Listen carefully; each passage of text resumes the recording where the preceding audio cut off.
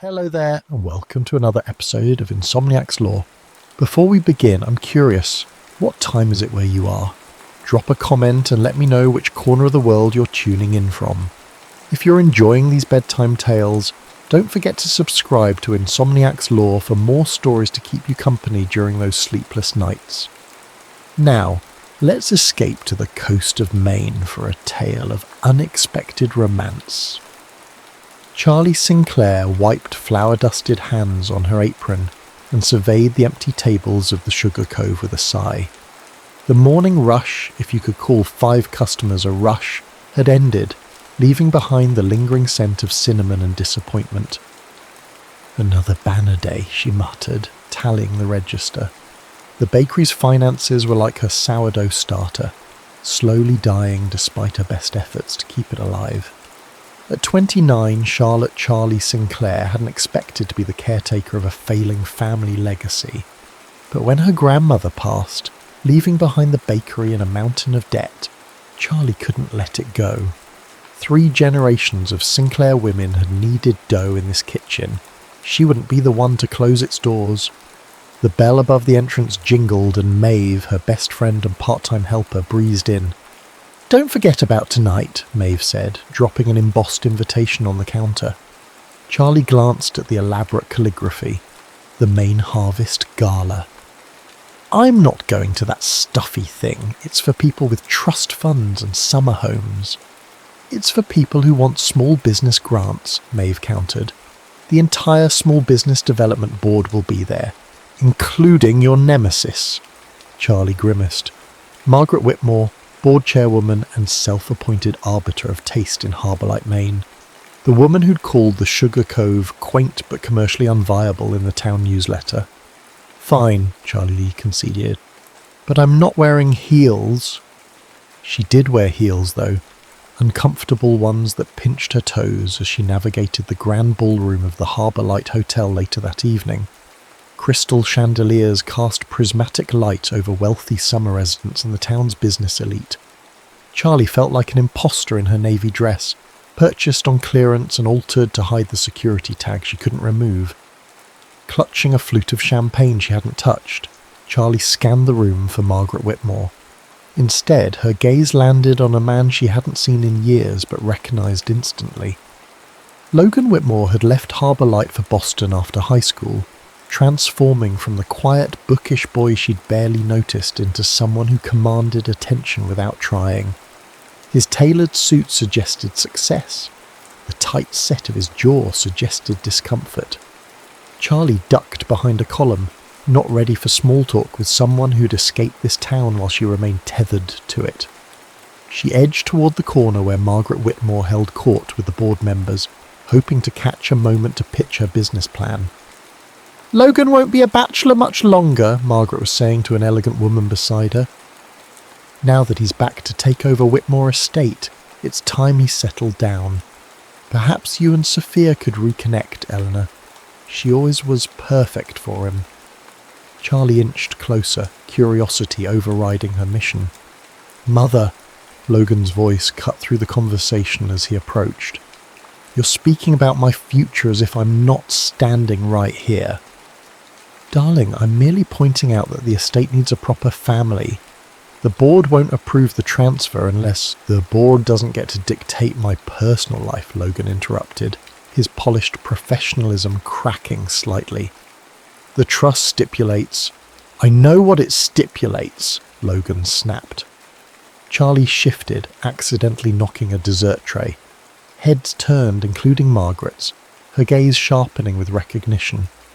"Miss Sinclair," Margaret said coolly, "how unexpected to see you here." "Mrs. Whitmore," Charlie nodded, straightening her spine. "I was hoping to discuss the Sugar Cove's application for the revitalisation grant." Margaret's smile thinned. "Ah, yes, the bakery. A charming little place, but not a serious establishment worthy of investment. Businesses we support need proven sustainability and growth potential." Heat rushed to Charlie's cheeks. "The Sugar Cove has been part of this community for—" "Nostalgia isn't a business model, dear," Margaret interrupted.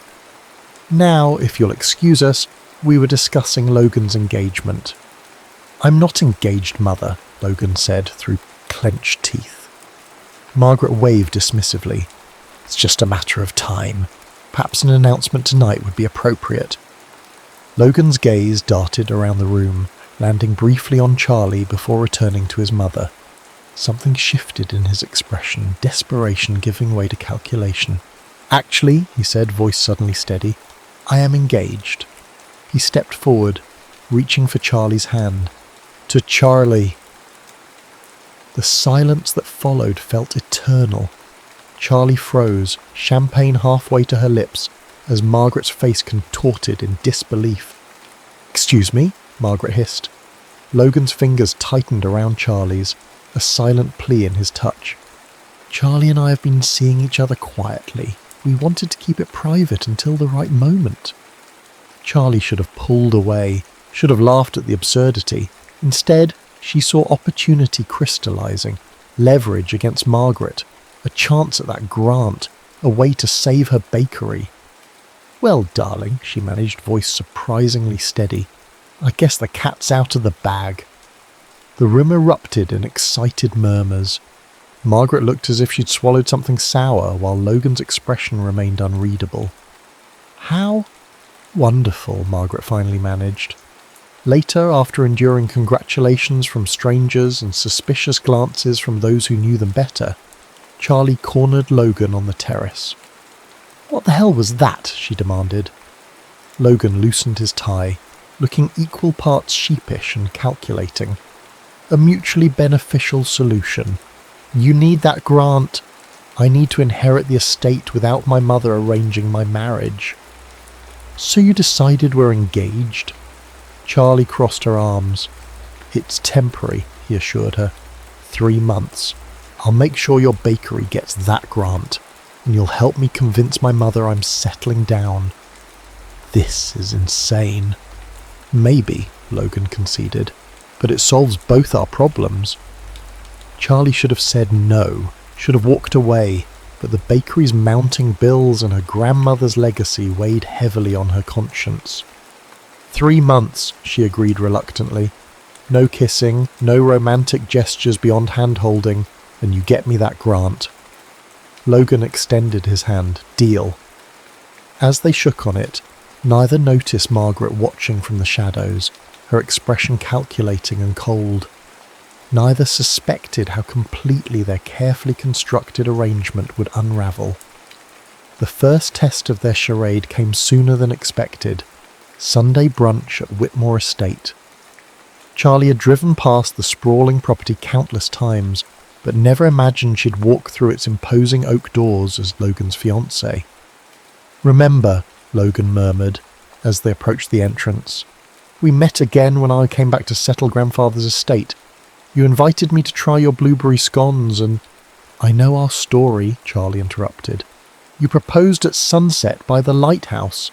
Very original. Logan's mouth twitched. You're the one who added that detail. It's what people expect, she shrugged. Nobody would believe you proposed over takeout containers. I might, he countered, surprising her. Before she could respond, the door swung open. Margaret Whitmore stood framed in the doorway, impeccable in cashmere and pearls, her smile not reaching her eyes. The happy couple arrives at last. The estate's interior matched its imposing exterior. Antique furniture, oil paintings of stern-faced Whitmores, and windows overlooking immaculately maintained vineyards. Charlie felt like an intruder in a museum where touching wasn't allowed. So, Margaret began once they were seated in the sunroom, tea service arranged before them. Tell me how this relationship developed. Logan hasn't mentioned you once in our weekly calls. It happened rather quickly, Logan replied smoothly. Charlie nodded, adding, Sometimes connection sneaks up on you. She reached for Logan's hand, an awkward gesture that became less so when his thumb brushed reassuringly across her knuckles. And what attracted you to my son? Margaret's question cut like a blade. His recent inheritance, perhaps? Mother, Logan warned. Actually, Charlie replied evenly, I've always admired his hands. Logan's head snapped toward her, surprise evident. His hands? Margaret echoed incredulously. Charlie nodded, improvising. In high school, I watched him play piano at the winter concert. His hands moved with such precision and care. I remember thinking whoever he ended up with would be lucky to have those hands in theirs. She squeezed Logan's fingers lightly. I never imagined they'd be holding mine. The room fell silent. Charlie risked a glance at Logan, finding him staring at her with an unreadable expression. You play beautifully, she added softly, maintaining their fiction. Not anymore, he replied, something vulnerable flickering across his features. Margaret studied them intently before changing tactics. The vineyard needs significant attention. Logan plans to sell it, of course, his life is in Boston. Actually, Logan interjected, I'm reconsidering. This time Charlie's surprise wasn't feigned. According to their agreement, Logan would secure her grant, inherit the estate, sell it quickly and return to Boston. There had been no mention of reconsidering. The property has potential, he continued. With the right investment, the vineyard could thrive again, and the main house would make an excellent inn. An inn, Margaret scoffed. Your grandfather would roll in his grave. This estate has been in our family for generations. And it's been declining for the last 2, Logan countered. Change isn't betrayal, Mother. The conversation shifted to business after that, but Charlie couldn't shake the feeling that something fundamental had altered in their arrangement. Logan's hand remained in hers long after it was necessary for their performance. Over the following weeks, their charade developed texture and complexity. They appeared together at the farmers' market, town council meetings, and seaside festivals.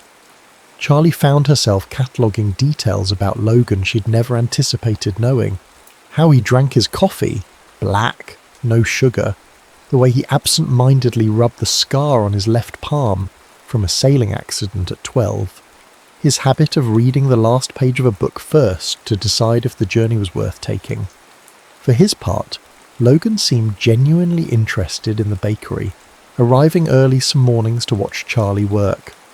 You don't have to do this, she told him one dawn as she shaped sourdough loaves. Nobody's watching us here.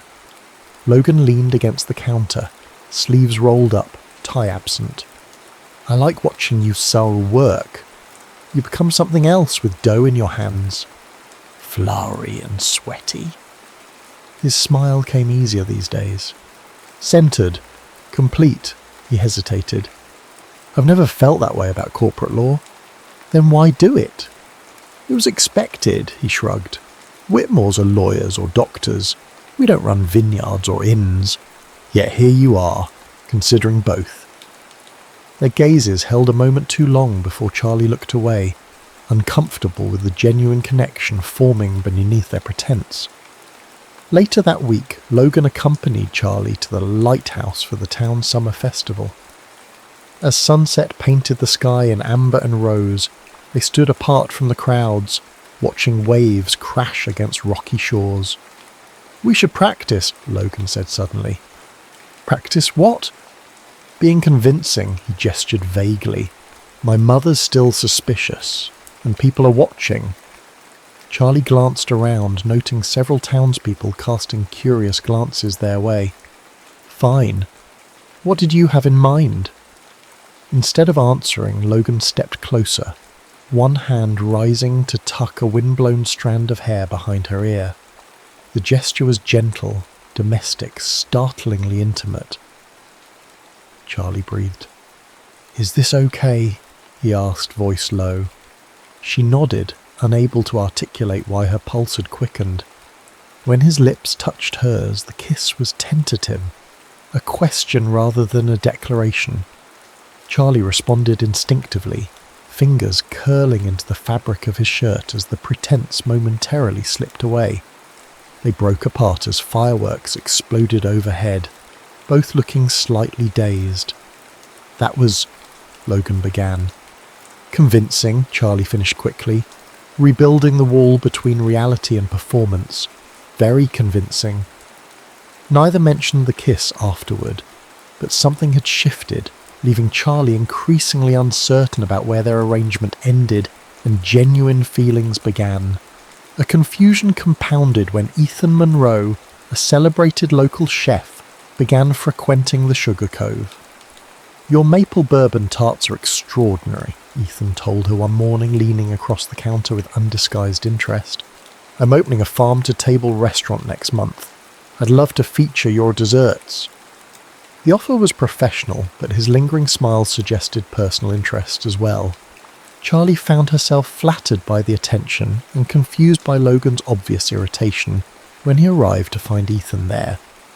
"You two seemed cozy," Logan remarked afterward, jaw tight.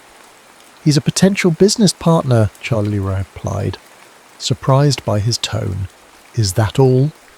The question hung between them, laden with implications neither was ready to address. Before Charlie could respond, the bakery door opened again, revealing a stunning woman in designer sunglasses.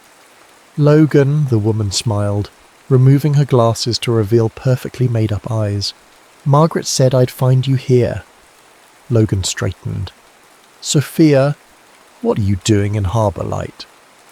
"Visiting family," she replied, gaze sliding dismissively over Charlie before returning to Logan. "And checking on old friends. I heard the most surprising news." Charlie extended her hand, forcing a smile. "I'm Charlie, Logan's fiancé."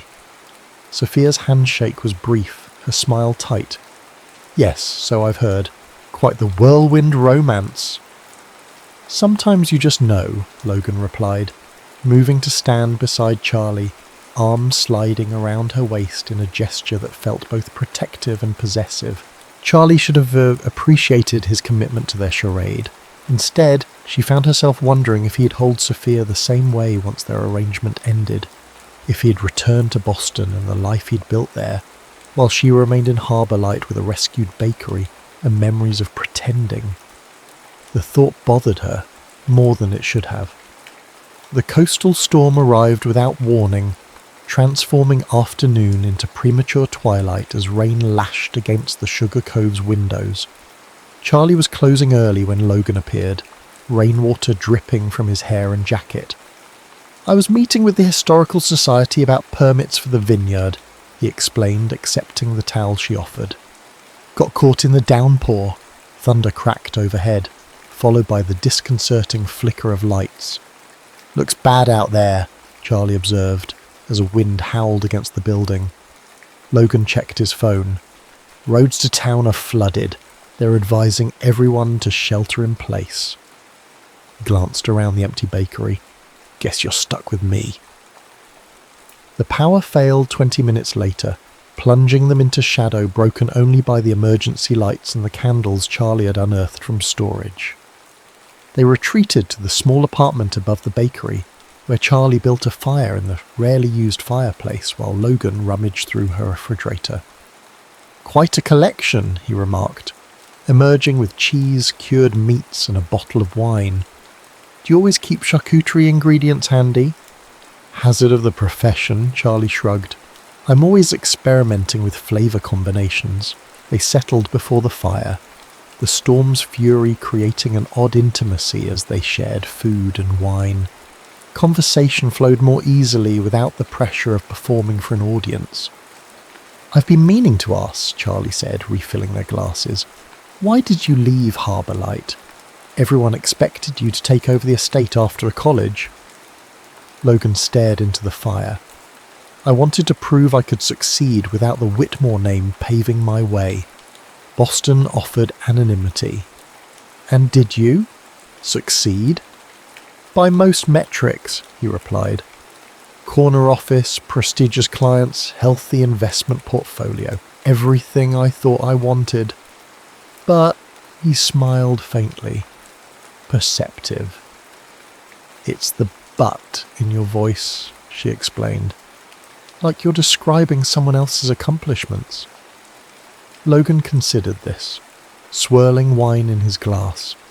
"Coming back made me realise how much of myself I left behind. The parts my mother considered impractical or unsuitable for a Whitmore. Like the piano? You looked surprised, she remembered. Among other things, I used to sail, draw, write terrible poetry. He laughed softly. I wanted to study marine biology before Mother steered me toward pre-law. Thunder rumbled outside, counterpoint to the crackling fire. Charlie pulled her knees to her chest, studying him in the firelight. It's not too late, you know, to reclaim those parts. Says the woman working herself to exhaustion, preserving someone else's dream. The observation stung with its accuracy. The bakery is different. Is it? We're both living lives shaped by other people's expectations. Charlie reached for the wine, uncomfortable with his insight. At least I'm not pretending to be engaged to salvage mine.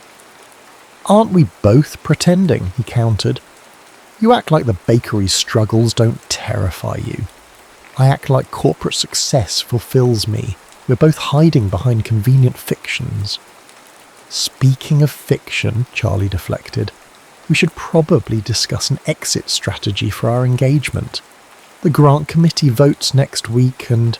I've been thinking about that, Logan interrupted. What if we didn't end it? Charlie stilled. What do you mean? The arrangement, he clarified quickly. We could extend it. The vineyard renovations will take months, and your bakery could supply the inn once it opens.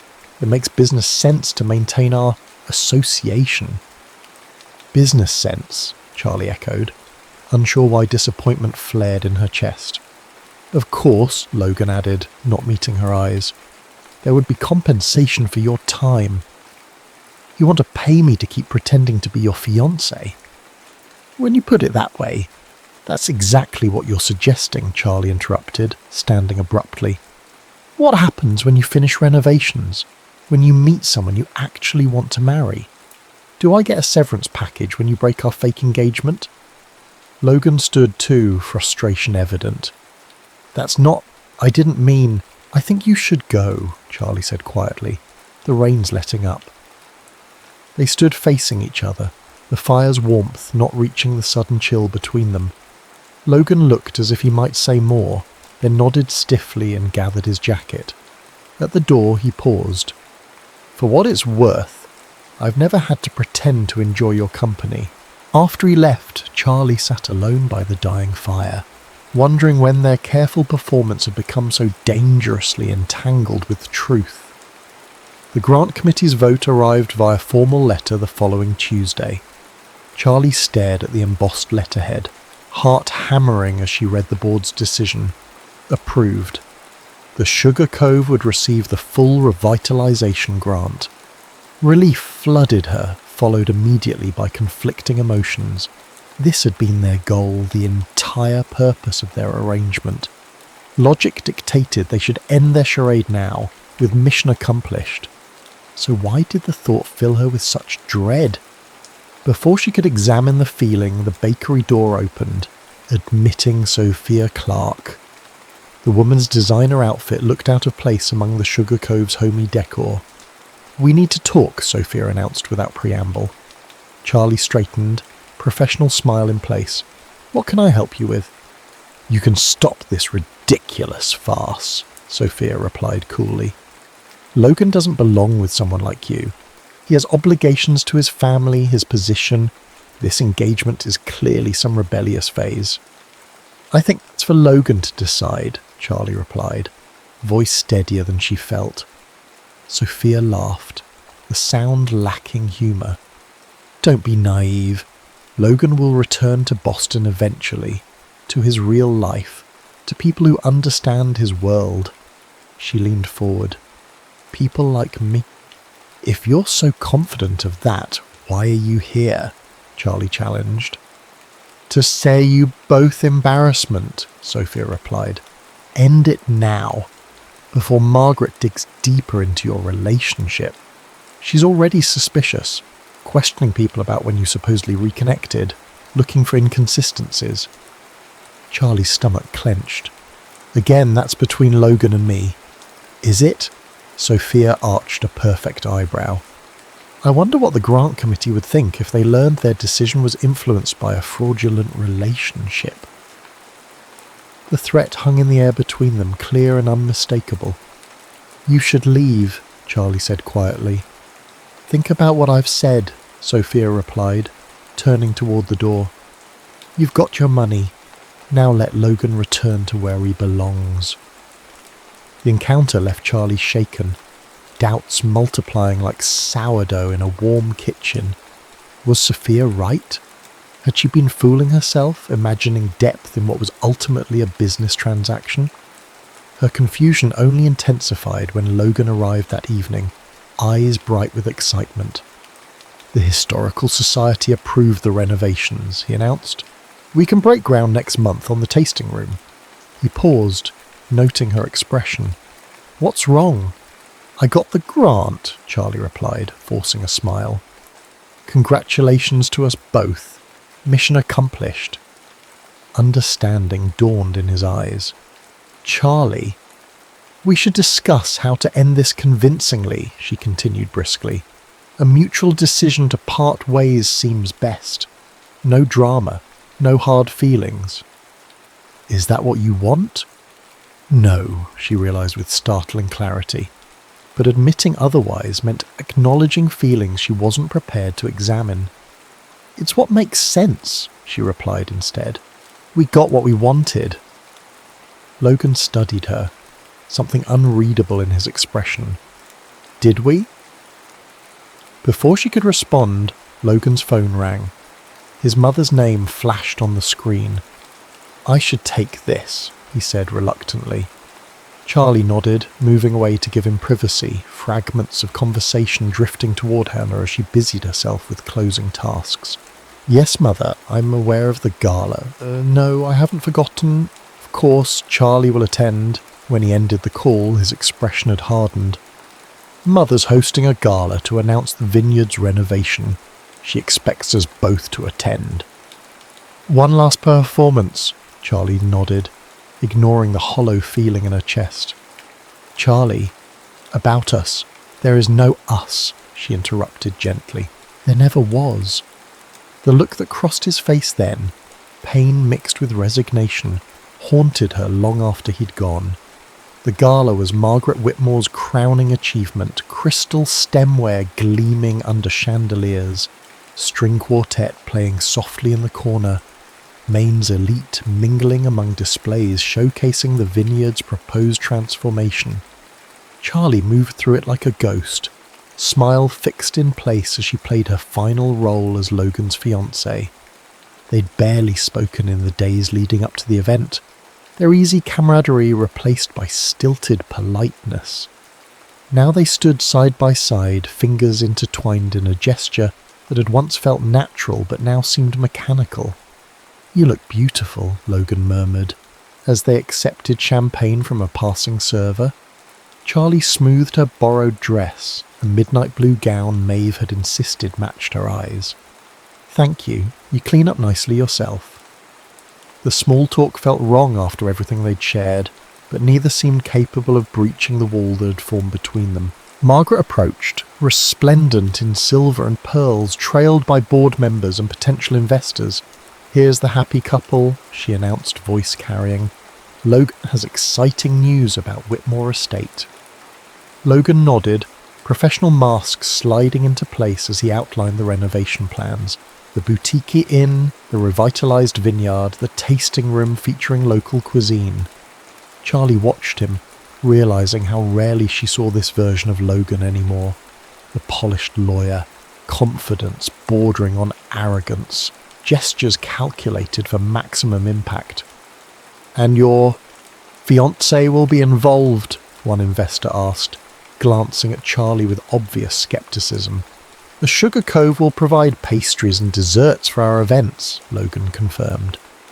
"How convenient that your engagement coincided with both your business needs," Margaret interjected, voice honeyed but eyes sharp. "The timing seems almost calculated." A subtle tension rippled through the gathering. Charlie felt Logan stiffen beside her. "Mother, he warned quietly. Margaret ignored him, turning to Charlie. "Tell me, dear, how does a struggling baker with mounting debt suddenly afford new equipment and renovations just as my son returns to claim his inheritance?" The question hung in the air, accusation thinly veiled beneath polite inquiry. "My bakery received a revitalization grant," Charlie replied evenly. "Yes," Margaret smiled, "from a board I chair, shortly after your surprise engagement to my son, who needed to demonstrate commitment to the community to secure his inheritance." She glanced around the gathering. "Quite the coincidence." Whispers spread through the assembled guests. Charlie felt heat rising in her cheeks as understanding dawned. Margaret had known all along, had perhaps even allowed their charade to continue while gathering evidence to discredit them both. "That's enough," Logan said firmly. "Is it?" Margaret challenged. "Because I've had the most illuminating conversations with people who know you both. People who find it strange that childhood acquaintances who barely interacted suddenly announce an engagement. People who can't recall seeing you together before that convenient declaration at the Harvest Gala." Charlie's grip on her champagne flute tightened as humiliation washed over her. Nearby, she spotted Sophia watching with barely concealed satisfaction. "This is hardly the venue," Logan began. "I disagree," Margaret cut him off. "Our investors deserve transparency about who they're entrusting with their money." She turned to Charlie. "You really think a small-town baker with a failing business was a suitable match for my son? That anyone would believe this obvious arrangement?" The room had fallen silent, all eyes on their unfolding drama. Charlie felt something crack inside her, pride maybe, or the last remnants of hope that this fabricated relationship might somehow transform into something real. "You're right," she said quietly. Logan turned to her, alarmed. "Charlie." "No," she interrupted, voice steady despite the turmoil within. "Your mother's right. This engagement was a business arrangement from the beginning." She slipped the cubic zirconia ring, purchased for verisimilitude, from her finger and placed it in Logan's palm. "Congratulations on your inheritance and the vineyard. I wish you every success." With that, she turned and walked away, head high despite the tears threatening to spill. Behind her, she heard Logan call her name, but she didn't stop. Couldn't stop without completely unraveling. Outside, rain had begun to fall, matching her mood as she hurried toward her truck. She was fumbling with her keys when Logan caught up to her. "Charlie, wait," he pleaded, and plastering his hair to his forehead. "Let me explain." "There's nothing to explain," she replied, not meeting his eyes. "We both got what we wanted. The arrangement worked." "Is that all this was to you, an arrangement?" "Wasn't it?" she challenged, finally looking at him. "You needed a fiancé to secure your inheritance. I needed the grant. Mission accomplished on both counts." "You know it became more than that," Logan insisted. "Did it?" Charlie laughed, the sound brittle. "Because from where I'm standing it looks exactly like what your mother described. A calculated business transaction between two people using each other. That's not fair, isn't it? You never once talked about feelings, Logan. Only business sense. Extended arrangements. Compensation for my time." Rain streamed down his face as he reached for her. "'Cause I was afraid. Afraid you didn't feel what I was feeling. Afraid that once you got the grant, you wouldn't need me anymore." "Need you?" Charlie echoed incredulously. "I never needed you. I needed the money. There's a difference." The words hurt to say, more so because they weren't entirely true. But pride and self-preservation demanded armour against the inevitable pain of watching him leave. "I don't believe you," Logan said quietly. "Believe what you want," Charlie replied, pulling away.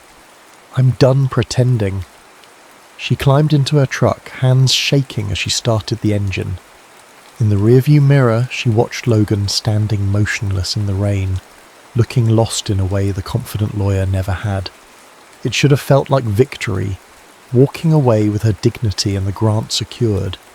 Instead, it felt like loss, profound and irreparable. The bakery seemed cavernous and empty when she returned, thunderclouds matching her mood as she moved through darkened rooms. On impulse, she retrieved her grandmother's recipe box, seeking comfort in the familiar handwriting and memories of simpler times. Tucked among the index cards was a faded photograph, her grandmother and grandfather on their wedding day, laughing as they fed each other cake, joy radiating from their expressions. Charlie traced their faces, wondering if she'd ever know that kind of uncomplicated happiness. A knock at the door interrupted her reverie. She ignored it, in no mood for company, but the knocking persisted, followed by Logan's voice calling her name. Reluctantly, she opened the door to find him drenched and dishevelled, looking nothing like the polished lawyer she'd first agreed to this arrangement with. "You need to leave," she said flatly. "I will," he promised, "after you hear me out." Against her better judgment, Charlie stepped aside, allowing him entry. He paced her small living room, running hands through wet hair as he gathered his thoughts. "I told them everything," he finally said. Charlie froze. "What?" "After you left, I told everyone the truth. That we started as a business arrangement, that I needed to inherit the estate and you needed the grant." "Why would you do that?" Charlie whispered, horrified. "Because I also told them that somewhere along the way, pretending to love you became the easiest thing I've ever done," Logan replied, voice breaking. "That I fell in love with your determination, your creativity, your absolute refusal to surrender what matters to you." Charlie stared at him, unable to process his words. "Logan, I've spent my entire life being what other people expected," he continued. "The perfect son, the ambitious lawyer, the responsible heir. With you for the first time I felt like myself. Not a performance, not a carefully constructed image, just me, and you seemed to like that person." "I did," Charlie admitted softly. "I do." Hope flickered across his features. "And why push me away?" "'Cause you're leaving," she replied, the fear that had been driving her finally surfacing. "You're going back to Boston, to your real life. This, us, was always temporary." "That's what I'm trying to tell you," Logan said, crossing the space between them. "I'm not going back. I resigned from the firm last week. I'm staying in Harbour Light. I'm staying for the vineyard, for the life I want to build here." He took her hands in his. "I'm staying for you, if you'll have me." Charlie searched his face, looking for deception or uncertainty, and finding only sincerity. "What about your mother? The inheritance?" "She can contest it if she wants," Logan shrugged. "I don't care anymore. I'd rather have you in a bakery than an estate and a life I hate." The simplicity of his declaration undid her last defences. "So what now?" In answer, Logan reached into his pocket and withdrew a small circle woven from bakery twine. "This isn't a real ring," he admitted. "What I feel for you is real. No audience, no arrangement, no pretense." He knelt, offering the humble circle. "Charlie Sinclair, I love you. Not for what you can do for me, but for who you are. Will you marry me, for real this time?" Charlie looked at the man before her, soaking wet, offering a ring made of twine, more genuine than he'd ever been in his tailored suits and polished shoes. This wasn't the charming lawyer who'd proposed a business arrangement. This was Logan, vulnerable and honest, offering not security or advantage, but simply himself. "Yes," she whispered, tears mingling with laughter as he slipped the makeshift ring onto her finger. "But on one condition." "Name it," he said, rising to draw her into his arms. "No more pretending. Not ever." His kiss was answer enough, tender and unhurried, sealed with a promise neither had anticipated when they began their paper-hearted charade. 1 year later. Dawn light filtered through the Sugar Cove's windows as Charlie slid a tray of croissants into the oven. The bakery had transformed over the past 12 months, expanded seating area, gleaming new equipment, and a staff of 3 to handle the increased business. The Sugar Cove wasn't just surviving, it was thriving. "You're up early," a voice observed from the doorway. Charlie smiled without turning, recognising Logan's footsteps as he crossed to where she stood. "Wedding cake doesn't bake itself." His arms encircled her waist, chin resting on her shoulder as he surveyed the kitchen. "Remind me why we agreed to make our own wedding cake?"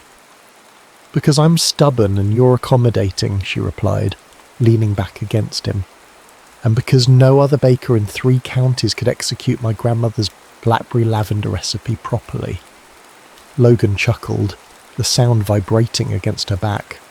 "One of many reasons I love you." A year ago, such casual intimacy would have seemed impossible, their relationship built on calculation rather than affection. Now it felt as natural as breathing, their initially fake engagement having yielded to something far more substantial than either had anticipated. The transition hadn't been seamless. Margaret Whitmore had indeed contested the inheritance, resulting in tense legal negotiations that ultimately ended in compromise. Logan retained ownership of the vineyard and inn, while Margaret maintained control of the family's other business interests. The settlement had come at personal cost, with mother and son still navigating the boundaries of their strained relationship. The town had gossiped, of course, when the truth about their initial arrangement emerged, but Harbour Lights residents had witnessed their evolution from convenient partners to genuine couple, and most had forgiven the deception, particularly as both the bakery and vineyard became cornerstones of the community's revitalisation. "Your mother called," Charlie mentioned, extricating herself from Logan's embrace to check her proofing dough. "She's arriving tomorrow instead of Friday." Logan tensed slightly. Did she say why? Something about wanting to help with final preparations. Charlie measured his expression. "She's trying, Logan." "I know," he acknowledged, running a hand through sleep-touzled hair. "It's just complicated," Charlie finished for him. "Family usually is." Margaret's attempts at reconciliation had been halting and imperfect, critiques thinly veiled as suggestions, disapproval masquerading as concern. But there had been moments of genuine connection too, particularly when Logan had stood firm about his choices, rather than acquiescing to avoid conflict. "Speaking of family," Logan said, visibly shifting to lighter thoughts, "Maeve dropped this off yesterday." He retrieved a package from his messenger bag, a worn cookbook tied with blue ribbon. Charlie recognised it immediately as her grandmother's, which had been missing from the collection. "Where did she find it?" Charlie asked, touching the cover reverently. "Apparently your grandmother lent it to Maeve's mother years ago. They found it while preparing for the rehearsal dinner." Charlie untied the ribbon carefully, pages falling open to a recipe marked with a pressed flower, blackberry lavender cake, the very one she planned for their wedding. "She would have loved you," Charlie said softly. "Because I'm charming and handsome," Logan teased. "'Cause you helped save this place," Charlie corrected, gesturing to the bakery around them. "And because you make me happy." Logan's expression softened as he drew her close again. "We saved it together.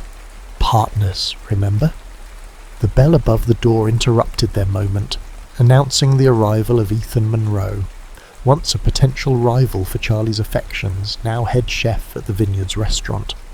"Sorry to interrupt," he grinned, not looking particularly apologetic. "But we got a situation at the Vineyard." Logan frowned. "What kind of situation?"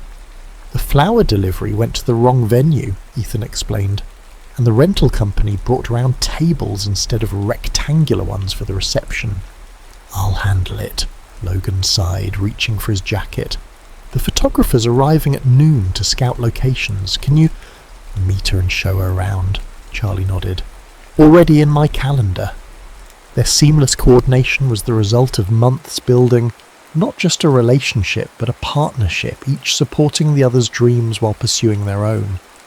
The bakery and vineyard had become interconnected ventures, with Charlie's desserts featured at the inn's restaurant and Logan's wines paired with afternoon tea at the Sugar Cove. After Logan and Ethan departed, Charlie returned to her preparations. losing herself in the familiar rhythm of measuring and mixing. The wedding preparations had consumed recent weeks, but beneath the logistical chaos lay quiet certainty. Not the desperate hope that had characterized her past relationships, but confidence in the foundation they'd built together. Later that afternoon, Charlie closed the bakery early and drove to the lighthouse where Logan waited with the photographer. The structure stood sentinel over Harbourlight's rocky coastline, witness to countless storms and celebrations, including their first real kiss a year ago. "This is where it actually began," Charlie explained to the photographer, a stylish woman from Portland who listened attentively. "Not where we pretended it began, but where it really did." The distinction mattered, acknowledging the artificial start while celebrating the authentic connection that followed. Their wedding invitations had playfully nodded to this history. "Join us as we make official what began as pretend." After the photographer departed, Charlie and Logan lingered, watching waves crash against weathered rocks below. "Having second thoughts?" Logan asked, noticing her pensive expression. Charlie shook her head. "Remembering our first real conversation here. How certain I was that our arrangement would remain just that. To be fair, I wasn't exactly forthcoming about my feelings," Logan admitted. "I kept hiding behind business proposals and practical considerations." "We're quite the pair," Charlie laughed. "You couldn't admit you had feelings, and I couldn't admit I wanted you to have them." Logan turned to face her, ocean wind ruffling his hair. "And now?" "Now I'm wondering why we're waiting until Saturday," Charlie replied, surprising herself with the admission. "We've already signed the paperwork at the courthouse. The wedding is just ceremony." "Charlie Sinclair, are you suggesting we elope? After months of planning?" "Not elope exactly," she clarified. "Just have something that's ours before sharing it with everyone else. Like we did with our relationship, private truths beneath public performance." Understanding dawned in Logan's eyes. A private exchange of vows. "Here," Charlie nodded, "where it really began." The spontaneity of the suggestion felt right. A decision made in the moment, without calculation or agenda, unlike the arrangement that had initiated their journey. As sunset painted the horizon in shades of amber and rose, they stood facing each other beneath the lighthouse's weathered tower. No witnesses except seabirds and crashing waves. "I didn't prepare anything," Logan admitted. "Neither did I," Charlie replied. "I think we've had enough rehearsal, don't you?" Logan smiled, taking her hands in his. "Charlotte Sinclair," he began, voice steady despite the emotion evident in his eyes. "I promised once that I would never pretend with you again. So here's my truth. You terrify me." Charlie raised an eyebrow, and he continued with a soft laugh. "You terrify me because loving you has made everything else negotiable. My career, my mother's approval, the life I thought I wanted. I would trade it all to wake up beside you each morning and fall asleep next to you each night." The raw honesty of his words caught Charlie's breath. This was Logan, stripped of performance and pretense, the man beneath the persona she'd first encountered. "My turn," she said when he finished. "Logan Whitmore, I spent years believing independence meant isolation, that needing someone meant weakness. You taught me that partnership isn't surrender. It's finding someone who makes you more yourself, not less." She paused, gathering thoughts that had been forming over their year together. "I love that you read the last page first, that you remember how I take my coffee, that you see the bakery not as my burden, but as my passion. I love that you never ask me to be smaller or quieter or more convenient." Wind gusted around them, carrying salt spray and the distant sound of gulls. Logan's hands tightened around hers. "I love you," he said simply. No asterisks, no conditions, no expiration date. "I love you too," Charlie replied, the words carrying the weight of choice rather than circumstance. "No pretending." their kiss sealed promises made not for show or advantage but for themselves alone, a private truth that belonged to no one else. The formal wedding proceeded as planned that Saturday. Flowers correctly delivered, tables properly arranged, cake exactly as Charlie had envisioned. They exchanged rings before friends and family, including a slightly stiff but present Margaret Whitmore, who surprised everyone by offering a genuinely warm toast to the couple. But through the celebration, Charlie and Logan exchanged occasional glances that acknowledged their secret, that their true vows had already been spoken private and unwitnessed, much like the love that had grown between them when no one was watching.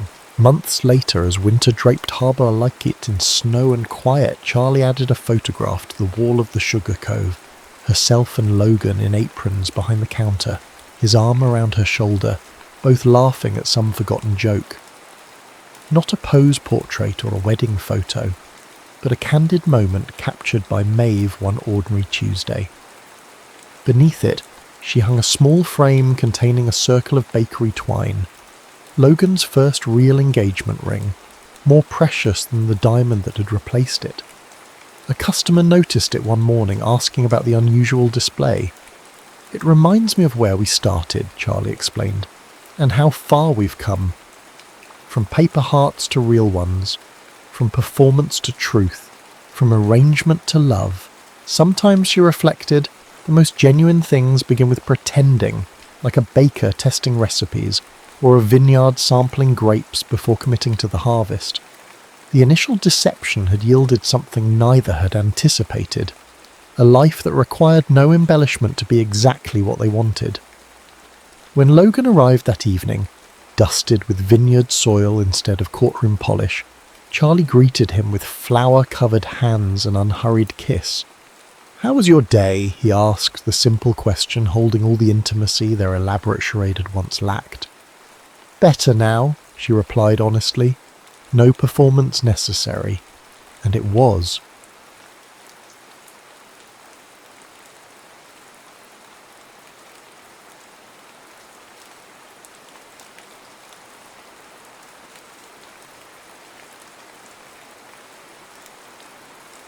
Princess Eleanor of Valmere stood at her bedroom window, watching servants scatter rose petals across the palace courtyard for tomorrow's engagement ceremony. 21 years of preparation had led to this moment. Her betrothal to Duke Anton of Marburg, a man whose letters were as stiff as the high collars he favoured. "Your Highness," her lady-in-waiting Marguerite said from behind, "the seamstress needs you for a final fitting." Eleanor sighed, her breath fogging the leaded glass. "Tell her I'll be there shortly." But she remained motionless, studying her reflection in the window. The woman staring back wore a carefully composed expression, betraying nothing of the turmoil beneath.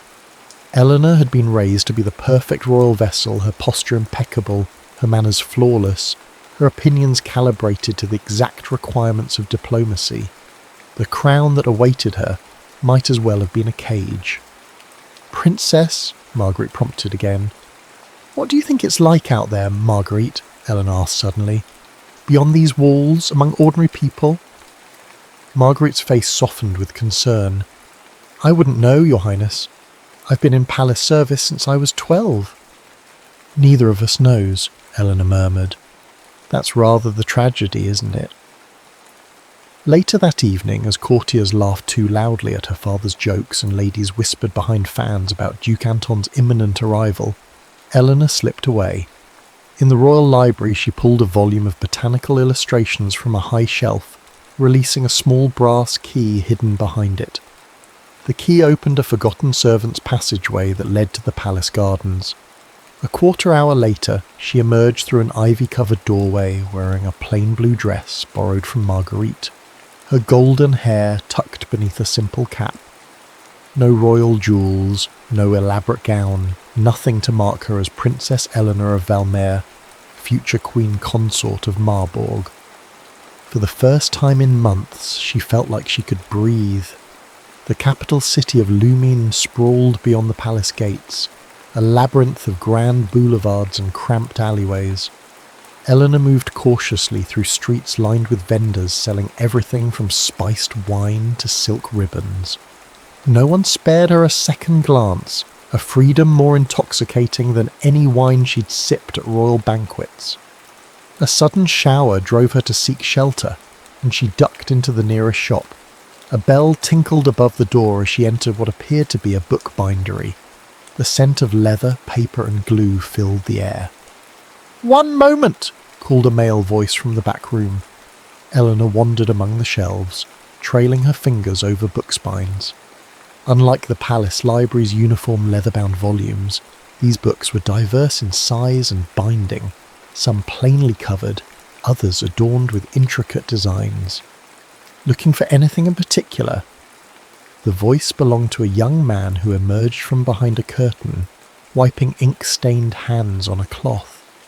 He was tall and lean, with unruly dark hair and intelligent eyes that assessed her with undisguised curiosity. "Just browsing," Eleanor replied, conscious of keeping her accent neutral. "The rain drove me in." "Then the rain has good taste." He smiled, revealing a dimple in his left cheek. "I'm Gabriel Laurent. This is my shop, such as it is." "A pleasure," she said, nearly extending her hand in the formal court manner before catching herself. "I'm Ellie." Gabriel gestured toward the shelves. "Well, Ellie, welcome to the poorest bookshop in Lumine and the richest in thought." Eleanor raised an eyebrow. Bold claim. Truth often is. He moved to arrange several newly bound volumes on a display table. Most booksellers court aristocratic customers with overpriced editions and flattering histories. I prefer to stock works that challenge rather than comfort. "Such as?" she prompted, genuinely curious. Gabriel pulled a slim volume from beneath the counter. "Rousseau, Voltaire. Writers who question whether those born to power deserve it more than those born without." He studied her reaction. "Does that scandalise you, Ellie?" Eleanor should have been offended. Instead, she found herself intrigued. No one at court would dare speak so frankly about such matters, especially to her face. "I believe merit exists independent of birth," she said carefully. "Those systems rarely recognise it." Gabriel's expression shifted from provocative to interested. "An unusual perspective. Perhaps I'm an unusual person." "Perhaps you are." He leaned against the counter. "And what brings an unusual person to this particular shop on this particular rainy day?" "Chance," Eleanor replied. "Or fate, if you believe in such things." "I believe we make our own fate," Gabriel said. "Those circumstances often conspire to limit our choices." "Indeed they do," Eleanor murmured, thinking of her impending marriage. A crash from the back room interrupted them. Gabriel excused himself and disappeared behind the curtain. Eleanor heard him speaking softly, comfortingly to someone. He returned moments later, apologetic. "My sister. She's practicing her letters but becomes frustrated easily." "Is she very young?" Eleanor asked. 16, but..." He hesitated. "Isabel had a fever as a child. Her mind works differently now. Some things come harder to her." The affection in his voice touched Eleanor. "You care for her yourself?" "Since our parents died 5 years ago." Gabriel's expression hardened. Consumption, hastened by working conditions in the royal printing office. The king's new taxes forced them to take on excessive hours. Eleanor flinched. "I'm sorry to hear that." "It's not your burden," Gabriel's tone softened. "Forgive me. I shouldn't speak of such things to a customer." "I asked," Eleanor said, then added without thinking, "and I'm not yet a customer." Gabriel laughed, the sound unexpectedly warm. "A distinction I hope to remedy. Perhaps this?" He selected a small leather-bound book of poetry. "These verses speak of worlds beyond our own experience, something I suspect might appeal to you." The rain had stopped, but Eleanor lingered, leafing through the volume. In the palace, poetry was recited at formal occasions as a demonstration of culture. Here, in this small shop with its smell of leather and ink, words seemed alive in a different way. "I'll take it," she decided, reaching for the coins in her borrowed dress pocket. Their fingers brushed as he handed her the wrapped purchase. A momentary touch, insignificant to anyone watching, yet Eleanor felt something shift within her. The faintest tremor of something new and dangerous. "Will you come again?" Gabriel asked as she turned to leave. Eleanor paused at the door, knowing she should say no. Instead, she heard herself reply, "Perhaps when it next rains." The palace seemed more suffocating than ever when she returned. As ladies fussed over her evening toilette, Eleanor's thoughts remained in that small bookshop, with its forthright proprietor who spoke of merit and questioned birthright, unaware he had been challenging a princess to her face. That night, in the privacy of her bedchamber, Eleanor unwrapped the poetry book. A small slip of paper fell out, covered in a bold, slanting handwriting. "For Ellie, may these words be companions when reality disappoints. GL." Eleanor traced the initials with her fingertip, knowing with sudden clarity that she would indeed return to the bookshop, rain or shine. What she couldn't know was how that decision would alter the course of not just her life, but an entire kingdom. The dawn of Eleanor's engagement day broke crisp and clear. Palace servants scurried about with last-minute preparations, while courtiers jockeyed for optimal positions at the ceremony. Amid the chaos, the princess sat unnaturally still as her hair was arranged in elaborate coils. "You seem distracted, Your Highness," observed Lady Hortense, her father's cousin and Eleanor's unofficial chaperone. "Contemplating your future responsibilities, no doubt." Eleanor murmured agreement, though her thoughts were elsewhere. In 3 weeks since discovering Gabriel's bookshop, she had returned 5 times, each visit lengthening as their conversations deepened. Today, hours before pledging herself to Duke Anton, all she could think about was a commoner, with ink-stained hands and radical ideas. "The Duke's envoy reports they are 2 hours from arrival," a messenger announced. 2 hours, Eleanor repeated hollowly. Lady Hortense mistook her tone for impatience. "The wait will soon be over. You've been prepared for this match since childhood." Prepared, yes. Eager, no. The engagement ceremony proceeded exactly as rehearsed. Duke Anton of Marburg, a tall, austere man of 35 with cold blue eyes, placed a sapphire ring on Eleanor's finger, while courtiers applauded. If he noticed her forced smile, he gave no indication. "You will make a suitable consort," he told her during their first private moment together, his tone suggesting he was evaluating a mare at auction. "Though your interests in literature and science are unseemly for a woman of your station, such pursuits should be abandoned after our marriage." Eleanor felt as if the air had been squeezed from her lungs. "My education has been extensive, Your Grace. My father believes an informed mind makes for a wiser ruler." "Your father indulges you," Anton replied. "I will not be so permissive." Later, as the palace ballroom swirled with dancers celebrating the engagement, Eleanor excused herself, claiming a headache. Instead of retiring to her chambers, she changed into her plain dress and slipped away through the servants' passage. She found Gabriel's shop dark and locked. A neighbouring merchant informed her that Gabriel attended a meeting of the Literary Society on Wednesday evenings. Following the woman's directions, Eleanor discovered a tavern called the Philosopher's Stone tucked away on a side street. Through its windows she could see a group gathered around a long table, Gabriel among them. She hesitated, then pushed open the door. Conversation halted as heads turned toward her. Gabriel's expression moved from surprise to genuine pleasure. "Ellie, everyone, this is the customer I mentioned, the one with unexpected opinions on Rousseau." He pulled out a chair. "Join us. We're debating whether art should serve revolution or beauty."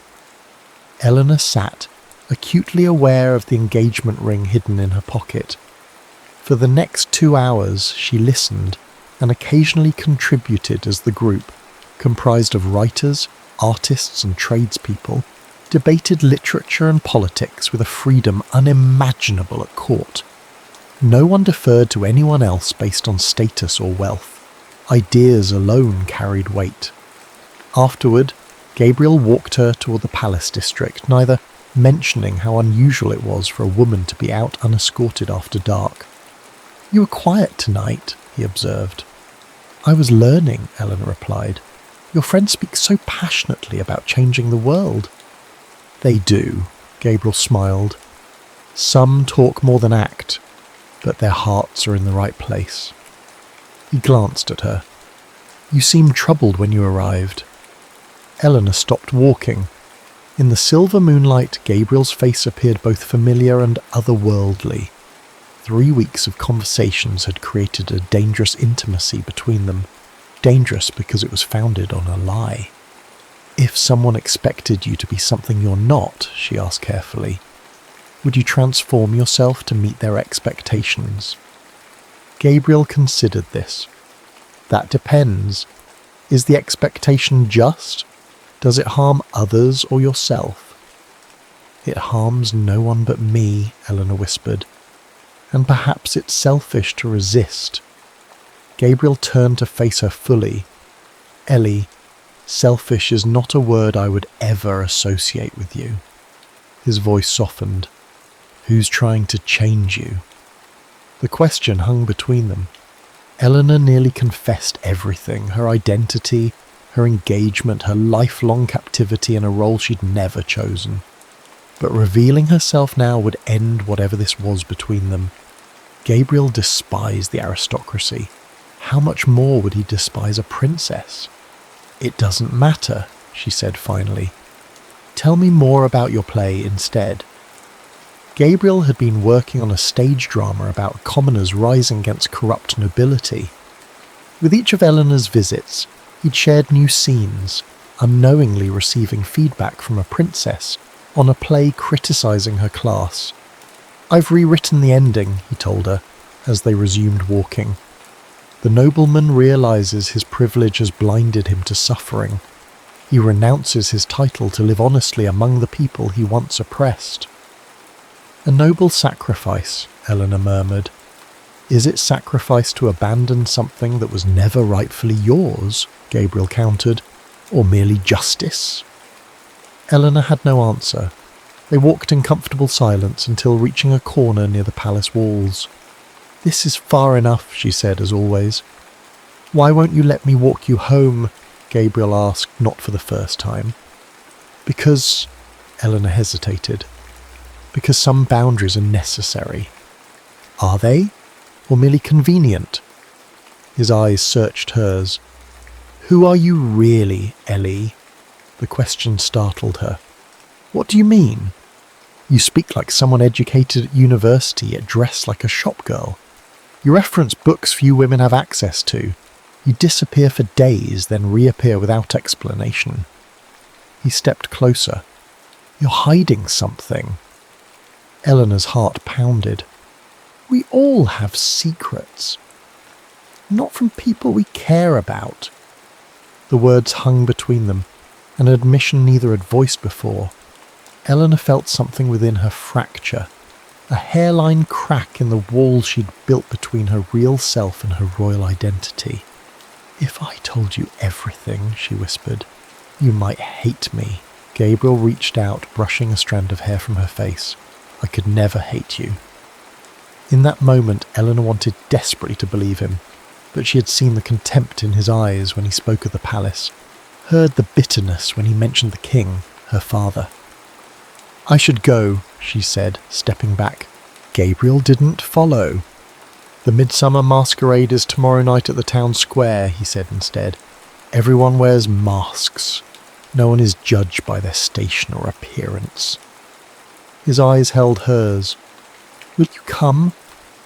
A masked celebration, where for one night she could be simply Ellie without fear of discovery, where she could be with Gabriel as equals, no lies between them.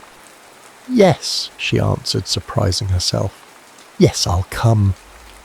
The next evening, Eleanor begged Illness to excuse herself from a formal dinner with Duke Anton and his entourage. Once alone, she donned a simple blue dress, the colour Gabriel had once said matched her eyes, and covered it with a dark cloak. For the masquerade, she'd procured a delicate silver mask adorned with tiny sapphires that matched her hidden engagement ring. The town square blazed with torchlight. Musicians played lively tunes while masked dancers twirled around a maypole. Vendors sold wine and pastries from colourful stalls. No palace celebration, despite its opulence, had ever felt so vibrantly alive. Eleanor searched the crowd anxiously until a hand touched her elbow. She turned to find Gabriel wearing a bronze mask that emphasized his strong jaw and warm eyes. "You came," he said, his voice revealing genuine surprise. "I promised I would." Gabriel offered his hand. "And dance with me, mysterious Ellie." The night passed in a blur of music and laughter. Under cover of masks and darkness, Eleanor allowed herself liberties unimaginable at court.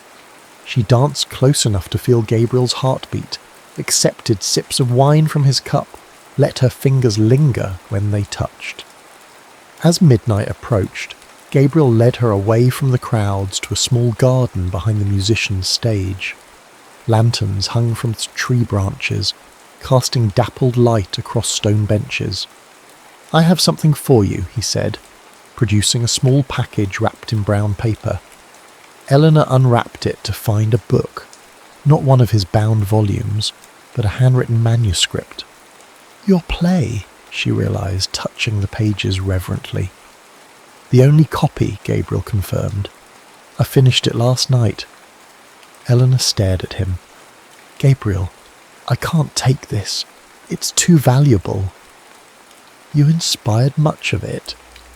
He sat beside her on a bench. "Your questions made me reconsider every character's motivations. The princess is no longer a villain. She's trapped in gilded chains of duty and expectation." Eleanor swallowed hard. "And does she break those chains?" "Read it and discover for yourself." Gabriel reached up and gently removed her mask.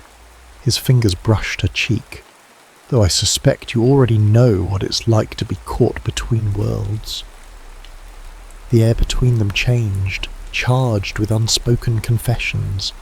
Eleanor knew she should leave, return to the palace, to her fiancé, to her duty. Instead, she remained motionless as Gabriel leaned forward. "If only I were not who I am," she whispered. "If only the world were kinder," he replied. Their lips met in a kiss that contained both question and answer. Eleanor felt something unlock within her chest, a door flung open after years sealed shut. This then was what the poets wrote about. This was what her life had been missing. When they finally parted, Gabriel pressed his forehead to hers.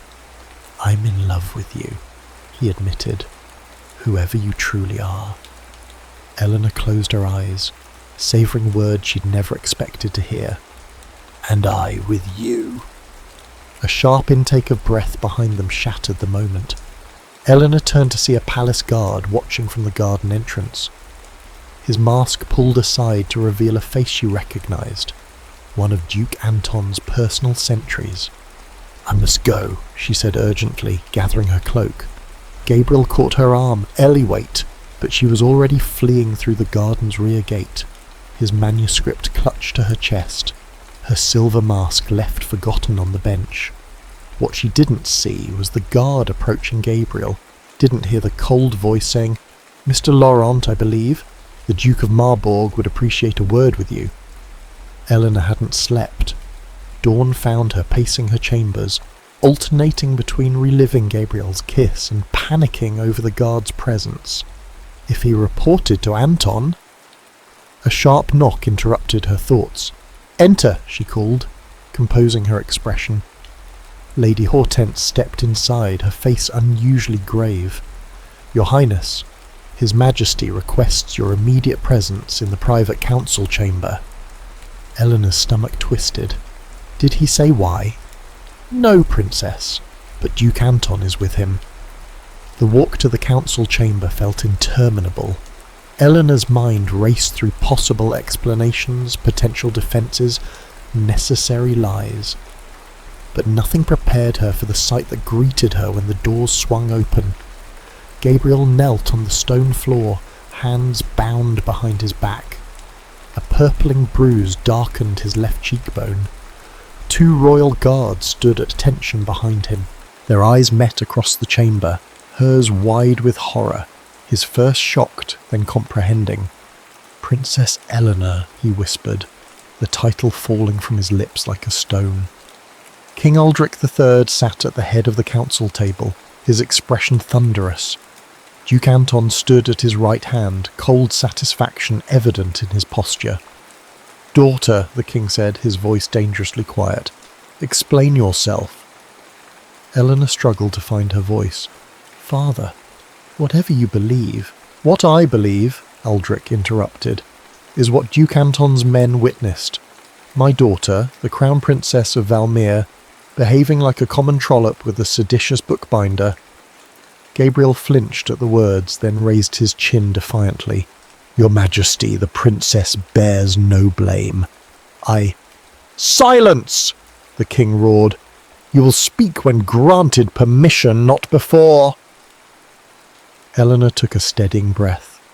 Father, there has been a misunderstanding.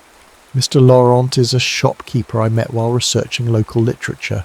Nothing inappropriate occurred. Anton stepped forward, producing a familiar silver mask. Then why were you masked, Princess? Why the deception? Why the kiss my guard witnessed? Eleanor faltered, lies deserting her. In the awful silence, Gabriel spoke again, his voice steady despite his circumstances. Your Majesty, if I may, I am solely responsible. I pursued the princess, unaware of her identity. The fault is entirely mine. Gabriel, no, Eleanor protested, but the king was already nodding grimly. At least the commoner acknowledges his crime. He turned to Eleanor. As for you, daughter, this infatuation ends now. Your engagement to Duke Anton proceeds as planned, with the wedding moved forward to next week. Father, Eleanor's protest died as Aldrich raised his hand. Additionally, the king continued, this man will be charged with sedition. Anton's men found treasonous pamphlets in his shop calling for the overthrow of the monarchy. For the first time, genuine fear crossed Gabriel's face. Your Majesty, those pamphlets were not mine. I merely... The penalty for sedition, Aldrich continued implacably, is death. Eleanor felt the world tilt beneath her feet. No, she gasped. Father, please. The matter is decided, the king stated. Guards, remove the prisoner to the... Wait! Eleanor's voice rang through the chamber with unexpected authority. Every head turned toward her. Wait, she repeated more softly. I request a private audience, Father. Please. Aldrich studied her, then nodded curtly. Everyone out, except my daughter. As the guards hauled Gabriel to his feet, his eyes locked with Eleanor's. In that brief moment, everything passed between them. Regret, confusion, and something that transcended the terrible circumstances.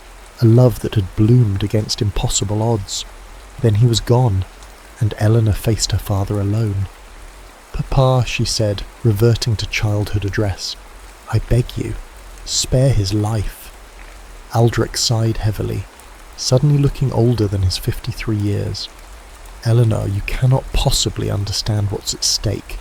This alliance with Marburg secures our northern border against Rasaean aggression. It ensures our people's safety. I understand duty, Eleanor said quietly. I've accepted it my entire life. I will marry Anton as planned, if that's what Valmir needs. She met her father's gaze steadily. Gabriel's death serves no purpose except vengeance. His seditious activities threaten the crown. Then exile him, Eleanor countered. Send him to England or the Americas. I will never see him again. You have my solemn vow. Aldrich studied his daughter, the golden-haired mirror of her long-dead mother, and his expression softened fractionally. You truly care for this commoner? Eleanor hesitated, then answered truthfully. Yes, but I care more for Valmir. I will honour my commitment to our kingdom. A long silence followed. Finally, Aldrich nodded. Very well. The bookbinder will be exiled to England, never to return on pain of death. His eyes hardened. But hear me clearly, daughter. You will marry Anton in 1 week. You will perform your duties as his wife and future queen without complaint. You will never, never speak this man's name again. I understand, Eleanor whispered. Thank you, father. 2 days later, Eleanor stood alone on the highest palace tower, watching a merchant ship cast off from the harbour. Somewhere below deck, Gabriel was beginning his journey to exile, believing she had abandoned him for wealth and position. She had been forbidden from seeing him, forbidden from explaining. From her private quarters, she had managed to send a servant girl with a single message. I had no choice. Forgive me. Whether he received it, she would never know. As the ship disappeared over the horizon, Eleanor removed Gabriel's manuscript from her pocket. She had read it through tears the night before. The story of a princess who sacrificed everything for her kingdom, never knowing that her commoner love would have sacrificed everything for her. Be well, Gabriel, she whispered to the vanishing sails. Write your plays, find happiness.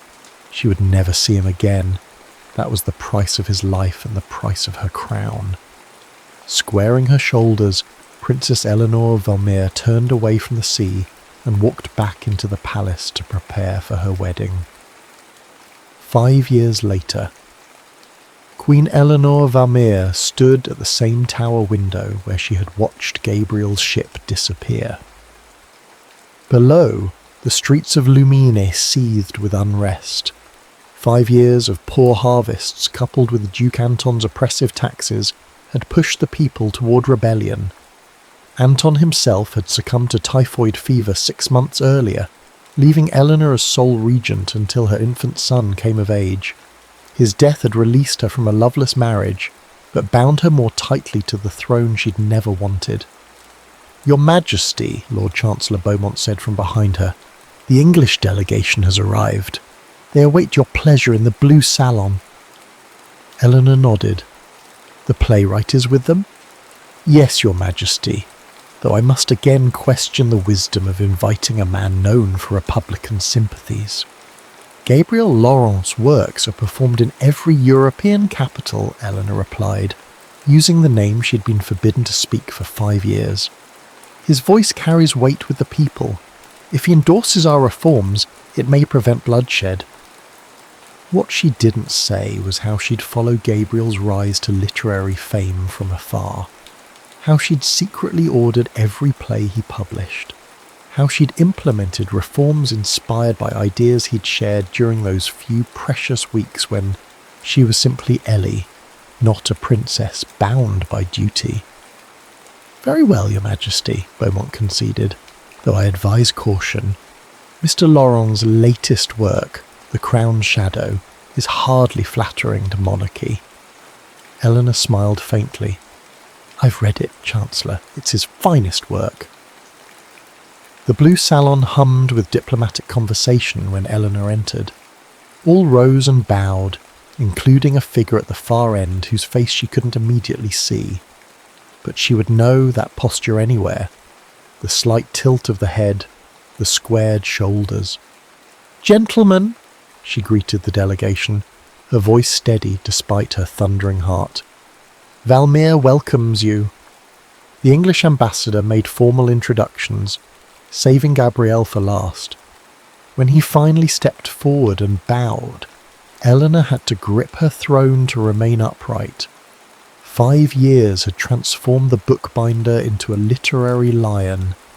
He was broader through the shoulders, his face more angular, his eyes bearing the depth that comes only from living fully. But the dimple in his left cheek remained when he offered a careful smile.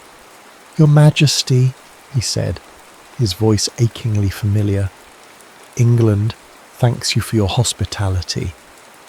If he felt anything upon seeing her again, his expression revealed nothing.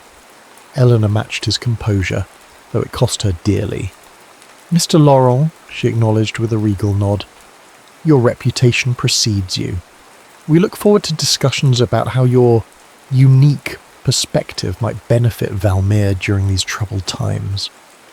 The formal pleasantries continued, but Eleanor felt Gabriel's eyes on her throughout. Did he see the changes in her as clearly as she saw his? The subtle lines etched by years of compromise and silent grief, the watchfulness that came from surviving Anton's coldness. That evening a reception was held for the English delegation. Eleanor circulated among the guests, performing her royal duties flawlessly, while hyper-aware of Gabriel across the room, deep in conversation with a group of progressive nobles. As the gathering wound down, Eleanor retreated to a quiet alcove for a moment's respite. She was studying a tapestry when a voice behind her said quietly, "It seems we are destined to meet at masquerades, Princess. Though tonight our masks are invisible." She turned to find Gabriel standing a respectful distance away, a glass of wine in his hand. No one else was within earshot. "Mr. Laurent," she acknowledged, "I wondered if you would seek a private word." "Did you?" His expression remained neutral. "I wondered if you would permit one." Eleanor glanced around to ensure they weren't observed, then indicated a small side door. "The palace gardens, 5 minutes." The night air carried the scent of jasmine as Eleanor paced a secluded garden path. When Gabriel appeared, he stayed several paces away, maintaining a distance that felt both proper and painful. "Congratulations on your literary success," she offered. "Your plays are extraordinary." "Thank you, Your Majesty." The formality stung worse than anger would have. "And congratulations on your son. The future king, I understand." Eleanor nodded. "Alexander. He's 4 months old." An awkward silence fell between them, so different from the easy conversation they'd once shared. "Why am I here, Eleanor?" Gabriel finally asked, dropping royal address. "Why summon me after 5 years of silence?" "Valmir stands on the brink of revolution," she replied. "Your words carry influence. I hoped you might help prevent violence." "My words?" His laugh held no humour. "The same words that once branded me a seditionist. The same words that got me exiled?" Eleanor flinched. "That wasn't my choice." "Wasn't it?" Gabriel stepped closer, his composure cracking. "I received your message, you know. I had no choice, forgive me, as if duty could excuse everything." "It wasn't duty," Eleanor whispered. "It was your life, Gabriel. My father would have executed you for sedition. I traded my freedom for your life." Gabriel stared at her, shock replacing anger. "What are you saying?" "I made a bargain," Eleanor explained, the words tumbling out after years of silence. "My compliance with the marriage to Anton in exchange for your exile instead of execution. I wasn't permitted to see you or explain." "You sacrificed yourself," Gabriel said slowly, "for me." Eleanor looked away. "You would have done the same." "Yes," he admitted softly, "I would have." Another silence fell, but the quality of it had changed. No longer strained but breathless, like the pause before a symphony's climax. "I built you into my villain," Gabriel finally said. "All these years my writing was fueled by the belief you'd chosen crown over love, that you'd used me to taste freedom before returning to privilege." "And now?" Eleanor asked. Gabriel's expression softened. "Now I see the princess from my play, the one who sacrifices everything for her kingdom while losing what she loves most." "She was always me," Eleanor admitted. just as you were always the commoner who taught her to question everything she'd been raised to believe. Gabriel closed the distance between them, propriety forgotten. I never stopped loving you, he confessed, even when I thought I hated you. Eleanor's eyes filled with tears. And I never stopped loving you, even when I couldn't speak your name. His hand rose as if to touch her face, then dropped away. But you're still a queen, and I'm still a commoner. Things are changing, Eleanor said urgently. The old order is collapsing across Europe. Here in Valmere, the people demand a constitutional monarchy, limited royal powers, a parliament of elected representatives. Gabriel's eyes widened. You support this? I've spent 5 years implementing what reforms I could. Anton blocked most, but since his death... She drew a deep breath. I've drafted a constitution. Once ratified, the monarch becomes largely ceremonial. And if the people demand more, if they reject monarchy entirely... Eleanor's gaze was steady. Then I will step aside. Valmere's welfare matters more than my crown. Gabriel stared at her in wonder. You've changed. We both have. Eleanor smiled sadly. Life continues, even when we think it's ended. A shout from the palace interrupted them. Lord Chancellor Beaumont appeared at the garden entrance, his face ashen. Your Majesty, revolutionaries have breached the city gates. The palace guard requests your immediate withdrawal to the secure chambers. Eleanor straightened. Queen once more. I will address them instead. Your Majesty, I must protest. These are my people, Chancellor. I will not hide. Gabriel stepped forward. I'll come with you. Eleanor hesitated. Why would you risk yourself? Because, Gabriel said simply, I believe in the queen you've become. Within the hour, Eleanor stood on the palace balcony facing a sea of torches. The crowd roared when she appeared, some in anger, others in anticipation. Gabriel remained inside at her insistence, watching through a window. People of Valmere, Eleanor called, her voice carrying across the square, I hear your demands for change. No more empty promises, someone shouted. Others took up the cry.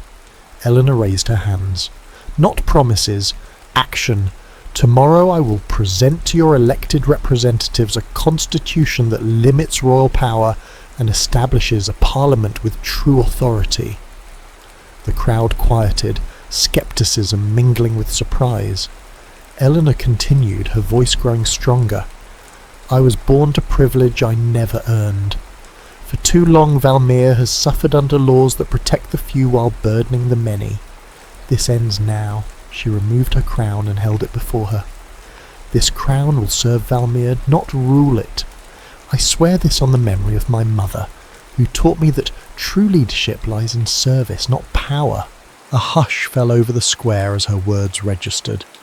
Then from the back of the crowd a voice called out, Long live the Queen! Others joined uncertainly at first, then with growing conviction. In that moment, Eleanor caught Gabriel's eye through the window. His expression held something she'd never expected to see again. Pride. The revolution paused that night, not extinguished but transformed into an uneasy hope. In the palace library, Eleanor met with revolutionary leaders, Gabriel serving as mediator. By dawn they had hammered out a framework for transition. It won't be easy, Gabriel warned, as they finally found themselves alone in the library, dawn breaking outside the windows. Some will resist change on both sides. Nothing worthwhile ever is, Eleanor replied, exhaustion evident in the slope of her shoulders. Gabriel studied her in the morning light, a queen who had just willingly relinquished power to save her kingdom from bloodshed. I misjudged you, he admitted softly. In my plays, I portrayed royalty as universally corrupt and self-serving. You've proven me wrong. Perhaps we both needed these years apart, Eleanor suggested. You to find your voice, me to find my purpose. And now? Gabriel asked, the question encompassing far more than the immediate future. Eleanor met his gaze directly. Now we build something new, for Valmir. What remained unspoken hung between them, and perhaps, for us. The year that followed tested Valmir to its core. The transition to constitutional monarchy progressed in fits and starts, some days bringing triumph, others near disaster. Conservative nobles resisted ceding power, while radical revolutionaries demanded the complete abolition of monarchy. Through it all, Queen Eleanor walked a precarious middle path. In public, she remained the composed sovereign guiding her nation through transformation. In private, she battled exhaustion, opposition, and the constant fear that compromise would satisfy no one. Gabriel remained in Valmir as part of the English delegation, ostensibly to observe the political transition. In truth, he had become essential to the process, respected by revolutionaries for his progressive ideals, yet pragmatic enough to recognise the value of gradual change. They worked together almost daily, their personal history subsumed beneath the weight of national crisis. Yet sometimes, in quiet moments between meetings, their eyes would meet across a table, and everything unspoken would pass between them. The Assembly votes tomorrow on the final constitution, Eleanor noted one evening as they reviewed documents in her study. Winter rain lashed against the windows, reminiscent of the day they'd first met. They'll ratify it, Gabriel replied, with more confidence than he felt. The moderates have rallied enough support. Eleanor set down her quill. And then? Then Valmir becomes a constitutional monarchy. Your role becomes ceremonial but stable. The real work of governance passes to elected officials. No, Eleanor said softly. I meant, and then what for you? The English delegation departs next week, it's so. The question hung between them. For months they had carefully avoided discussing anything beyond Valmir's future. Gabriel rose and walked to the window, watching raindrops trace patterns down the glass. I've been offered a position at the Theatre Royal in London, a playwright in residence. A great honour, Eleanor said, fighting to keep her voice steady. You should accept. Should I? Gabriel turned to face her. Is that what you want? Eleanor's diplomatic composure, perfected through 27 years of royal training, finally cracked. What I want has rarely mattered. It matters to me. Gabriel moved closer. It's always mattered to me. I am still a queen, Eleanor reminded him, ceremonial or not. And you, I am still a commoner, he finished. Those facts haven't changed. No, Eleanor agreed. But we have, she stood, eliminating the last distance between them. 5 years ago, I sacrificed us for Valmir's stability. I would make the same choice again. I know, Gabriel said softly. It's one of the countless reasons I love you. The admission, spoken plainly after years of silence, made Eleanor catch her breath. Gabriel, let me finish, he interrupted gently. 5 years ago, love and duty stood opposed. I've spent every day since learning they needn't be enemies. His hands found hers. A ceremonial queen needs a consort who understands both palace and public, someone who can bridge worlds. Eleanor's eyes widened. Are you suggesting? A new kind of partnership, Gabriel confirmed. Not husband and wife in the traditional sense, Valmir isn't ready for that, but public allies, collaborators in creating the culture this new Valmir needs. The nobility would resist, Eleanor warned. They have accepted constitutional limits on my power, but a commoner as royal confidant? That crosses every boundary they hold sacred. Gabriel smiled, the familiar dimple appearing in his cheek. Let them resist. Boundaries exist to be questioned. You taught me that. I did? Eleanor asked, surprised. When a princess disguised herself as a commoner to visit a bookshop, Gabriel explained. When she debated philosophy instead of discussing fashion. when she dared imagine a different life. Eleanor's expression softened at the memory. I was so naive then. You were brave, Gabriel corrected, and you're braver now. Eleanor studied him, the playwright who had once wanted to tear down monarchy itself, now proposing to stand beside it. And your writing? Your truth-telling? Would you sacrifice that to stand in a palace shadow? Never, Gabriel replied firmly. Any alliance between us depends on my continued freedom to write honestly, to criticize where criticism is needed, to praise when praise is earned. A laugh escaped Eleanor, the first genuine one in months.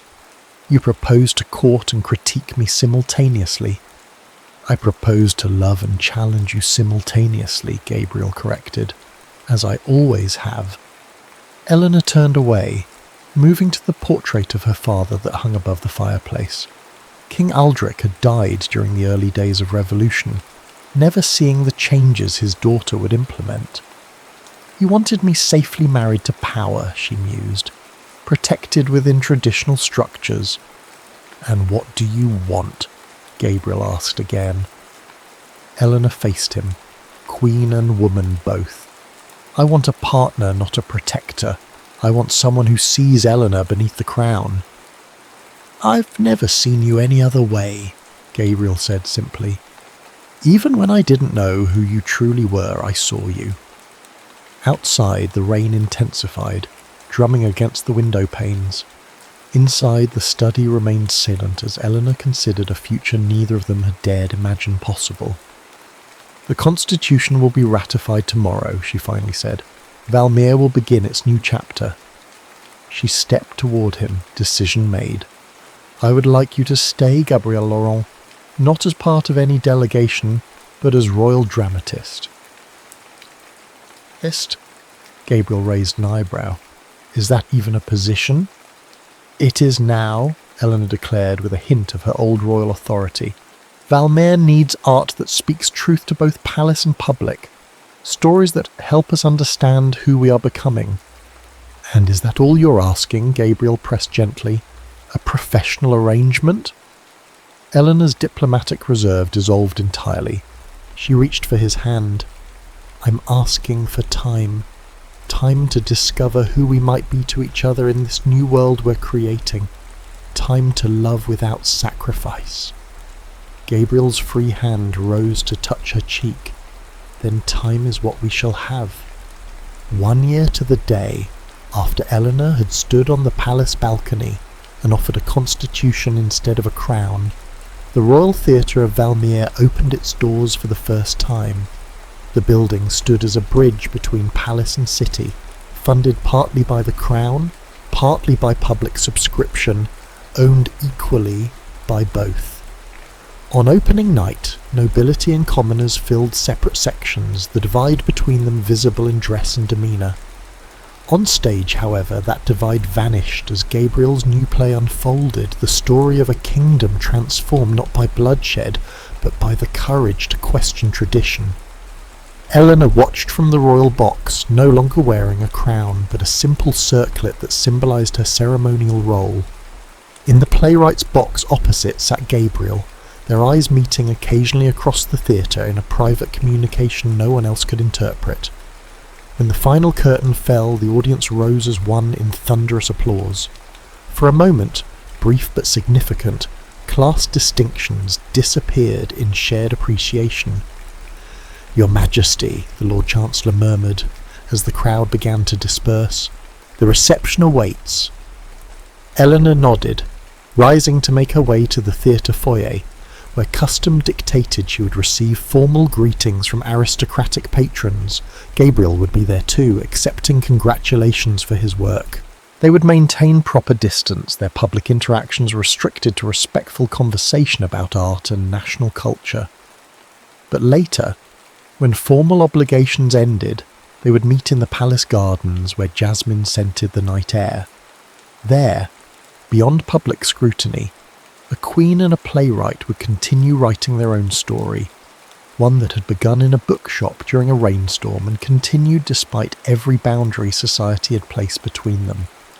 Their love had survived separation, misunderstanding and revolution. Now, in a Valmir slowly healing its divisions, that love would help build something entirely new. A future where duty and desire no longer stood opposed.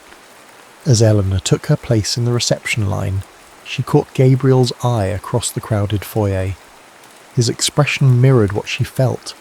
Gratitude for second chances, wonder at how far they'd come, and the quiet certainty that some loves were destined to endure even when the world conspired against them. Especially then.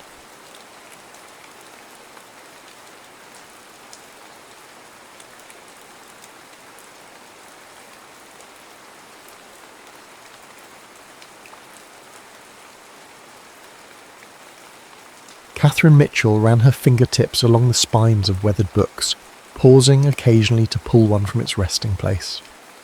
The musty scent that filled Grayson's antiquarian books had become as familiar to her as her own apartment. At 28, her life had settled into comfortable predictability, weekdays at the New York Public Library where she worked as a reference librarian, and weekends hunting through second-hand bookshops for overlooked treasures. "Found anything worthwhile today, Katie?" Mr. Grayson called from behind the counter, where he was carefully reattaching the cover of a first edition Hemingway. "Nothing yet, but I can feel something waiting for me," she replied, pushing her wire-rimmed glasses back up her nose. Her mother always said she had a sixth sense for books, an ability to know when something special was nearby. Today, that sense led her to the back corner of the shop to a section she'd browsed dozens of times before. But somehow, a slim volume with a faded blue spine caught her eye, as if it had materialised from nowhere. She carefully extracted it from between two larger tomes. The Quiet Hours by Elizabeth Harmon. Catherine had never heard of the author, but the title resonated with her. The book wasn't particularly valuable, a 1950s novel that had likely enjoyed modest success before fading into obscurity. But when she opened it, her breath caught. The margins were filled with handwriting, not the occasional underline or star that readers sometimes left, but entire paragraphs of thoughtful commentary. The penmanship was distinctive, slightly slanted to the right, with crisp consonants and flowing loops. Harmon captures the essence of solitude without making it seem pathetic, read one note beside a description of the protagonist walking alone through autumn woods. There's dignity in choosing one's own company, in listening to thoughts that can only be heard in silence. Catherine found herself scanning pages, not for the author's words, but for the annotations. The unknown reader had engaged with the text as if in conversation with it, challenging some passages and expressing deep appreciation for others. There was humour. If I wrote a letter this melodramatic, I'd burn it before the ink dried. An unexpected vulnerability. I've stood at this same precipice, wondering if anyone would notice if I simply stepped off. She checked the inside cover and found what she was looking for, a name written in the same distinctive hand. Gary Wilson, 1968. Catherine bought the book without hesitation, paying more than its objective worth, but far less than its value to her. That evening, curled in her apartment's window seat as rain tapped against the glass, she read the entire novel, letting Gary Wilson's commentary guide her through the story. By midnight, she had made her decision. She would find him. The search proved more challenging than she'd anticipated. This was 1974, before the internet would make locating people a trivial matter. The New York phone directory listed 12 Gary Wilsons, none of whom, when carefully called, admitted to annotating old novels. Library records offered no help. Bookstore owners shook their heads. 3 weeks later, Catherine caught a break. Mr. Grayson remembered a customer named Wilson, who had sold a collection of books the previous year. A decent fellow, former English professor, I believe, left an address for tax purposes. The address led to a brownstone in Brooklyn Heights. Catherine stood on the sidewalk for 20 minutes, rehearsing what she would say, before finally mailing a letter instead. She wrote and rewrote it 7 times. Dear Mr. Wilson, my name is Catherine Mitchell. Recently I purchased a copy of Elizabeth Harmon's The Quiet Hours from Grayson's Antiquarian Books. I believe it once belonged to you, as it contains margin notes signed with your name. I hope you don't find this letter strange or intrusive, but I felt compelled to reach out. Your annotations transformed my experience of the novel. Your insights, humour and honesty spoke to me in ways the original text couldn't alone. I'm a librarian who has read thousands of books, but I've never encountered marginalia that felt like finding a kindred spirit across time. I simply wanted to thank you for inadvertently sharing your thoughts with a stranger. With appreciation, Catherine Mitchell. She included her return address, but expected nothing in response. 3 weeks later, an envelope arrived, postmarked from a town she'd never heard of upstate. Dear Miss Mitchell, your letter provided the most pleasant surprise I've received in years. I'd completely forgotten about that old copy of The Quiet Hours, and I'm mildly embarrassed to know my scribbles have been exposed to discerning eyes. In my defence, I never expected anyone else to read those notes. They were conversations I was having with myself as much as with Harmon's text. I'm curious which passages resonated with you. The novel affected me deeply during a transitional period in my life when I was questioning many of my previous certainties. Perhaps that's why I couldn't keep my thoughts contained. If you're inclined to continue this unexpected correspondence, I would welcome hearing your thoughts on the book or on any other matter that interests you. Sincerely, Gary Wilson. Catherine wrote back the same evening, this time without agonising over every word.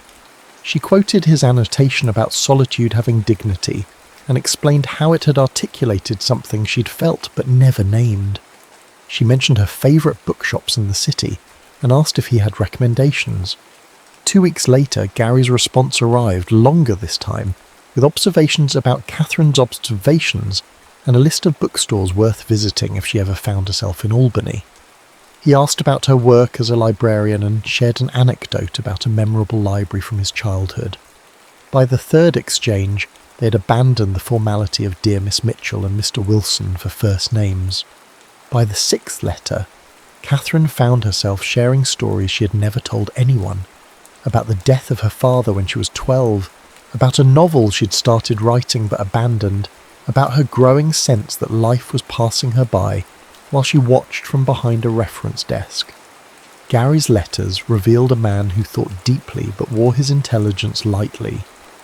He had taught English literature at a small college before leaving to write a book, which remained stubbornly unfinished, he admitted.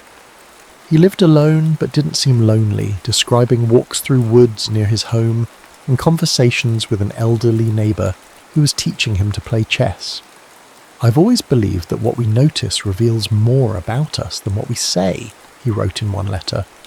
And I notice, Catherine, that your letters have become the highlight of my month. I find myself checking the mailbox with an eagerness that would embarrass me if anyone witnessed it. Catherine knew precisely what he meant. She had begun rushing home from work to check her mail, and on days when a letter from Gary waited, she would save it, preparing a cup of tea and settling into her favourite chair before carefully opening the envelope. In July, she sent him a pressed violet she'd found in Central Park. In August, he sent her a photograph of a spectacular sunset over a lake, with a note, "Wished you could see this. Words failed me."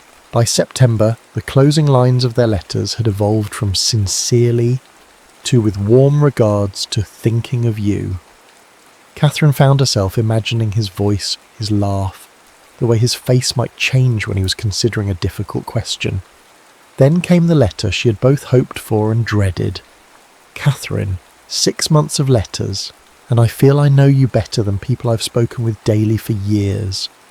There's a freedom in writing that conversation sometimes lacks, the space to consider words before committing to them, the absence of distracting facial expressions or interruptions. Yet I find myself increasingly curious about the woman behind these thoughtful letters. The way you tilt your head when you're listening intently, I imagine you do this. The sound of your laugh, whether you gesture when you speak as expressively as you write. I'll be in New York on October 12th. Would you consider meeting? I suggest Penn Station at 4 p.m. I'll be standing by the Neddick's hot dog stand holding a purple tulip. Your favourite flower, if I remember correctly from your April letter. If this suggestion makes you uncomfortable, I completely understand. Our correspondence has been a gift regardless. Thinking of you, Gary. Catherine read the letter 12 times. She wrote 4 different responses before settling on the simplest. Yes, I'll be there. Looking forward to it more than I can say. October 12th arrived with Catherine in a state of nervous excitement she hadn't experienced since childhood, Christmases. She changed outfits 5 times before settling on a rust-coloured dress that complemented her auburn hair and a camel coat against the autumn chill. She arrived at Penn Station 20 minutes early, then decided to walk around the block to calm her racing heart, which made her 5 minutes late. The station buzzed with Saturday afternoon travellers. Catherine scanned the crowd looking for the promised purple tulip. Her imagination had constructed a Gary Wilson who matched his letters. Thoughtful eyes, an easy smile, perhaps greying at the temples, though she imagined him around her age. Then she saw it, a single purple tulip held aloft above the crowd. Catherine navigated through groups of travellers, her pulse hammering in her ears. As she drew closer, her step faltered. The man holding the tulip was at least in his 60s, with silver hair and the slightly stooped posture of someone who had spent decades hunched over books. He wore a tweed jacket with leather elbow patches and a neatly trimmed beard. His eyes, keen and blue, scanned the crowd. Catherine felt a confusing mixture of emotions, disappointment, yes, but also curiosity and a stubborn affection for the mind she had come to know through his words. Age was just a number, she told herself, though the number was larger than she had anticipated. She approached him with a smile she hoped didn't reveal her surprise. "Gary, I'm Catherine." The man's face brightened. "Catherine, wonderful to meet you at last." He extended his hand, which she shook. His grip was warm and firm. "I was beginning to think you might have changed your mind." "Just circling the block to settle my nerves," she admitted. "Understandable. It's not every day one meets a pen pal who started as a book margin." He gestured toward a nearby bench. "Shall we sit for a moment before we head out? I thought we might walk through Bryant Park if that appeals to you." They sat, and Gary asked about her work, referring to specific details from her letters with impressive recall. Catherine found herself relaxing despite her initial shock. This was the same thoughtful person she'd come to know, just packaged differently than she had imagined. After about 15 minutes of conversation, Gary checked his watch and smiled. "I believe we should be moving along now." "Of course," Catherine said, gathering her purse. Gary stood and looked over Catherine's shoulder, raising his hand in a beckoning gesture. She turned to see a young man approaching, tall with dark hair and the same striking blue eyes as the man beside her. He wore a navy pea coat and carried a book. The older man's eyes twinkled with mischief. "Catherine Mitchell, may I introduce my son, Gary Wilson Jr.?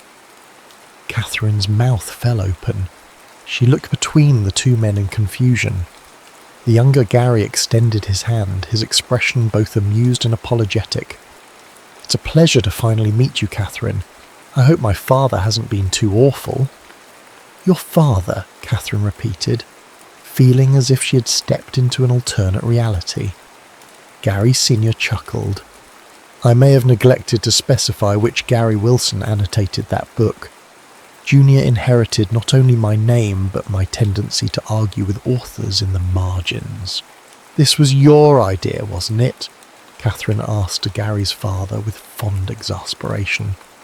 "Entirely," the older man admitted without a trace of remorse. "When Junior told me about this fascinating librarian he'd been corresponding with, I insisted on vetting you first. Call it paternal prerogative." Catherine looked at Gary Jr., understanding dawning. You wrote the letters? He nodded, colour rising in his cheeks. Every word. Dad just thought it would be funny to make sure you weren't some sort of book-obsessed axe murderer, Gary Sr. finished cheerfully. I approve, by the way. She's exactly as she seemed in the letters, Junior. Catherine couldn't help herself. She burst into laughter, the kind that comes from relief and absurdity colliding. When she could speak again, she playfully punched Gary Sr. in the arm. That was terrible of you. Guilty as charged, he agreed, not looking remotely contrite. But now that we've established you're not dangerous, unless one counts that right hook, I should head home before my wife thinks I've run off with a mistress. He winked at Catherine, then clasped his son's shoulder. Don't mess this up, Junior. As Gary Sr. walked away, his son turned to Catherine with a mixture of embarrassment and hope. I swear this wasn't my idea. I'd understand completely if you want to call it a day after this. Catherine studied him, the same height as his father, but with broader shoulders, the same intelligent eyes, but with laugh lines still in their early stages. He was holding a weathered copy of T.S. Eliot's collected poems. Do you argue with Eliot in the margins too? She asked. He glanced down at the book in his hands and smiled.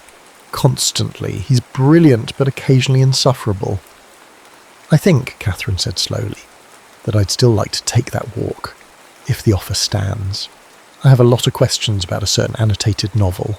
They walked from Penn Station to Bryant Park, the October afternoon softening into early evening. Gary explained how the book had ended up at the bookstore. I was between apartments last year and had to sell some of my library. I tried to keep the books I'd annotated, but a few slipped through. I had to pack in a hurry when my old lease ended unexpectedly.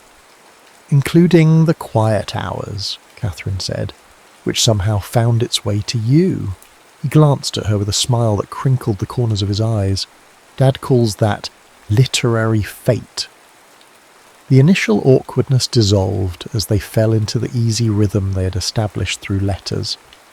Gary asked about the reference question she had mentioned in her last letter, a woman researching the history of female lighthouse keepers, and Catherine found herself gesturing animatedly as she described helping the patron find obscure historical records.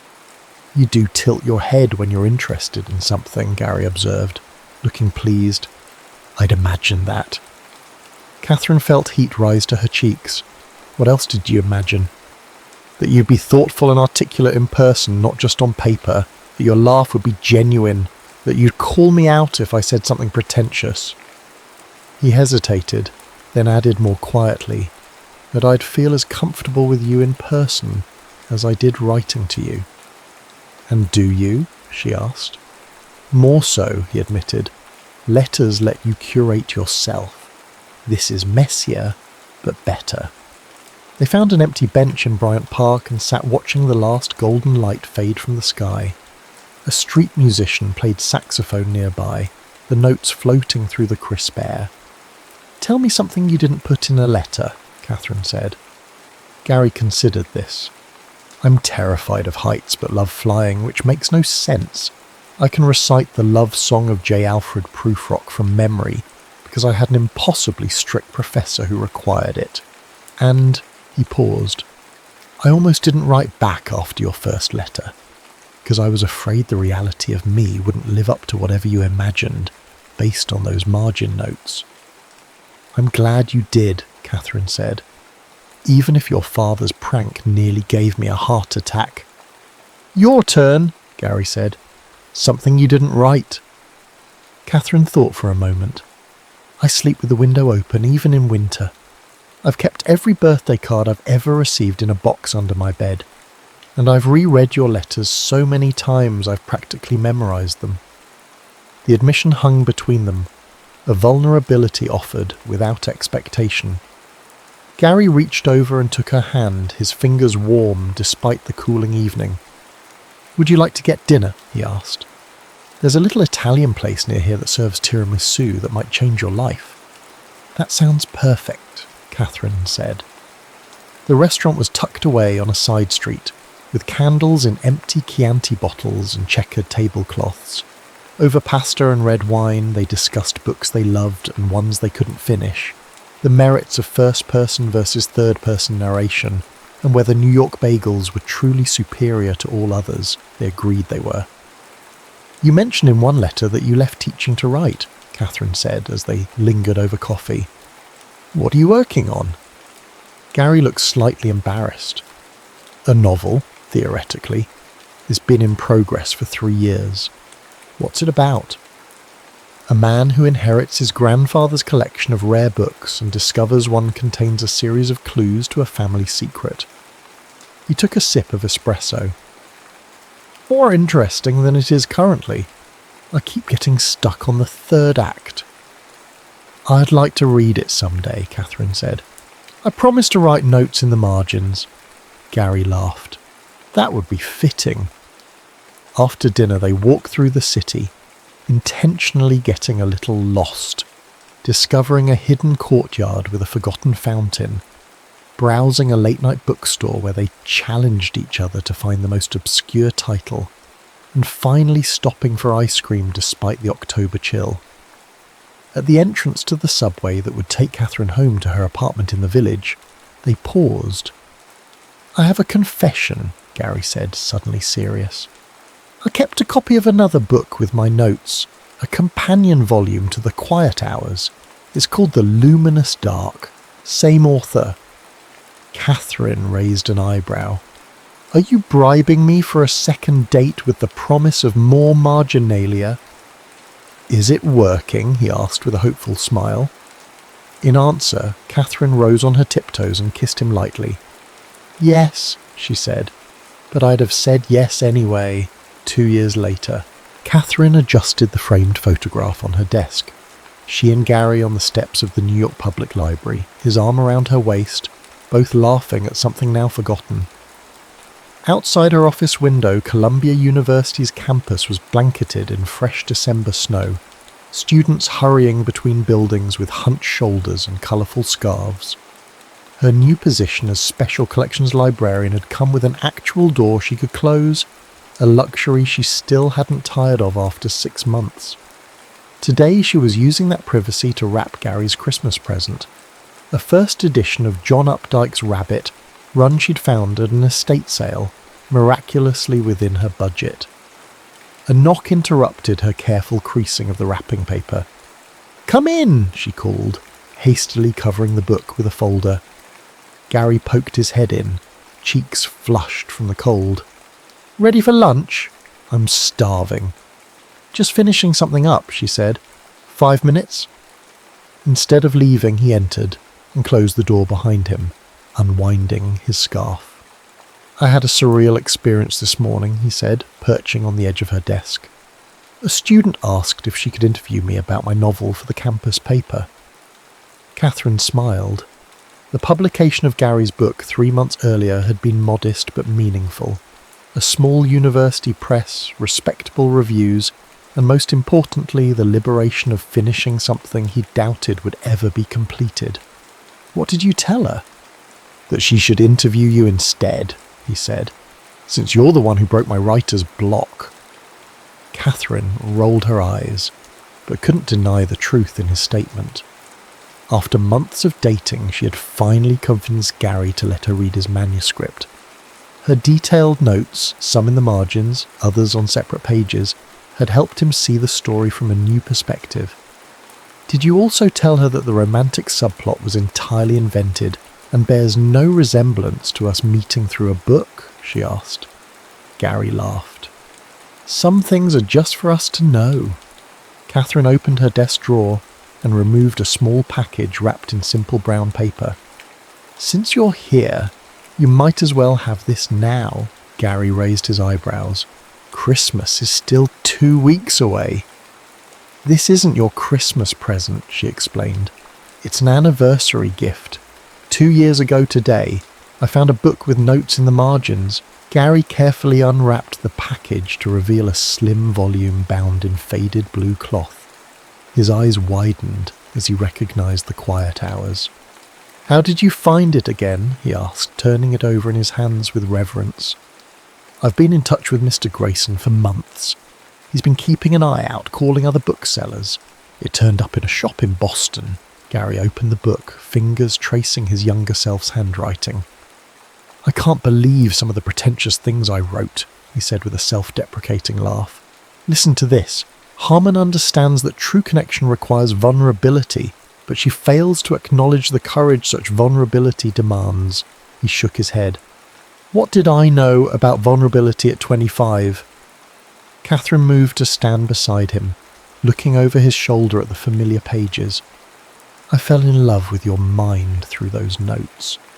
Gary closed the book and set it carefully on the desk, then pulled Catherine into an embrace. And I fell in love with yours through your letters. He kissed her forehead. I've been thinking, what if we wrote a book together? What kind of book? She asked, intrigued. Letters between strangers who connect through literature. We could each write one character's perspective. Catherine considered the idea, warmth spreading through her at the thought of creating something together. I'd like that, she said, as long as we promise not to let your father write the ending. Gary laughed and kissed her properly. Deal, he said against her lips. Though I have to admit, his plot twist worked out pretty well for us. On her bookshelf at home, Catherine had created a special section, her collection of books with meaningful marginalia. Some contained Gary's thoughts from before they met. Others held conversations they'd had in the margins since then, agreements and arguments and inside jokes captured in ink. And there was space for many more, a library of love letters built word by word in the white spaces that most people overlooked. The end.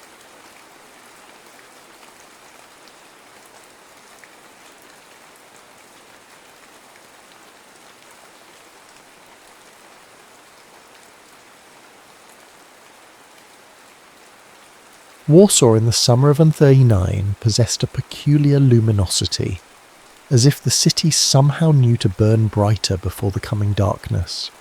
The cobblestone streets captured late afternoon sunlight in ways that 17-year-old Jakub Novak, Kuba to everyone who knew him, desperately wished to preserve through the viewfinder of the Leica camera he coveted in the shop window on Nowy Świat Street. One day, he promised himself, pressing his nose against the glass. What he earned helping at his father's tailor shop barely covered the film for his battered Kodak Brownie, let alone the Leica's astronomical price. Kuba's fascination with photography had begun 3 years earlier, when a customer left behind a tattered copy of National Geographic. The images of distant lands and unfamiliar faces awakened something in him, a hunger to capture moments that would otherwise be lost to memory's imperfect archives. That Tuesday in July should have been unremarkable. His father had sent him to deliver a repaired suit to Professor Zielinski at the university, but the professor wasn't home. My father is at the bookshop, his daughter explained from the doorway, a book clutched protectively against her chest. Her name was Zosia, and she had eyes the colour of amber held to sunlight. She wore her dark hair in a practical braid, and there was a smudge of ink on her left index finger. I could take you there, she offered, already stepping onto the landing. I know a shortcut. The shortcut took them through a hidden garden in Łazienki Park that Kuba, despite living in Warsaw his entire life, had never discovered. A section of wall, crumbling and forgotten, permitted access to a wilder, unmanicured portion of the grounds where wildflowers grew in defiant disarray. How did you find this place? Kuba asked, momentarily forgetting the suit draped over his arm. Books, Zosia answered simply. There's an old city map from 1823 at my father's shop that shows a groundskeeper's cottage here. The cottage is gone, but the garden remains. She touched a weathered stone bench partially reclaimed by moss. Sometimes I come here to read. No one bothers me. And now I've bothered you, Kuba said, suddenly self-conscious. Zosia laughed, a sound like wind through summer leaves. Some bothers are worth having. They reached the bookshop an hour later, having taken the longest possible route. Professor Zielinski thanked Kuba for the suit, his eyes twinkling knowingly between his daughter and the tailor's son. As Kuba turned to leave, Zosha pressed something into his hand, a folded page torn from a notebook. "I'll be at the garden tomorrow at 4, was all it said. And so began the summer of stolen hours. While Europe trembled on the precipice of catastrophe, Kuba and Zosha exchanged stories, dreams, and eventually hearts. He showed her how to frame the world through an imaginary viewfinder. She taught him to see poetry in ordinary moments. "When I'm a famous photographer," Kuba told her one evening, as they sat beneath an ancient oak, "I'll capture revolutions and royalty. And when I'm a celebrated writer," Zosha countered, "I'll immortalize them with words." On the last perfect day of August, they carved their initials into the oak's broad trunk, Cape, surrounded by a crude heart. "No matter what happens," Kuba said, suddenly serious as rumours of war grew louder each day, "we'll find each other again." "Promise?" Zosha asked, her fingers intertwining with his. "I promise," he answered, sealing the vow with a kiss that tasted of imminent farewell. Neither knew that within days their world would rupture along fault lines drawn by distant men with maps and terrible ambitions. The first bombs fell on Warsaw on September 1st, an overcast Friday that dawned with the drone of aircraft and ended in fire. The initial raids targeted military installations, but accuracy was an afterthought in the Luftwaffe's campaign. By the third day, civilian structures were reduced to skeletal remains, including the Zielinski family bookshop. Kuba found Zosha digging through the rubble, her face streaked with soot, hands bloodied from pulling books from the debris. "My father's inside," she said without looking up. "He went back for first editions." Together they excavated Professor Zielinski's body, still clutching a leather-bound volume of Mickiewicz poems to his chest. They buried him in the bookshop's small courtyard as air raid sirens wailed their futile warnings. "Come home with me," Kuba urged. His family's apartment above the tailor shop had survived the initial bombardment, though for how long, no one could say. "I can't leave my mother," Zosha replied. Her mother, Rachel, was Jewish, a fact that had never mattered until now. Already there were whispers about what happened to Jews in German-occupied territories. For 2 weeks they existed in the surreal twilight of a city under siege. Water became precious, bread a luxury. They met daily at their garden, which remained untouched by bombs, an oasis amid destruction. On September 27th, Warsaw capitulated. German troops marched down streets still smouldering from bombardment. Within days, new ordinances appeared on walls and lampposts. Jews were to relocate to designated areas. Curfews were established. Identity papers were to be carried at all times. "We have to leave," Zosha told Kuba during their increasingly perilous garden rendezvous. "My mother's cousin in Łódź says we can stay with her until things improve." "When?" Kuba asked, his voice breaking. "Tomorrow. Early morning train. I'll meet you at the station." But Kuba never reached the station that morning. 3 blocks from home, he was stopped by the Gestapo officers conducting random checks. His camera, the old brownie he carried everywhere, drew suspicion. "What are you photographing, boy?" an officer demanded in harsh, accented Polish. "Nothing, sir. I'm a student of photography." "A spy more likely," another officer said, inspecting the camera. When he opened the back, exposing the film, Kuba lunged forward instinctively. "Please, you'll ruin it." The blow came swiftly, a rifle butt to his temple. As consciousness fled, Kuba's last thought was of Zosha, waiting at a station he would never reach. At that same moment, across the city, Zosha stood with her mother among hundreds of displaced Jews at the Warszawa-Wschodnia station. German soldiers moved through the crowd, separating families, directing some to trains bound for ghettos, others to more ominous destinations. "Papers," a soldier barked at Rachel, who presented their documents with trembling hands. "Zielinska," he read aloud. "Jewish?" "My husband was Polish, Catholic," Rachel answered, a fact that had never required explanation before. The soldier's gaze shifted to Zosha. And the girl? Before Rachel could answer, shouts erupted from the opposite end of the platform. A man had attempted to escape, creating momentary chaos. When order was restored, Zosha and her mother found themselves directed to different lines. "Mama!" Zosha cried, reaching across the human barrier that separated them. "Be strong," Rachel called back as she was herded toward a cattle car. "Remember who you are." As Zosia was pushed toward a different train, she caught a glimpse of someone being dragged across the main plaza. A young man, bloodied but struggling against his captors. Even from a distance, she recognized Kuba's defiant posture. Their eyes met across the crowded station. One crystallized moment of connection before the tide of humanity swept them in opposite directions. Neither knew that 6 years would pass before fate granted them another glance. Auschwitz revealed itself to Kuba not all at once, but in layers of progressive horror. The initial shock, the processing, the shaved heads, the dehumanizing uniforms, gave way to deeper terrors. The constant hunger that made men fight over potato peels, the casual brutality of guards who shot prisoners for sport, the haunting smell from the crematoria that soon became background noise to daily existence. His salvation, if it could be called that, came 3 months after his arrival. A guard noticed him sketching with a stolen pencil stub during a rare moment of rest. "You, what are you doing?" Kuba surrendered the scrap of paper, a rough portrait of his bunkmate, a former violinist whose fingers had been broken during interrogation. "You are an artist?" the guard asked, studying the drawing. "A photographer," Kuba answered truthfully. "Or I was." The next day he was transferred to the camp's photography unit, documenting new arrivals, creating identification photos, occasionally photographing visiting officers for propaganda.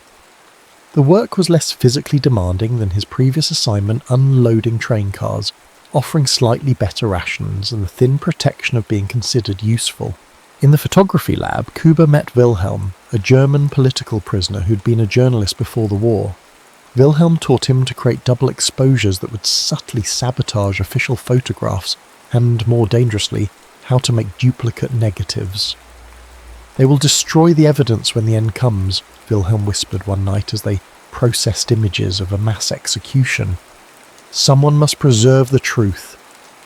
Together they began smuggling duplicate negatives out of the lab, hiding them in a waterproof container beneath the floorboards of the barracks. Kuba knew the punishment for such action would be immediate death, yet the work gave purpose to his suffering. If he died, at least these images, this testament, might survive. Meanwhile, at Ravensbrück women's concentration camp, Zosha learned that survival required a different kind of resistance. After failing to convince the authorities that she was Catholic like her father, she was assigned to the camp's garment workshop, sewing uniforms for German soldiers. The workshop supervisor, Frau Lehmann, was unusually educated for a female SS officer and discovered Zosha could speak fluent German. She assigned Zosha to maintain inventory records, a position that occasionally allowed her access to extra food or medicine, which she secretly distributed among the sickest women in her barracks. In her second year at Ravensbrück, Zosha was selected for medical experiments conducted by Dr. Karl Gebhardt. The procedures, testing experimental antibiotics through deliberately infected wounds, left her with a latticework of scars across her back and a permanent limp in her right leg. During her recovery, she met Simone, a French resistance fighter who had survived both Auschwitz and Bergen-Belsen before arriving at Ravensbrück. "You must make a promise," Simone told her, during the fevered nights when Zosia's wounds festered and death seemed merciful. "Promise that you will live to tell what happened here." "Why me?" Zosha asked through cracked lips. "Because you remember how to see beauty," Simone answered. "Those who can still see beauty will help rebuild the world." To maintain sanity, Zosha began composing stories in her mind during endless roll calls. Tales of the Warsaw that once was, of a hidden garden, of a boy with a camera who saw the extraordinary in ordinary things.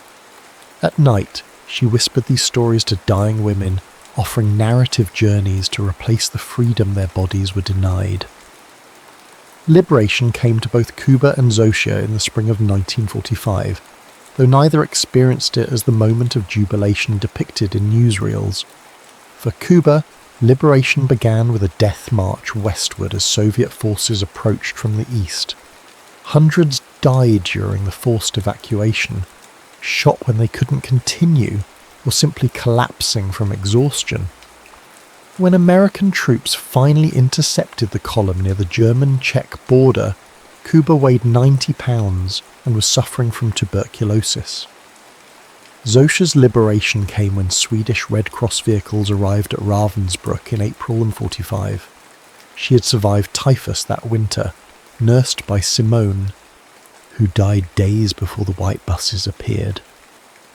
As she was carried to an ambulance, Zosia clutched a small cloth bundle containing her only possession, a book of Mickiewicz's poems similar to the one her father had died retrieving, given to her by a Polish guard who had recognized her name.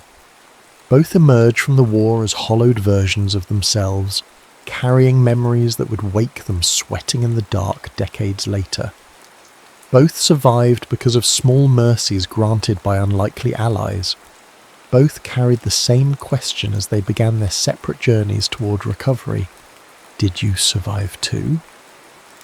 New York Harbor welcomed Kuba on a misty morning in October 1945, the Statue of Liberty emerging spectrally through the fog as the ship carrying European refugees approached Ellis Island. Unlike many who wept at the sight, Kuba felt nothing. His capacity for emotional response had atrophied during the war, like a muscle that had withered from disuse. Name? The immigration officer asked, barely glancing up from his paperwork. Jakub Novak, he answered, then corrected himself. Jack Nowak.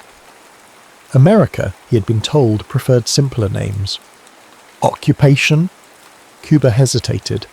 The skills that defined his pre-war identity, Taylor's assistant, aspiring photographer, seemed to belong to someone else, a boy who had died somewhere between Warsaw and Auschwitz. Survivor, he answered truthfully. The officer glanced up, momentarily startled, then checked a different box on the form. I'll put down unskilled labour. With a stamp and a signature, Jakub Novak ceased to exist, replaced by Jack Novak, resident of the Lower East Side, where the Jewish refugee organisation had established a halfway house for Holocaust survivors.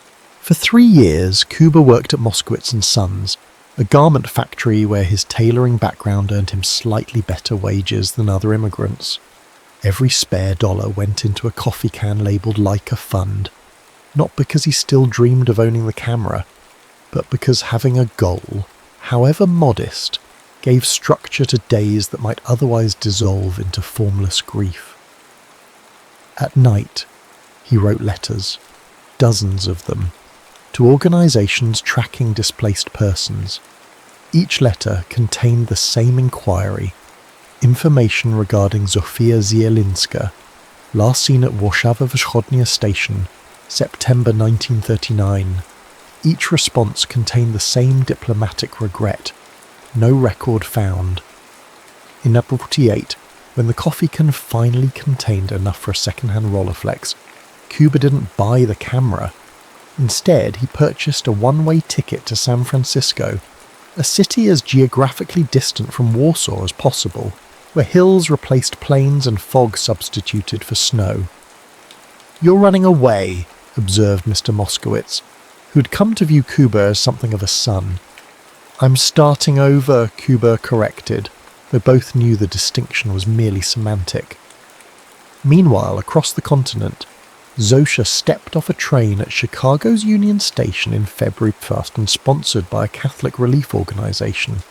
Unlike Kuba, she kept her name, a tether to the self she was trying to reclaim. Chicago's Polish neighbourhood welcomed another war refugee without fanfare. Mrs. Kowalski, a widow who had lost 2 sons at Normandy, offered Zosia a room above her flower shop in exchange for help with the business. The arrangement suited both women, providing companionship without the expectation of emotional intimacy neither could offer. Like Kuba, Zosha spent her first American years writing letters to refugee organizations. Like Kuba, she received only standardized regrets in response. Unlike Kuba, she continued writing even after hope had calcified into ritual. By in-50, both had established versions of normal life. Kuba worked as a commercial photographer for a San Francisco department store, capturing blandly attractive models in the latest fashions. Zosia had progressed from flower shop assistant to clerk at Kramer's Books, where her knowledge of European literature made her valuable to the aging owner. Both were asked on dates, both occasionally accepted. Neither could explain to well-meaning friends why romantic entanglements never progressed beyond a polite coffee or dinner. "You're still young," Mrs. Kowalski told Zosha after yet another unfulfilled introduction. "But youth doesn't last forever." "I know," Zosha would answer, thinking not of youth but of promises carved into an oak tree in a garden that probably no longer existed. In 1953, Kuba received an unexpected opportunity when a gallery owner saw his personal photographs. Stark black and white images of San Francisco's forgotten corners, abandoned piers, weathered Chinatown balconies, the hollow eyes of war veterans sleeping in doorways. "There's something European about your perspective," the gallery owner noted. "Something experienced."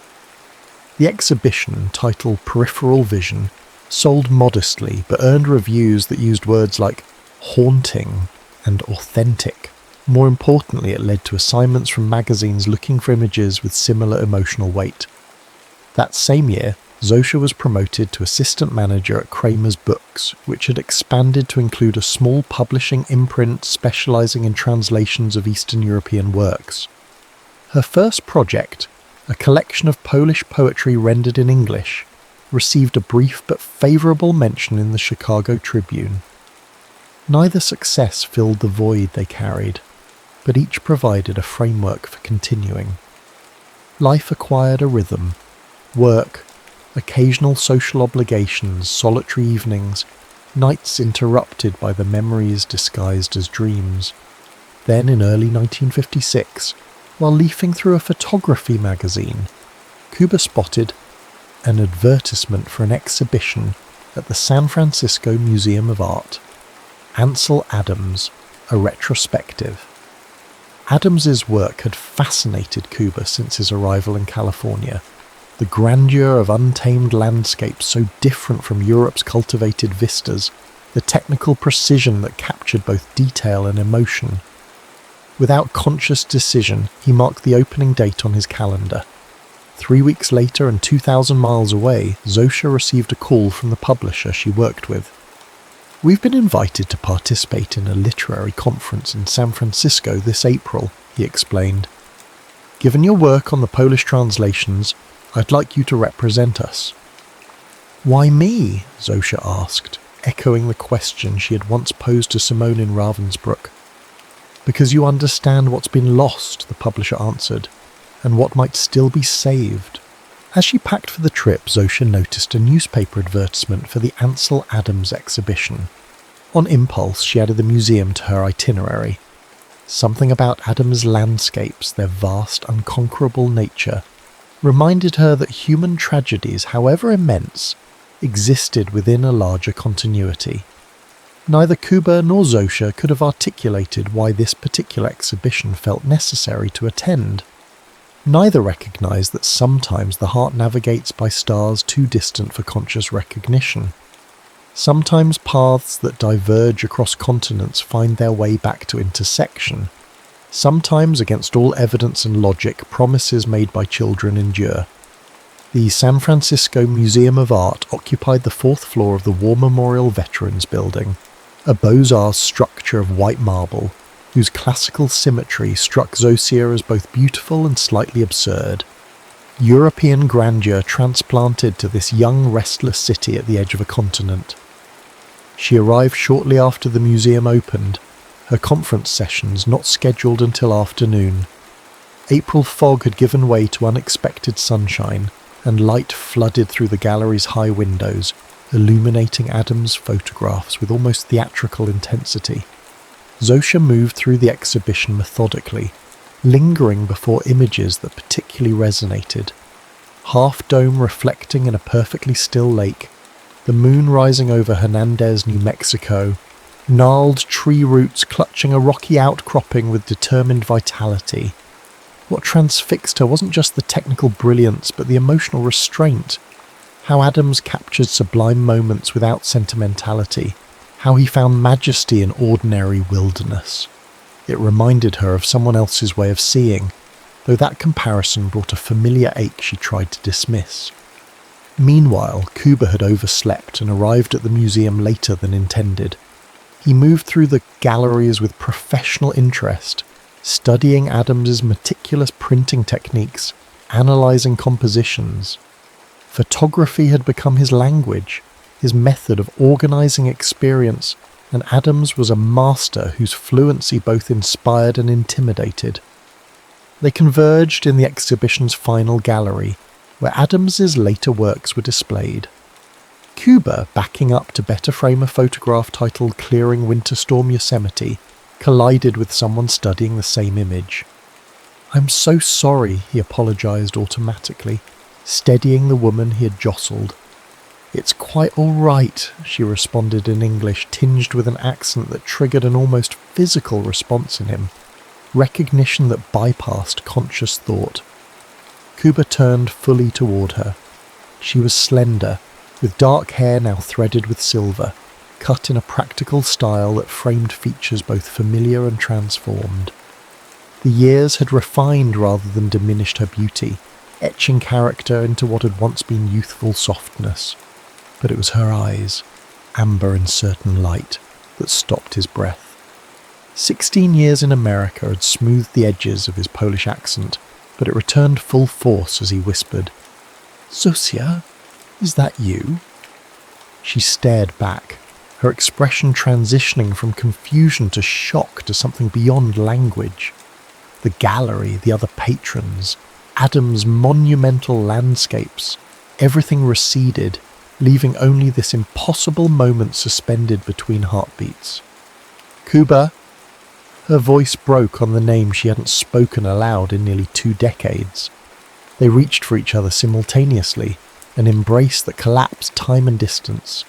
Tears came, silent at first, then accompanied by half-formed questions, confirmations, expressions of disbelief. Museum visitors glanced curiously at the middle-aged couple clinging to each other beside a photograph of a storm-cleared valley. But even the most inquisitive sensed this was a private moment not meant for observation. "I looked for you," Kuba said when speech became possible again. "For years." "As did I," Zosia answered, her hand still gripping his arms as if he might vanish. "Where?" "Auschwitz," he said, the word still difficult to voice. "And you?" "Ravensbrück." A complete understanding passed between them with those 2 words, a shared geography of suffering requiring no elaboration. "Come," Kuba said eventually, aware they had created a small spectacle. "There's a cafe downstairs." They sat across from each other at a corner table, hands intertwined on the formica surface, attempting to compress 16 years into coherent narrative. Their stories emerged in fragments: liberation, immigration, the separate paths that led them both to America, the coincidence that brought them to this museum on this particular day. "Not coincidence," Zosha corrected when Kuba used the word. "Promise." He looked at her questioningly. "You promised we would find each other again," she reminded him. "That day in the garden." "The oak tree," Kuba remembered, his thumb unconsciously tracing the scar on her palm, a new mark she hadn't explained yet. They talked until the cafe closed, then continued at a nearby diner, then walked San Francisco's hills until dawn, gradually reconstructing the lives they had built separately while coming to terms with the miracle of reconnection. "We lost so much time," Kuba said as they watched sunrise from Telegraph Hill. Zosha leaned against him, her head fitting perfectly against his shoulder, as it always had. "No," she corrected gently. "We lost many things, but not time. Every moment that brought us here was necessary." 2 weeks later, after Zosha returned briefly to Chicago to resign from her position and pack her modest belongings, they stood together in Kuba's dark room. He had been showing her his photographs, commercial work that paid bills, personal projects that sustained his spirit. Among the latter was a series called Witnesses, portraits of fellow Holocaust survivors living in the Bay Area. "You should publish these," Zosia said, studying the faces that reflected her own experience. "People need to see." "Maybe someday," Kuba answered, "when there's more distance." Their conversation was interrupted by a knock at the door, the building manager delivering a special delivery package that had arrived for Zosha. Inside was a letter from a lawyer in New York representing a Swiss bank that had been identifying dormant accounts belonging to Holocaust victims. Rachel Zielinska had apparently deposited family valuables before the war, including a particular item she had designated for her daughter. When Zosha unwrapped the small velvet pouch enclosed with the letter, her hands trembled. Inside was her mother's engagement ring, a modest diamond flanked by tiny sapphires. Kuba watched as she slipped it onto her finger, then took her hand in his. "Marry me," he said simply. "Yes," she answered with equal simplicity. They wed 3 months later in a civil ceremony attended by the small circle of friends each had gathered during their years apart. The reception was held at the gallery that had first exhibited Kuba's work, now displaying a collection titled Return and Paired Photographs of European Landmarks Before and After Reconstruction. For their honeymoon, they travelled to Poland, their first return since the war. Warsaw had been rebuilt, though not always faithfully to its original form. Soviet influence was evident in the stark architectural choices and ubiquitous propaganda, but beneath the imposed aesthetic, the city's essential character endured. They visited the site where the Zielinski bookshop had stood, now occupied by a state-run publishing house. They found the street where Kuba's father had operated his tailor shop, the building itself gone, but the corner recognisable from neighbouring structures. Finally, they made their pilgrimage to Łazienki Park. The formal gardens had been restored to their pre-war elegance, but the hidden section Zosha had once accessed through a crumbling wall was now inaccessible, incorporated into a security zone for government officials.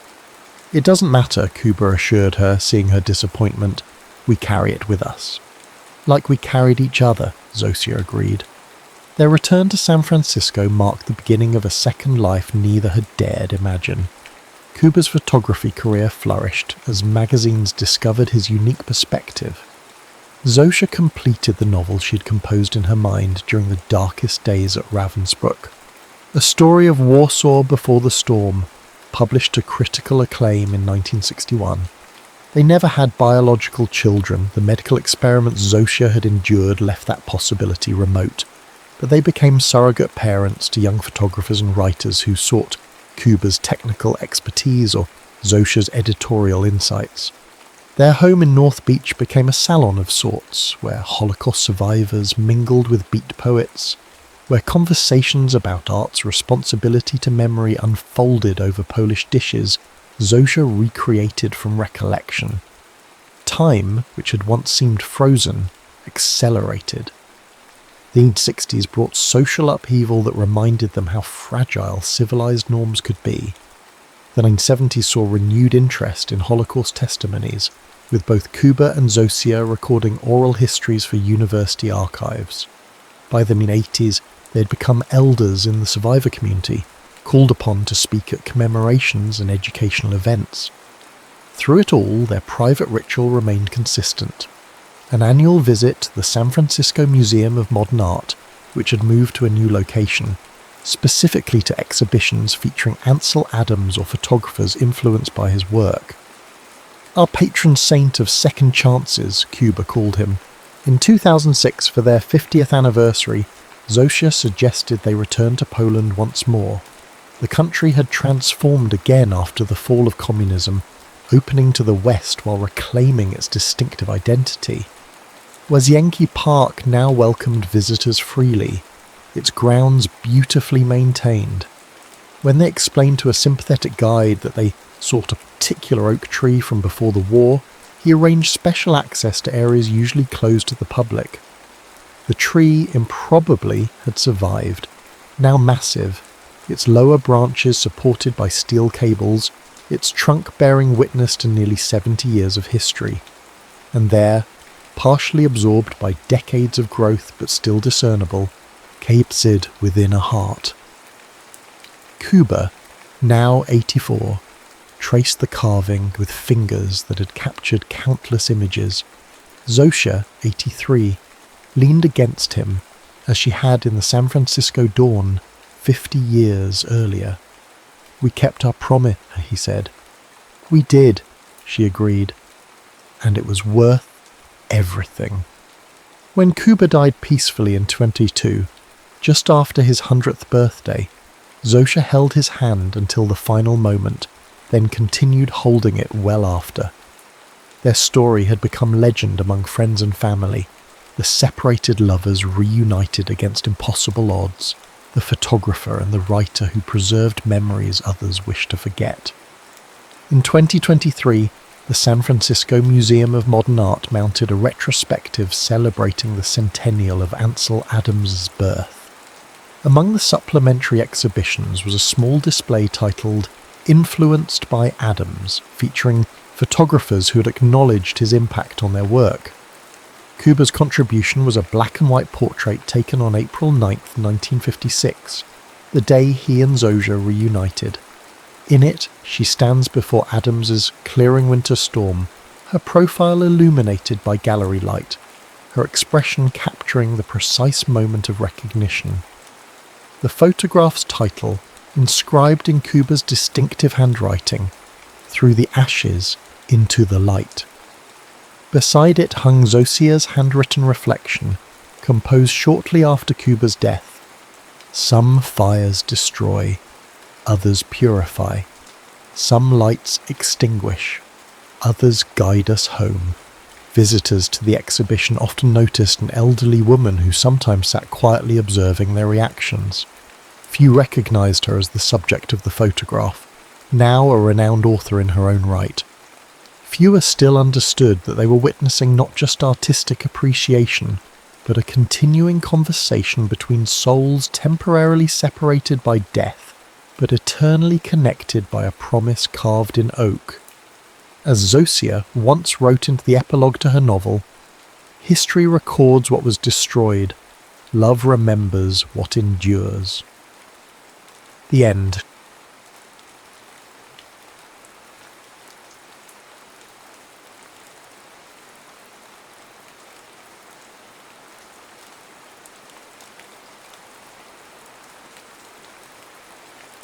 The painting before Lena was older than the building that housed it. A 17th century depiction of lovers caught in an eternal embrace, their faces forever young despite the canvas's cracking patina. Under her careful touch, history breathed again. She dabbed her solvent-soaked cotton swab along the edge, removing centuries of grime with the precision of a surgeon. It's a bit morbid, isn't it? Preserving something that should have faded away naturally. The voice startled her. In the conservation studio of Aix-en-Provence's Museum of Fine Arts, visitors weren't permitted. Lena turned to find a tall man leaning against the doorframe, a press badge dangling carelessly from his neck. "You're not allowed in here," she said, not lowering her tools. "Callum Hayes," he held up his badge, "doing a piece on forgotten masterpieces. Your director said I could observe the conservation process." His accent was unmistakably British, but softened by something else, the linguistic ghosts of too many countries visited. "Preservation isn't morbid," Lena repeated, returning to her work. "It's respectful." "Is it?" He approached, studying the painting over her shoulder. He smelled of cedar and rain-dampened wool. Maybe art, like everything else, is meant to have a lifespan, a beginning, middle, and end. Lena set down her tools, annoyed by both his proximity and his philosophy. Some things deserve to outlast us, but that's just it, isn't it? His eyes, an unsettling shade between green and gold, fixed on the lovers in the painting. Nothing really outlasts us. Even this painting will eventually disintegrate despite your best efforts. The universe tends toward entropy. How cheerful, Lena's tone was flat. Perfect attitude for a travel journalist. Why bother seeing anything if it's all temporary? His laugh was unexpected, warm and genuine. Quite the opposite. It's because everything is temporary that we should see it all. Right now. Today. Later, Lena would recall this moment as the first thread of an unravelling she couldn't stop. How his eyes caught the filtered museum light. How his fingers brushed the frame of the painting without quite touching it. How something in his casual dismissal of permanence both irritated and intrigued her. Their second meeting wasn't chance. He claimed it was, running into her at Café de l'Horloge 3 days later, but the way he recognised her immediately calling out the preservationist across the crowded terrace suggested intention. "Are you following me, Mr. Hayes?" she asked as he invited himself to her table. "Following the story," he corrected, ordering a coffee. "The director mentioned you're restoring the Clément collection. That's the centrepiece of my article." Lena had lived in Aix for 7 years. It was a small city, but not so small that coincidences like this happened naturally. "You could have scheduled an interview." "I found that scheduled interviews yield scheduled answers." He stirred his coffee without looking at it. "I prefer authentic conversations." Against her better judgment, she allowed him to interview her about the collection. He asked insightful questions that betrayed a deeper knowledge of art history than she'd expected from a travel writer. He listened with genuine interest, his pen occasionally scratching across his notebook. Their third meeting was at the Place de Quart d'Heure during the twilight market. She spotted him examining a vintage camera at an antique stall. "The preservationist," he said, noticing her approach. "Come to save more relics from their natural decay?" "That camera is overpriced," she responded, "and likely damaged."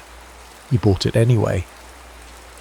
Their fourth meeting was at the Pavillon Vendôme, where Lena was consulting on a newly discovered ceiling fresco. He was photographing the gardens with his overpriced vintage camera. "Does it even work?" she asked. "No," he admitted, "but it's beautiful. Not everything needs to be functional to have value." It was there, among the symmetrical hedges and stone fountains, that he first kissed her, impulsively, after she'd critiqued his photography technique. His lips tasted of the orange he'd been eating, and when he pulled away, her carefully constructed isolation felt suddenly irrevocably compromised. "Why did you do that?" she demanded. "Because I might not get another chance." This became his refrain over the next weeks as he methodically dismantled her orderly life. Because I might not get another chance was why he convinced her to wade into the fountain at midnight. Why he pulled her into an unexpected dance when a street musician played Edith Piaf.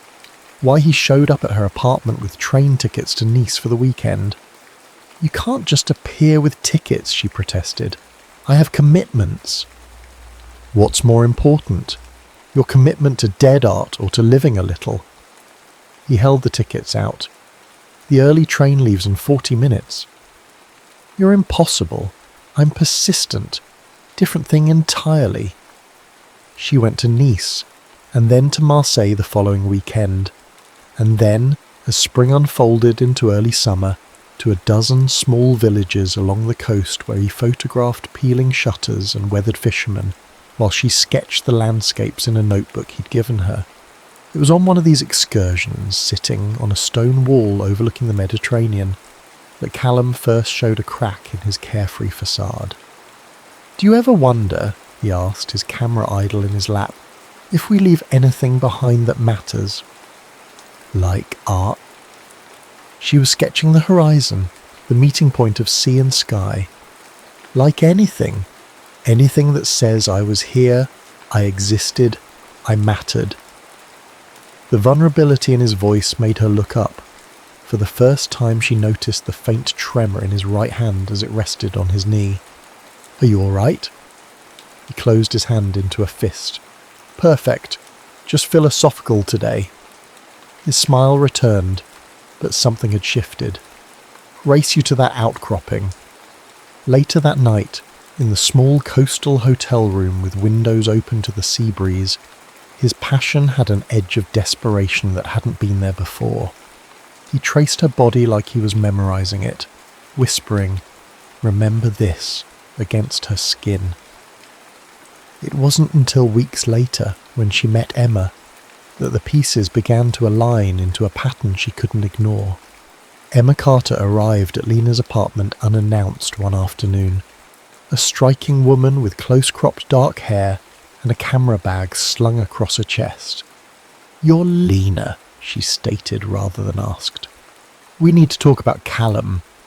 "Who are you?" "His best friend, his colleague, the person who's been by his side for the past 10 years. Emma's expression was unreadable. "The person who knows why he's really in France." Emma explained that she and Callum had been planning to document forgotten European art towns together, but their project had a more urgent timeline than he'd admitted. "He's sick, isn't he?" Lena asked, the tremors, the headaches, the occasional moments of disorientation suddenly making horrible sense. "Has he told you anything?" "No." Emma's laugh was bitter. Classic Callum, living in denial until the last possible moment. She stood to leave. "Ask him about CAA.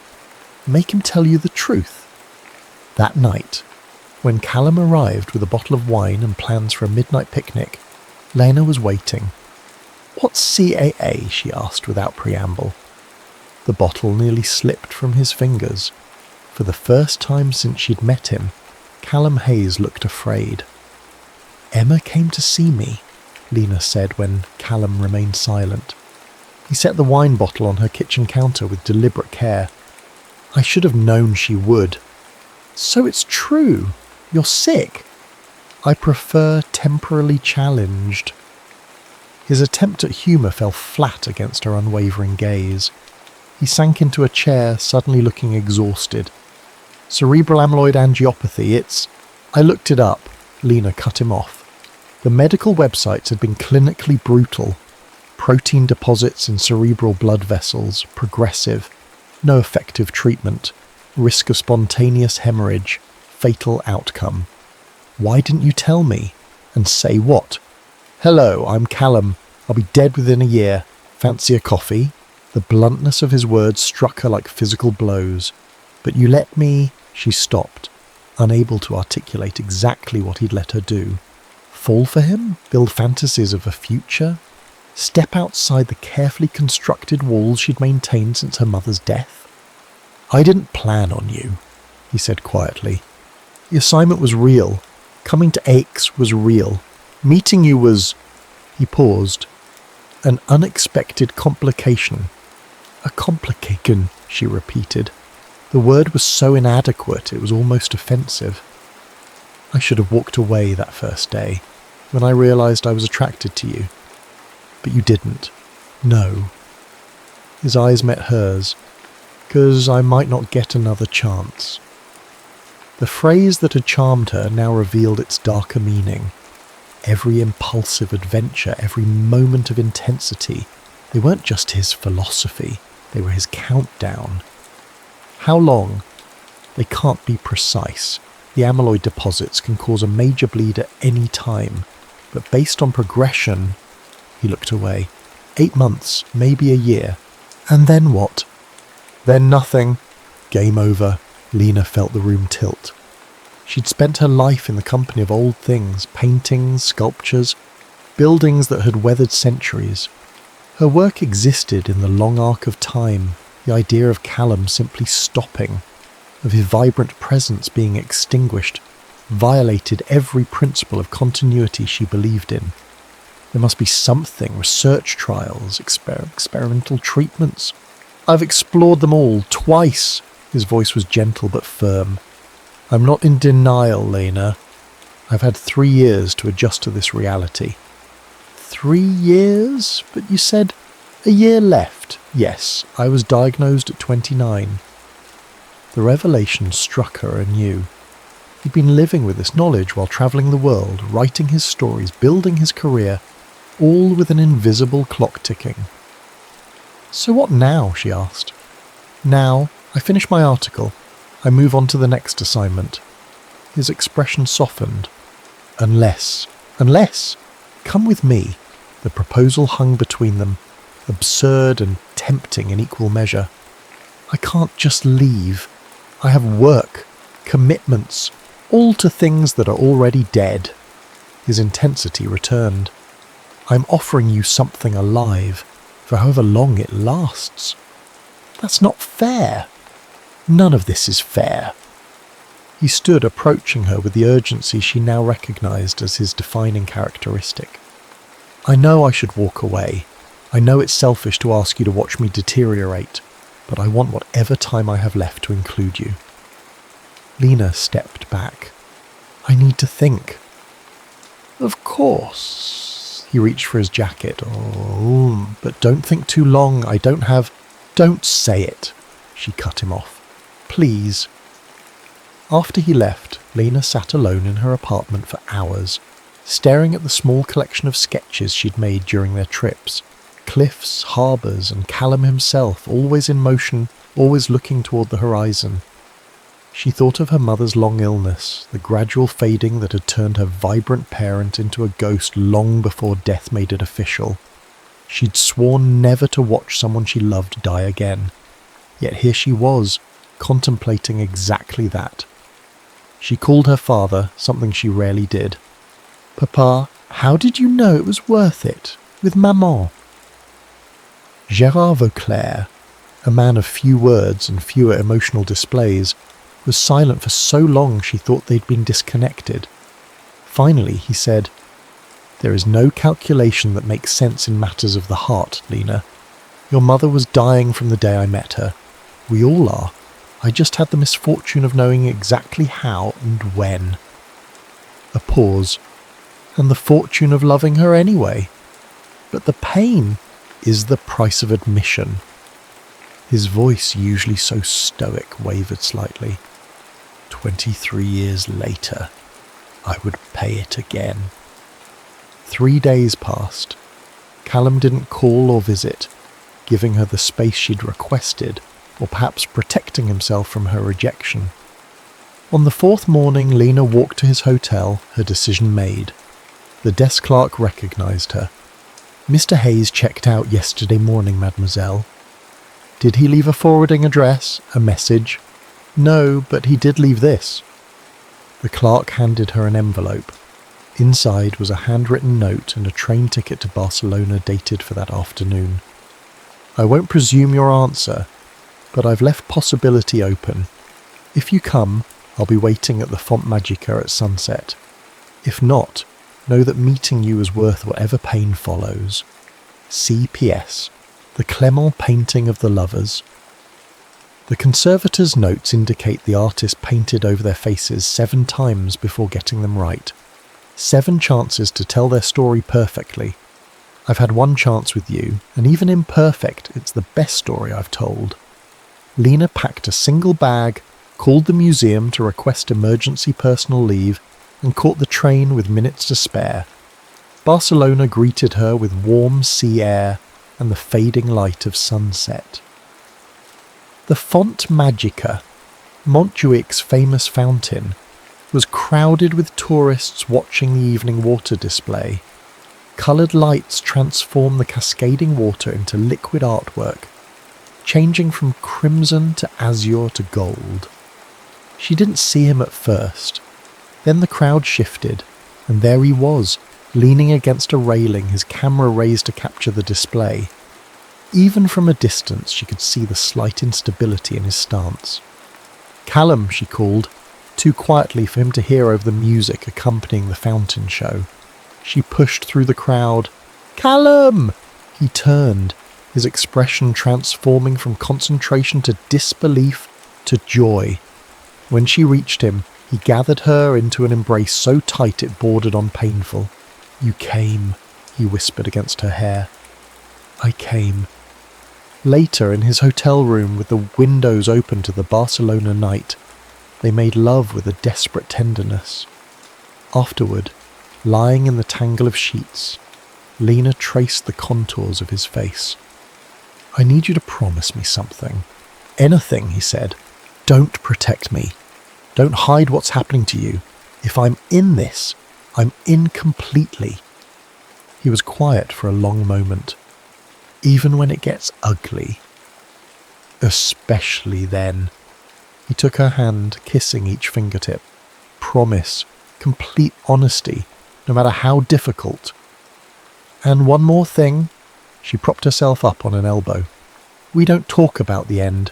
We don't count down days. We just live. Just live, he repeated, as though testing the phrase. I can do that. Good. Lena settled back against his chest, listening to his heartbeat. Because we have a train to catch tomorrow. Oh? Where are we going? Wherever you haven't been. Summer blazed into autumn with a ferocity that matched their determination to outrun time. They traced unplanned routes across Europe, Florence for its Renaissance treasures, Prague for its haunted spires, the Greek islands for their ancient stones and turquoise waters. Callum wrote his articles on trains and ferries in hotel lobbies and beachside cafes, while Lena learned to sketch quicker, rougher impressions of the places they visited. In Athens, standing beneath the Parthenon in merciless August heat, Callum had his first significant episode. The light is wrong, he said, suddenly stopping mid-sentence during their tour. It's just the sun angle, Lena replied, not yet recognising the change in his voice. No, the light. His expression became confused, lost. It shouldn't. I can't see the edges. Then came the nosebleed, crimson drops staining the ancient stone at their feet. By the time they reached the hospital, Callum was himself again, embarrassed by the fuss. Just a minor short circuit, he insisted as doctors examined him. Happens sometimes. The neurologist was less cavalier. The CT scan shows a small bleed near the occipital lobe, he explained in accented English. Not immediately life-threatening, but indicative of disease progression. Callum nodded as though receiving a weather report rather than his own mortality forecast. So we continue as planned? With caution, no excess physical strain, stay hydrated, and at the first sign of visual disturbances, severe headache or confusion. Nearest hospital, got it. Callum turned to Lena. See? Just a maintenance update. But that night, when he thought she was asleep, Lena watched him sit by the hotel window, staring at his trembling hands. She pretended not to notice the silent tears that tracked down his face. In September they reached Venice. The tourist crowds had thinned, and the city possessed a melancholy beauty that suited their unspoken awareness of time's acceleration.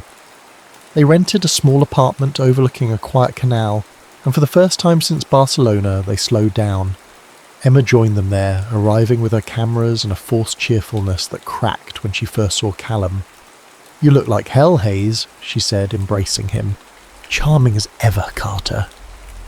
But he held on to her longer than usual. That evening, while Callum napped, his fatigue now a daily companion, Emma and Lena sat on the apartment's small balcony with glasses of wine. He's declining faster than the doctors predicted, Emma said without preamble. You see it too. It wasn't a question. Lena nodded, watching the golden light fade from the terracotta rooftops. The Athens incident scared him more than he admitted, she said. He's been writing letters since then, when he thinks I'm not looking. Letters? To me, I think, for after. Lena's voice remained steady, though her grip on the wineglass tightened. He leaves them in his blue notebook. I haven't read them. Emma studied her with newfound respect. Most would have. I'll have the rest of my life to read his words. He should have some privacy now. They sat in silence as Venice transitioned from day to evening.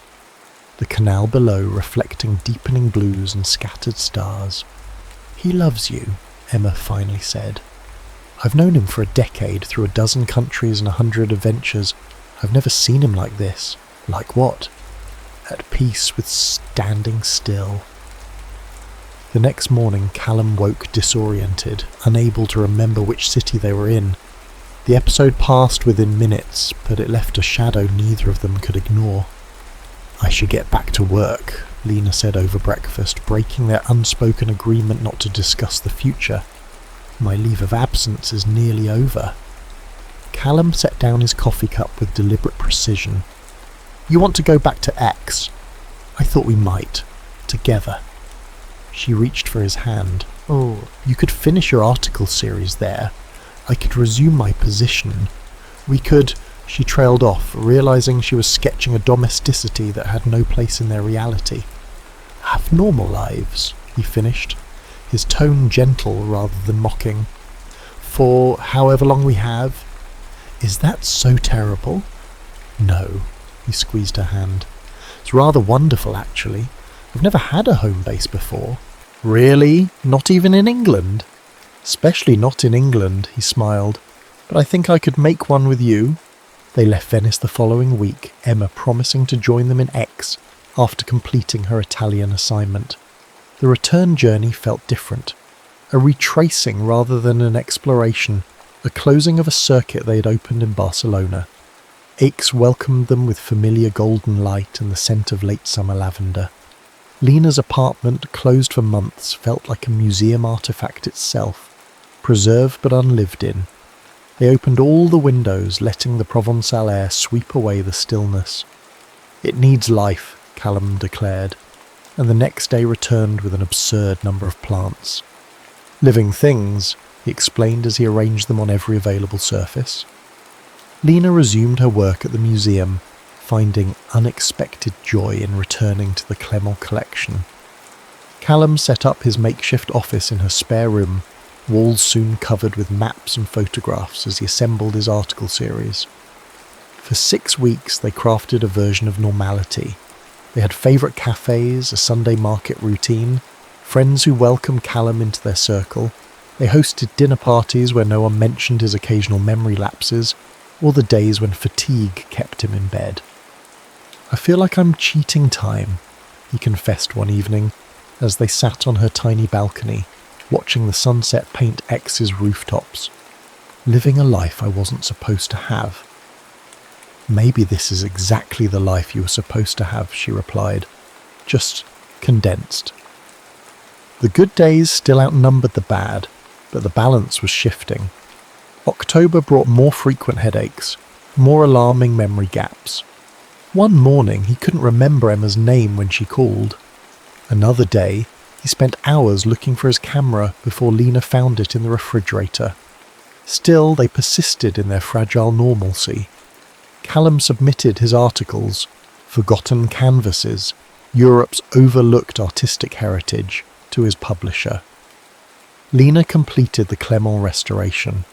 They planned a weekend trip to Paris to celebrate both accomplishments. The night before their departure, Callum had a seizure. It happened without warning. One moment they were cooking dinner, arguing playfully about the amount of garlic needed, and the next he was on the kitchen floor, his body rigid, eyes rolled back. Lena kept enough presence of mind to call the emergency number, to move dangerous objects away, to time the episode as the dispatcher instructed. 3 minutes and 17 seconds of helpless watching before his body relaxed and consciousness returned, confused and fragmented. At the hospital, the neurologist confirmed what they already knew: the disease was accelerating. A new scan showed multiple microbleeds, pressure building within his skull. "How long?" Callum asked directly, his speech slightly slurred from the anti-seizure medication. The doctor's compassionate expression said everything. "Weeks, rather than months, Mr. Hayes. I'm sorry." In the taxi back to the apartment, Callum stared out the window at the city lights. "I should never have let you come to Barcelona," he said suddenly. "Don't." "It wasn't fair. Stop it." Lena's voice was sharper than intended. You don't get to regret us now, not when regret is a luxury we don't have time for. He turned to look at her, his eyes clearing briefly from their medicated haze. Sometimes I forget that beneath that careful exterior, you're the strongest person I've ever met. Not strong, she corrected, just stubborn. That night, while Callum slept heavily under the influence of his new medications, Lena finally opened his blue notebook. Inside were not letters, as she'd assumed, but journal entries, daily observations, memories of their travels, fragments of poetry, and sketches, dozens of them, of her. Lena at the Parthenon, at the Venice canals, in their ex-apartment. Lena sleeping, reading, laughing. On the final written page was an unfinished letter. My Lena. By the time you read this, I'll have left you. Not by choice, never that, but because some journeys can't be shared to their conclusion. I'm writing this while I still remember the exact blue-grey of your eyes, the precise curve of your smile, the particular way you tuck your hair behind your ear when you're concentrating.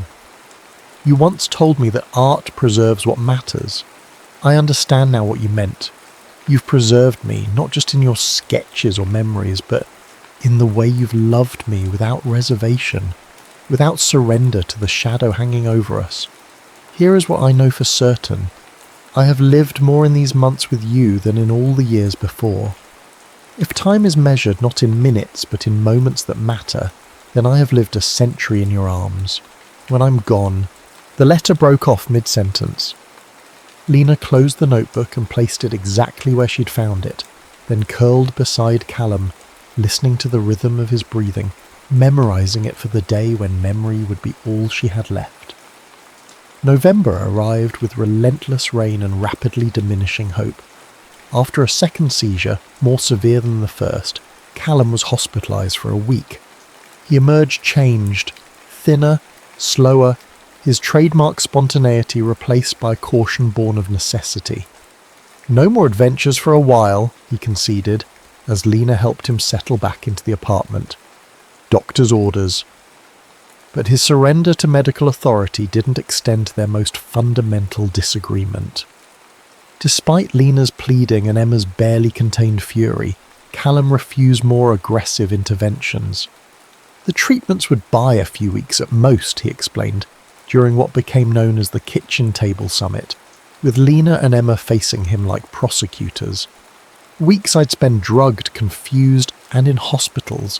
That's not living, it's just postponing. But research is advancing every day, Emma argued. If you could just hold on a little longer.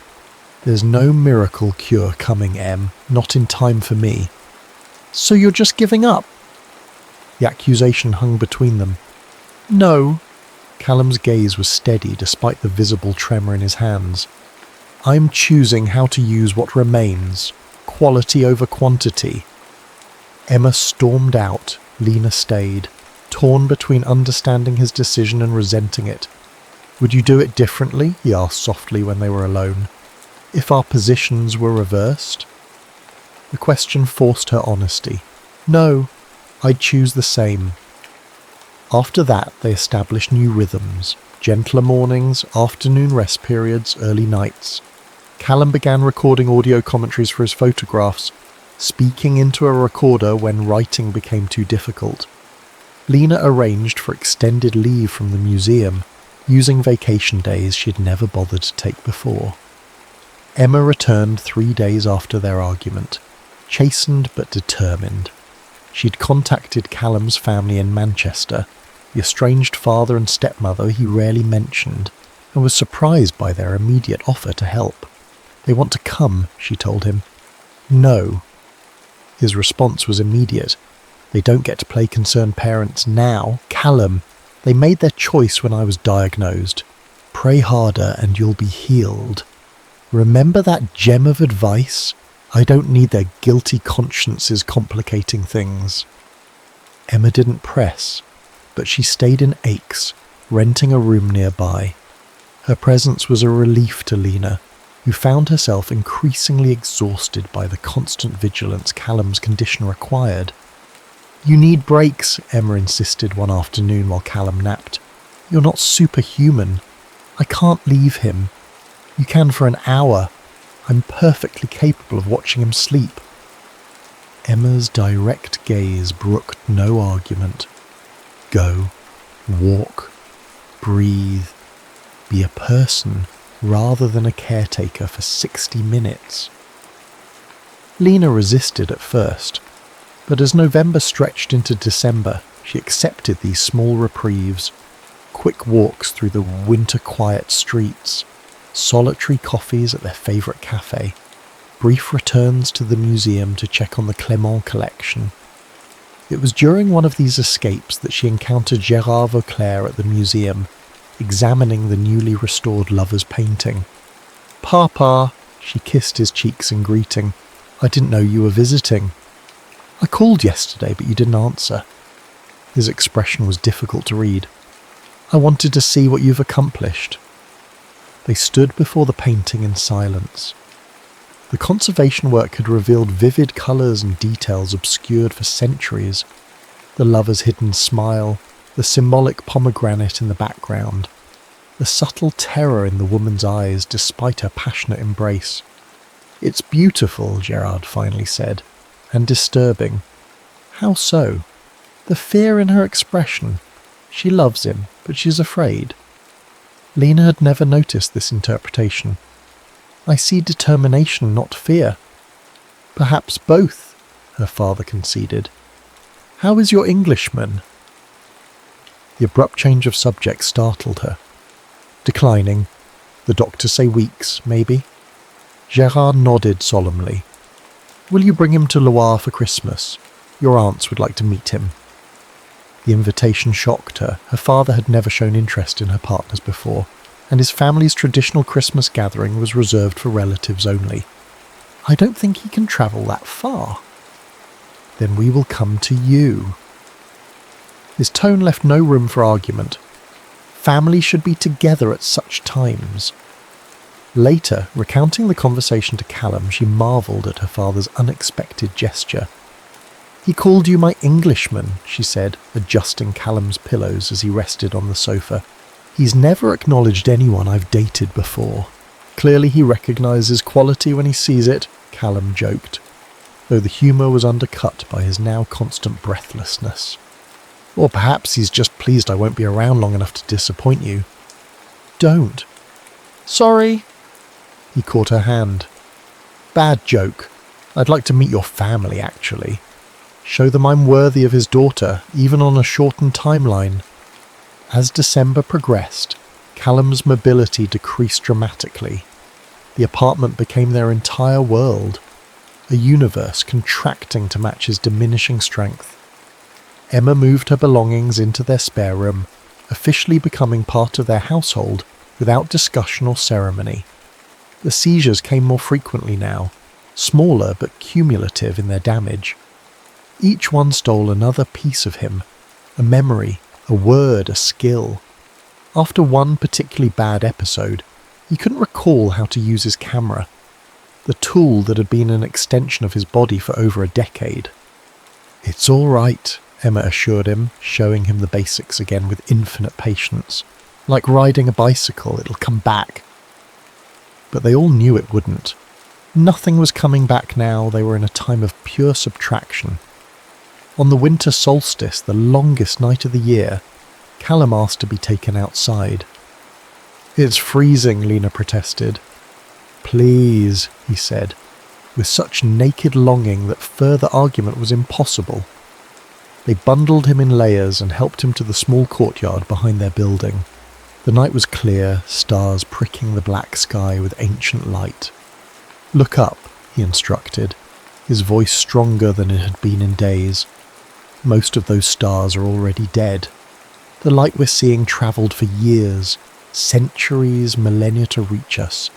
Even though its source is gone, the light continues." Emma wiped away tears, not bothering to hide them. "Are you getting philosophical on us, Hayes?" Someone has to provide the profound thoughts in this trio. His smile was ghostly in the starlight. "I need you both to promise me something." "Anything," they answered in near unison. "When I'm gone, don't let me be just a sad story you carry. Let me be light that continues. Be happy. Create things. Love again." "Callum," Lena began, but he squeezed her hand with surprising strength. "Promise me." "I promise," Emma said first, her voice breaking. Lena couldn't speak, her throat constricted with the enormity of what he was asking. How could she promise to be happy in a future without him? To love someone else when he had carved himself so completely into her heart? But looking at his face, gaunt now, shadowed with pain even through his medications, she understood this wasn't about her grief. It was about his peace. "I promise," she whispered. 2 days before Christmas, Gerard arrived in Aix, along with Lena's aunt Marguerite.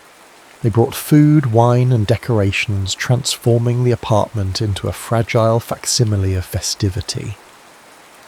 Callum rallied for their arrival, dressed in proper clothes for the first time in weeks, his hair combed neatly despite the effort it cost him. He charmed Marguerite within minutes, and engaged Gerard in a surprisingly technical discussion about historical preservation techniques. "I can see why you've upended your life for him," Marguerite whispered to Lena as they prepared dinner. "He burns bright." "Too bright," Lena replied softly. "That's the problem." Christmas Eve dinner was a delicate balance of normality and accommodation. They ate slowly to match Callum's diminished capacity, paused the conversation when fatigue clouded his eyes, pretended not to notice when he couldn't remember the word for wine, and pointed instead to his glass. After dinner, as tradition dictated, Gerard read from Victor Hugo's poetry while Emma took photographs of their improvised family gathering. Callum fell asleep before the reading finished, his head resting against Lena's shoulder. "He's a good man," Gerard told Lena later, as they washed dishes together. "I understand your choice." From her stoic father, this was tantamount to a blessing. Lena dropped her guard enough to ask the question that had haunted her since November. "How did you bear it when Maman died?" Gerard's hand stilled in the soapy water. "I didn't. For a long time, I existed rather than lived." He glanced at her. "Unfair to you." "Papa, I never—" "Let me finish." His voice was gentle but firm. "I made a mistake after your mother died. I preserved her memory like one of your paintings, unchanging, untouchable. But memories aren't meant to be preserved. They're meant to be lived with, to change as we change." He dried his hands. "Don't make my mistake, Lena. When the time comes, grieve him, then let him become part of who you are, not a shrine you tend at the cost of your own life."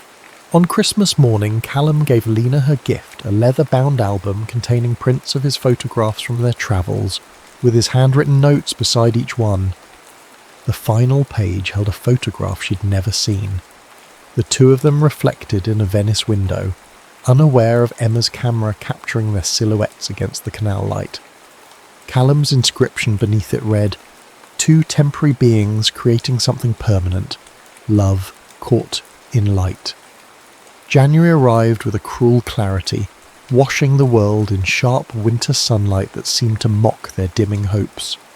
Callum's decline accelerated after Christmas, as though he had been holding himself together through sheer will for their holiday celebrations. The morning after Gerard and Marguerite departed, he couldn't get out of bed. By afternoon, he struggled to form complete sentences. By evening, the doctor confirmed what they already knew. The final phase had begun. "Days," the physician said quietly to Lena and Emma in the hallway. "Perhaps a week. He should be in hospital." "No," they responded in unison. They had promised him. No hospitals at the end, no machines, no sterile corridors. He would die in their apartment, with the plants he had bought still thriving on every windowsill. with the winter light streaming through the windows he'd insisted always remain open. They established a rotation: Lena, Emma, and a hospice nurse, who arrived like a silent guardian angel, showing them how to administer the morphine that kept pain at bay, how to recognise the signs of distress, how to moisten his lips when he could no longer swallow properly. Talk to him, the nurse advised. Hearing is often the last sense to go, so they talked, filling the quiet apartment with words. Emma told stories of their travels before Lena, adventures in Thailand, mishaps in Peru, the time they got lost in a Moroccan Medina for 7 hours and emerged with their best photo essay ever. Lena read from his favourite books, Hemingway, Marquez, Calvino, and described the painting she would restore in the coming year, as though he would witness her work. On the third night, during Lena's watch, Callum opened his eyes with unexpected lucidity. "Lena," he whispered, his voice faint but clear. "The blue notebook. Did you read it?" "Yes," she admitted, taking his hand. "I'm sorry, I shouldn't have. I wanted you to." His fingers tightened weakly around hers. "There's an unfinished letter. Will you complete it for me?" "How?" "You'll know." His eyes drifted closed again, but his lips curved in a shadow of his old smile. "You always know?" Shortly before dawn, his breathing changed, becoming shallower, irregular. Lena woke Emma and they sat on either side of his bed, holding his hands as the first grey light filtered through the shutters. "It's all right," Lena whispered, her lips close to his ear. "You can let go now." Whether he heard or not, they couldn't know. But within the hour, as the January sun broke over X's ancient rooftops, Callum Hayes took his last breath, gently, without struggle, his fingers still loosely entwined with Lena's. The world didn't stop. Birds sang in the plane trees outside their window. Neighbours called greetings to each other in the street below. The clock on the bedside table continued its relentless ticking. Emma made necessary calls. The doctor came and went. The funeral home sent discreet men who treated Callum's body with quiet dignity. Friends brought food that no one ate, the apartment filled with flowers that no one had arranged.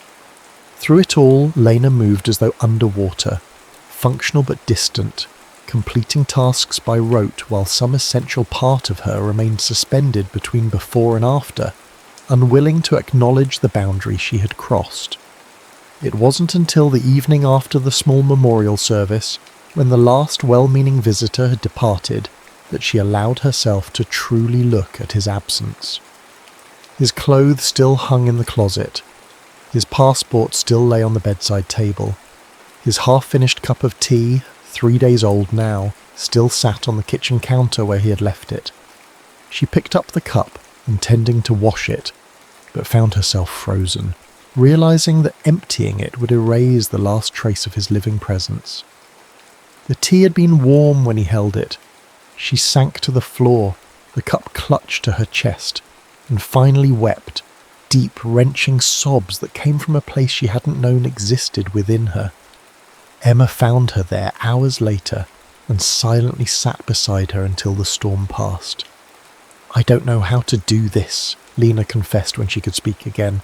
"How to be the person who survived." "None of us do," Emma replied. "We just keep breathing until it becomes bearable."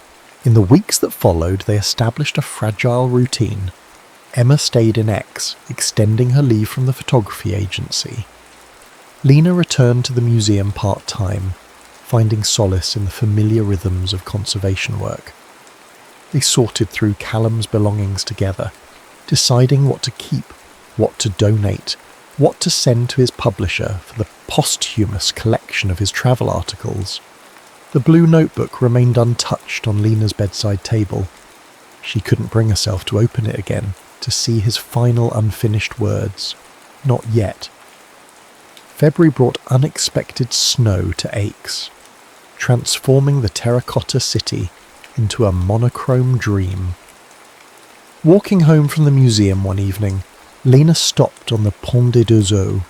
watching snowflakes disappear into the dark water below. A memory surfaced, Callum photographing this same bridge last autumn, telling her that bridges were his favourite metaphor. Neither here nor there, but necessary for the journey. She realised suddenly that she was stranded on her own bridge, unable to return to before, afraid to continue to after. That night, she finally opened the blue notebook. The unfinished letter waited on the last page. When I'm gone. She picked up a pen and continued where he had left off. When I'm gone, remember that love doesn't follow the rules of physics. It doesn't diminish with distance or time. It doesn't require physical presence to exist. When I'm gone, find joy again. Not despite having loved me, but because you did.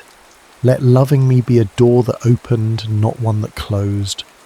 When I'm gone, forgive yourself for the days you wished this burden hadn't fallen to you. Forgive yourself for the moments of resentment, the flashes of anger. I had them too. When I'm gone, look at the world through both our eyes. Your eye for permanence, my eye for the fleeting moment. Both are true, both are necessary. When I'm gone, live fully. That's how you honour what we were. When I'm gone, remember that I was happiest when I was with you, and that is a gift no disease could take from me. All was yours, Callum. She closed the notebook, certain he would have approved of her ending. It was the last time she would speak in his voice, she knew. From now on, she would have to find her own words again. Spring came to Provence with its customary explosion of colour. The cherry trees near the museum erupted in pale pink blossoms that reminded Lena of the first time she'd seen Callum laugh. The markets filled with early strawberries, his favourite fruit, which he'd eaten by the handful during their summer travels. Emma returned to London in March, promising to visit often. He'd be proud of you, she told Lena before boarding her train. You haven't become a shrine keeper. Not externally, at least, Lena admitted. Inside, I'm still learning. We all are. In April, the museum unveiled the fully restored Clement collection. The centrepiece, the lover's painting that Callum had first commented on, now hung in a place of honour, illuminated by carefully designed lighting that revealed its complete story. 7 faces painted over one another, visible only through the advanced imaging techniques Lena had employed in her restoration work. At the opening reception, Lena found herself standing before it, champagne untouched in her hand, when a voice beside her asked, "Did they get their happy ending?"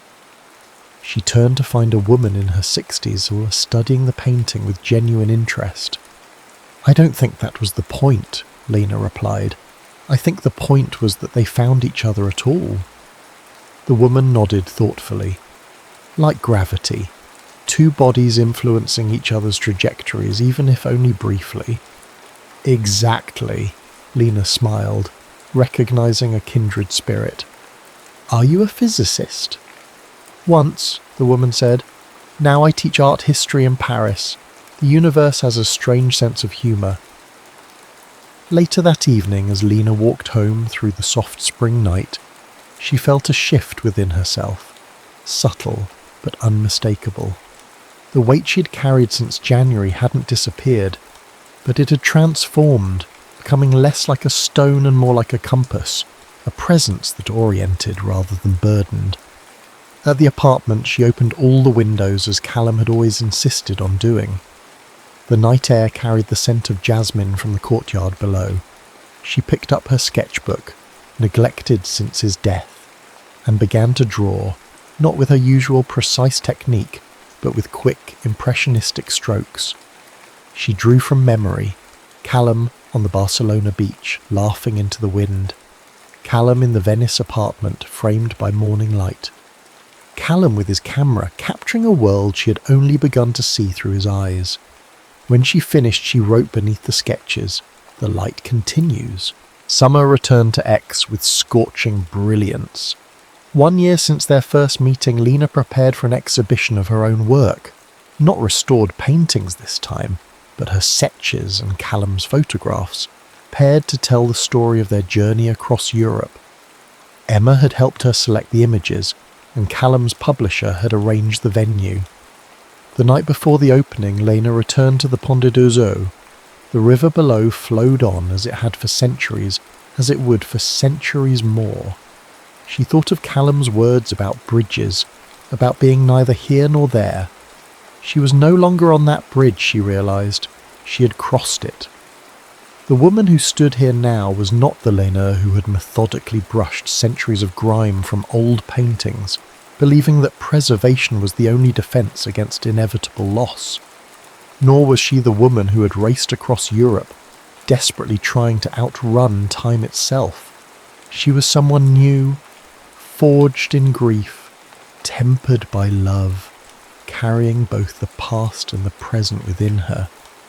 As the summer twilight deepened around her, Lena whispered to the river below, to the star-scattered sky above, to the memory that lived within her. I kept my promise. Somewhere between the air and water, in the liminal space where science meets faith, she felt rather than heard his response. I never doubted you would. She remained on the bridge until full darkness fell, watching the lights of X reflect in the flowing water, constant yet ever-changing like memory itself, like love itself, like the light that continues long after its source is gone.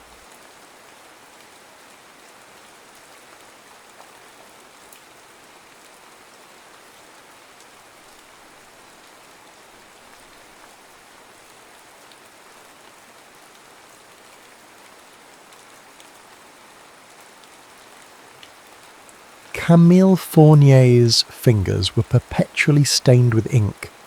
No amount of scrubbing could remove the stubborn marks that had become as much a part of her as her hazel eyes, or the unruly curl that always escaped her carefully pinned hair.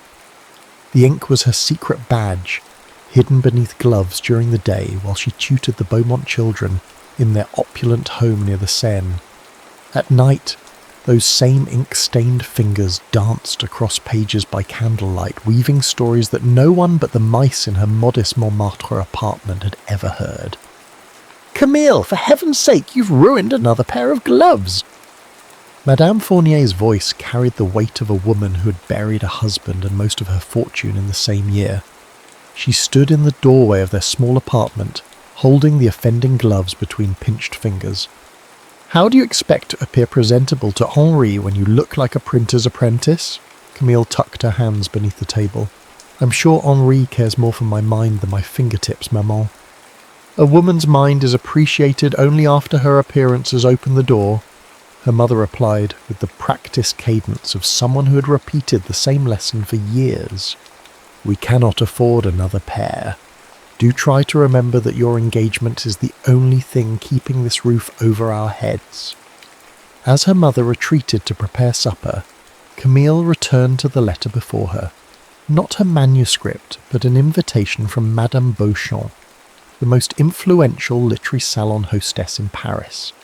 It had arrived that morning addressed to Mademoiselle Camille Fournier, whose observations on Balzac have intrigued our circle. One of the Beaumont children must have mentioned her. Camille had often discussed literature with them, forgetting herself in those moments, speaking with the passion she hid from proper society. Now the invitation sat before her like a key to a forbidden door. On the night of the salon, Camille wore her best dress, a deep blue that had belonged to her mother in better days, altered to fit current fashions as best they could manage. Her copper-tinged brown hair was pinned severely, as if to contain the unruly thoughts within. She tucked her perpetually stained fingers into white gloves that had been meticulously cleaned. "Remember," her mother said as Camille prepared to leave, "you're there to make connections that might benefit Henri's business, not to discuss your writing fancies." The Beauchamp residence on Boulevard Saint-Germain glowed with golden light, spilling warmth onto the cobblestones. Inside, cigarette smoke hung in lazy halos above the heads of Paris's intellectual elite. Poets with unkempt hair gestured wildly next to perfectly coiffed critics. Women in silk gowns leaned forward in their chairs, ignoring propriety to engage in heated debates about Zola's latest work. Camille stood at the periphery, clutching a glass of champagne she'd barely touched, wondering if she might dissolve into the patterned wallpaper. The conversations around her sparkled with wit and audacity that made her own thoughts seem dull by comparison. "Moreau, you've mistaken sentimentality for emotional truth." A corpulent man with a walrus moustache jabbed his finger at a slim figure partially obscured by the crowd. "Your latest work romanticizes love to the point of absurdity. And you, Belmont, have mistaken cynicism for intelligence." The responding voice was rich and melodious, carrying above the murmurs of the crowd. Love is not merely a biological impulse or social contract, as your essays suggest.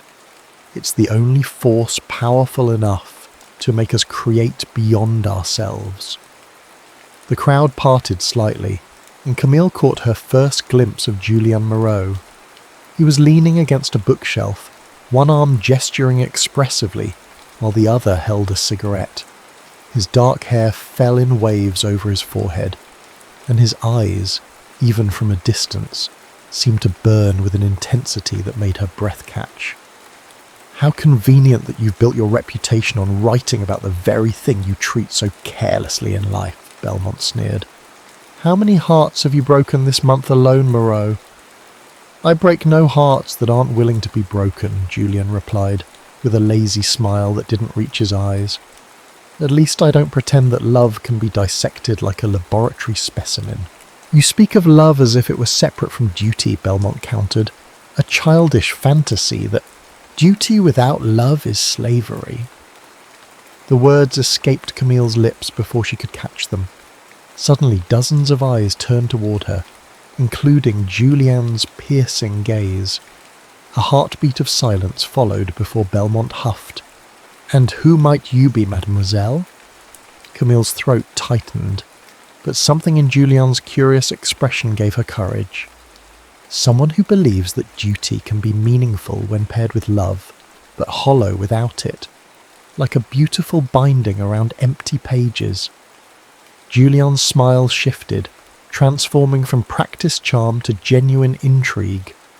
"Well said, though I suspect Monsieur Belmont prefers his books judged solely by their covers." He raised his glass to Camille, and she felt as though she had been singled out by a spotlight. Later, as guests flowed between rooms like tributaries of a social river, Camille found herself near an open window, grateful for the cool night air on her flushed cheeks. "You've caused quite a stir, mademoiselle," a voice spoke from behind her. "Fournier," she supplied, turning to find Julien Moreau standing closer than propriety allowed. "Camille Fournier. Julien Moreau." He bowed slightly. "Though I suspect you already knew that. Your reputation precedes you, Monsieur Moreau, as does yours, apparently. Madame Beauchamp tells me you're a writer." Heat rushed to Camille's face. "I merely dabble with words." "One doesn't merely dabble with words any more than one merely dabbles with fire." He studied her with unsettling directness. "What do you write, Mademoiselle Fournier, when no one is watching?" The question felt intimate, as if he'd asked what she dreamed about.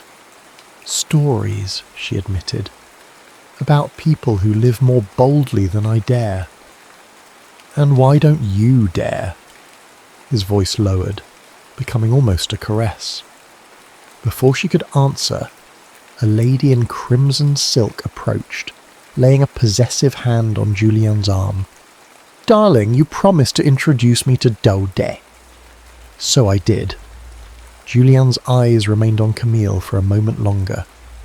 "We'll continue this conversation another time, Mademoiselle Fournier." As he walked away, Camille realized she'd been holding her breath. She also realized with a sinking feeling that her engagement ring, Henri's grandmother's modest diamond, had left an imprint on her gloved finger where she'd been unconsciously twisting it. That night, she wrote until dawn, filling pages with a fervour she hadn't felt in months. When she finally slept, she dreamed of ink that burned like fire. 3 days after the salon, Camille sat in the back room of Librairie Rosenthal, a bookshop in Le Marais where Monsieur Rosenthal allowed her to browse volumes most booksellers wouldn't show a young woman. She was lost in a collection of Baudelaire when a shadow fell across her page. "I thought I might find you here." Julien Moreau stood before her, holding a leather-bound book. Gone was the immaculate evening attire, replaced by a slightly rumpled white shirt and vest. In daylight, she noticed the faint shadow beneath his cheekbones and the tiny scar that curved along his jaw. Camille closed her book.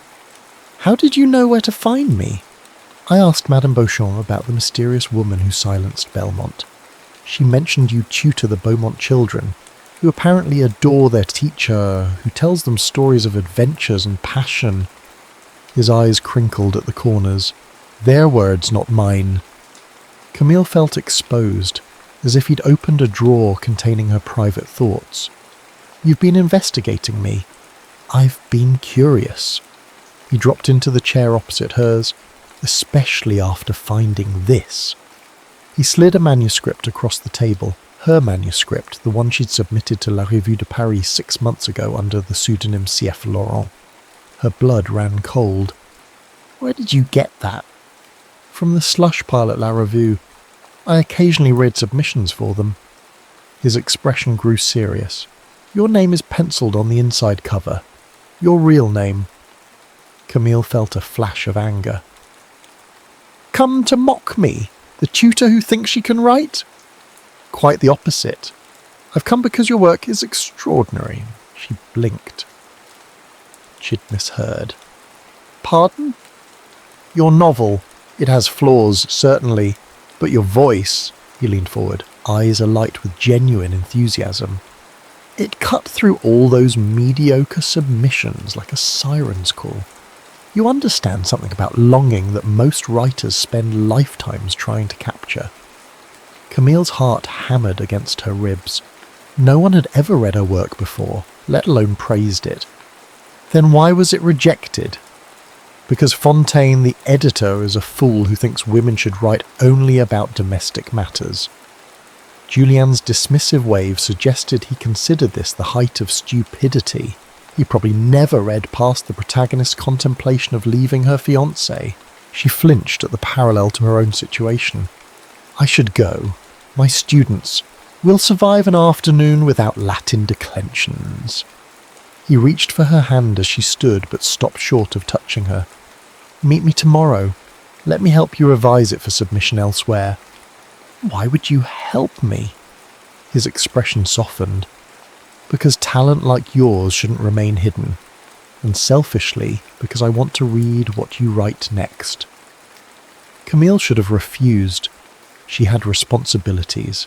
To her mother, to Henri, to propriety itself. Instead, she heard herself say, "Tomorrow then, here at 4. That single tomorrow stretched into weeks of tomorrows. They met in bookshops, in quiet cafes, once in the Luxembourg Gardens when the spring rain paused long enough for them to sit on a damp bench, huddled over pages dotted with revisions. Julien was both a harsh critic and an ardent champion, challenging every cliché, celebrating every moment of brilliance. "Your protagonist apologizes too much," he noted one afternoon at Café Procope. "She's constantly sorry for existing." "Perhaps because women are taught to occupy as little space as possible," Camille replied, stirring her coffee. Julien looked up sharply. "Is that how you feel? That you should apologize for the space you occupy?" The directness of his gaze made her uncomfortable. "I simply meant, I know what you meant." He covered her hand with his, and this time he didn't pull away. "Your words deserve space, Camille. They deserve to expand until they fill rooms and minds and hearts." The warmth of his hand sent a current through her that she felt in every extremity.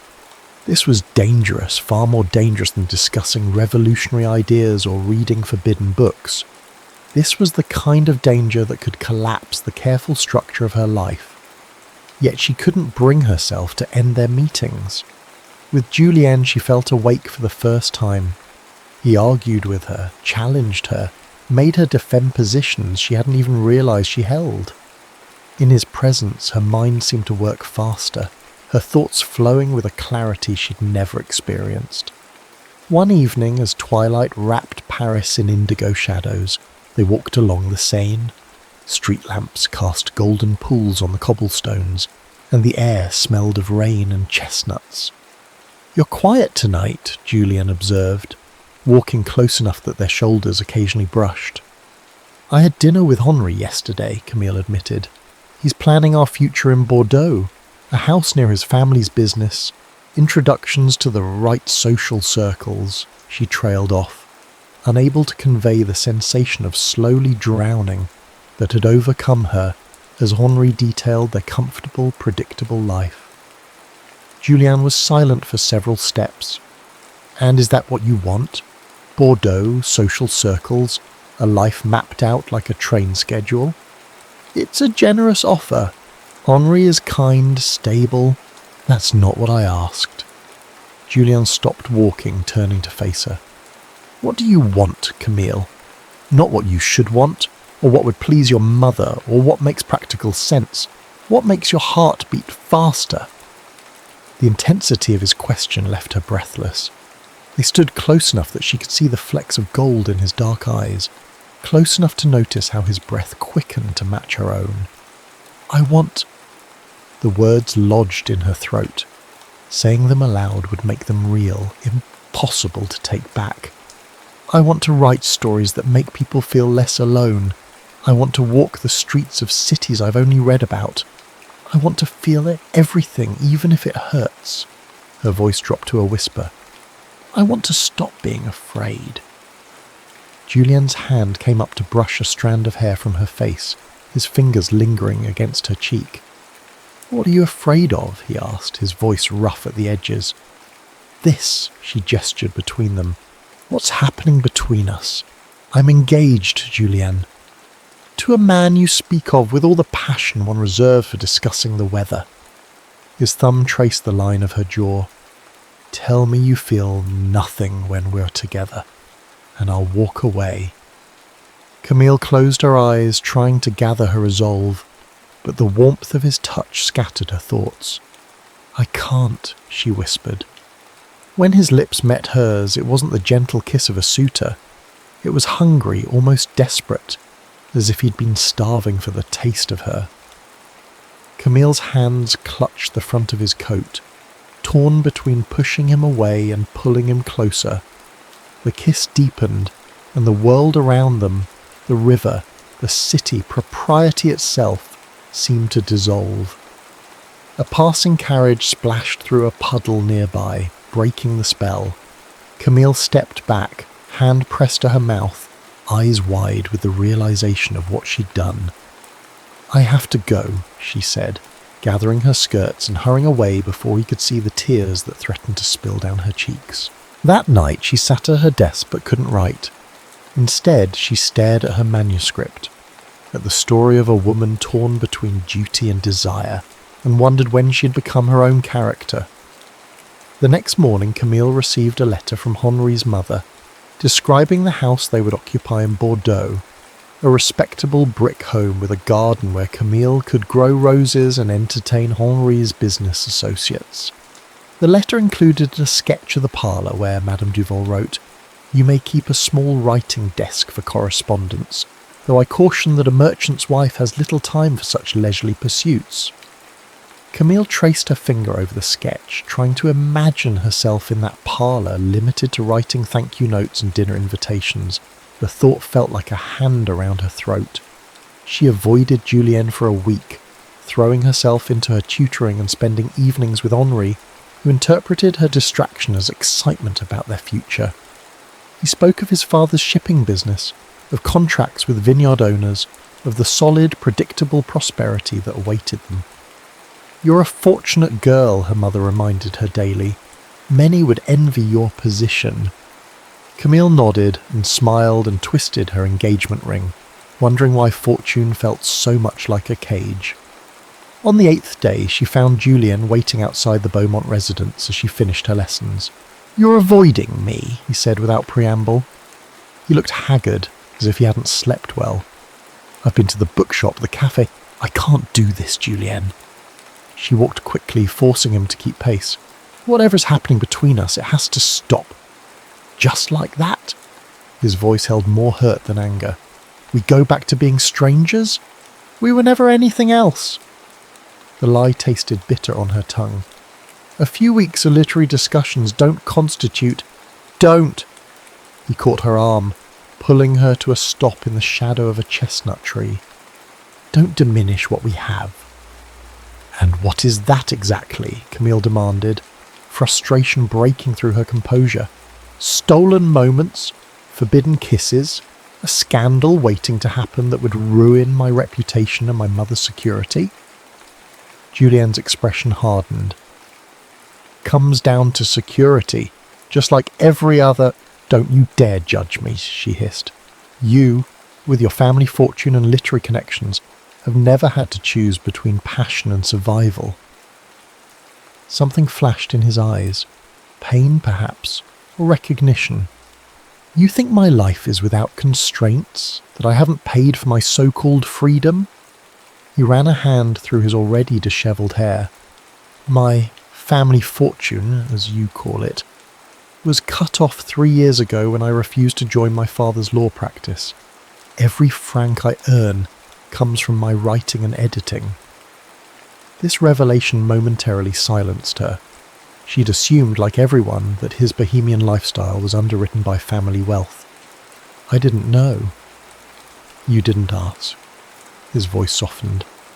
"I'm not asking you to throw away security, Camille. I'm asking you not to throw away yourself."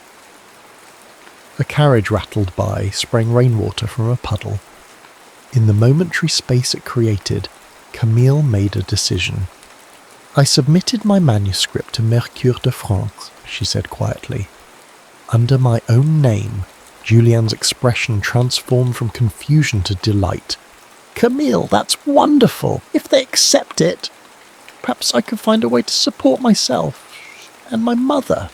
She bit her lip, afraid to voice the hope taking root within her. "But if they don't, then we try elsewhere." His hand found hers, squeezing gently. "Your words deserve to be read, regardless of what happens between us." For the first time, Camille allowed herself to imagine a future governed by her own choices. Not easy, perhaps not secure, but hers. She let Julian walk her to the omnibus, his presence beside her both terrifying and exhilarating. 2 days later, Henri arrived at her apartment with a jewellery box containing a strand of pearls, a gift from his mother. "For you to wear at our engagement dinner next month," he explained, placing the cool beads around her neck. As he fastened the clasp, his hands lingering on her shoulders, Camille caught sight of their reflection in the small mirror above the mantel.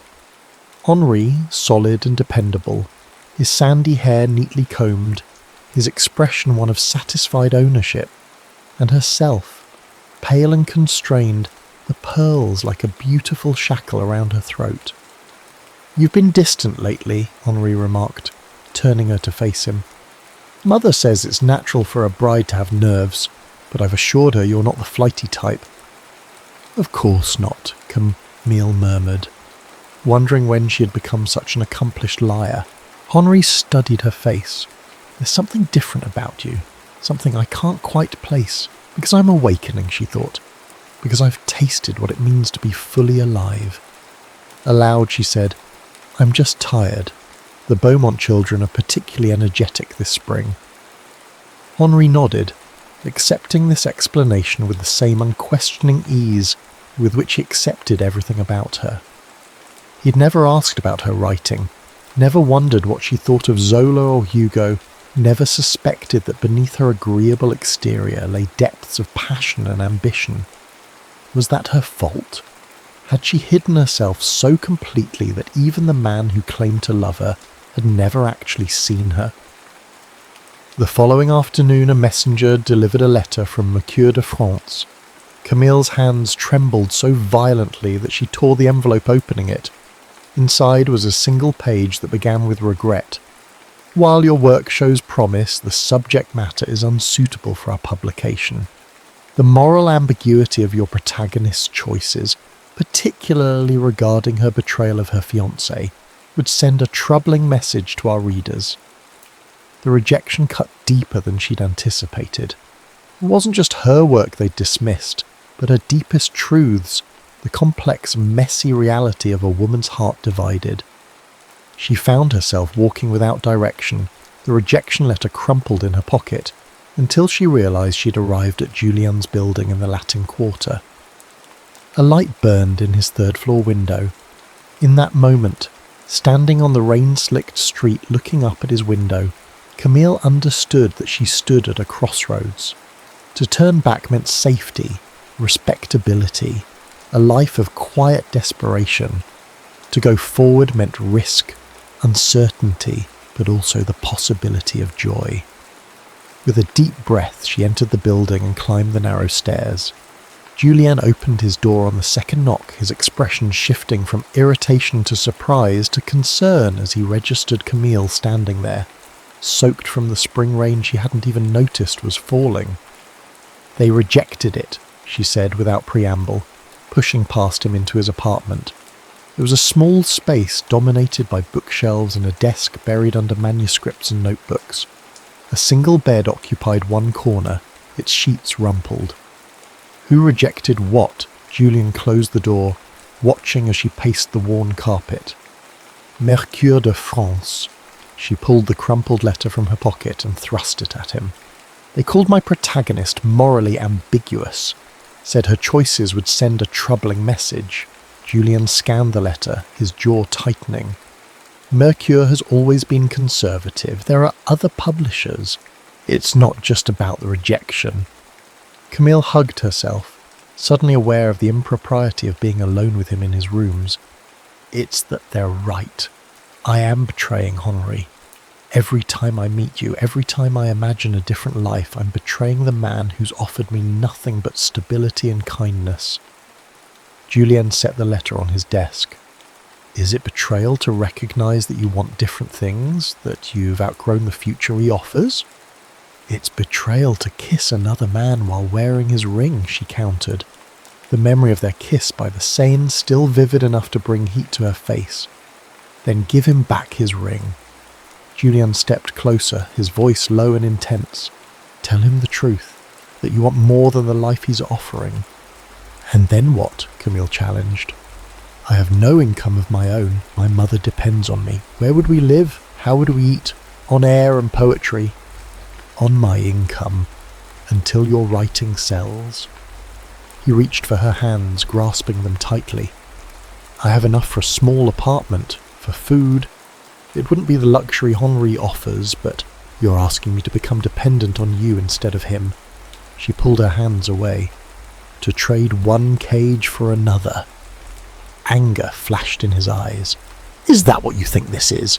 Another cage? Isn't it?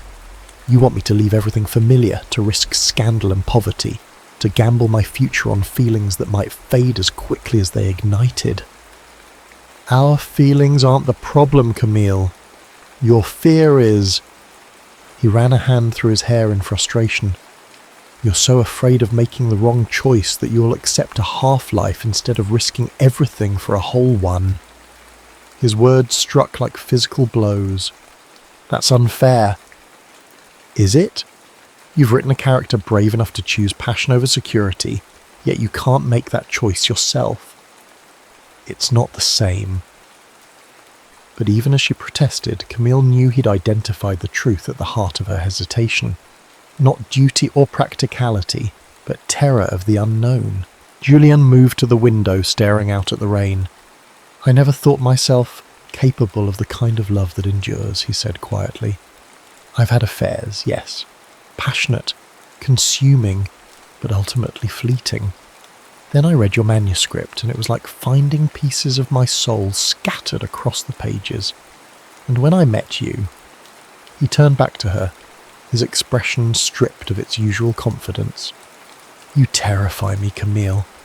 The depth of what I feel for you terrifies me. but I'd rather live with that terror than pretend I can be satisfied with less. The raw honesty in his voice undid her. She crossed the room to him, closing the distance she'd been so careful to maintain. "I'm afraid," she admitted, her voice barely above a whisper. "Afraid of wanting too much, of failing, of disappointing everyone who depends on me."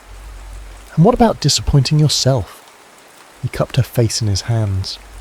40 years from now, looking back on your life, which choice would you regret more? The question hung between them, impossible to evade.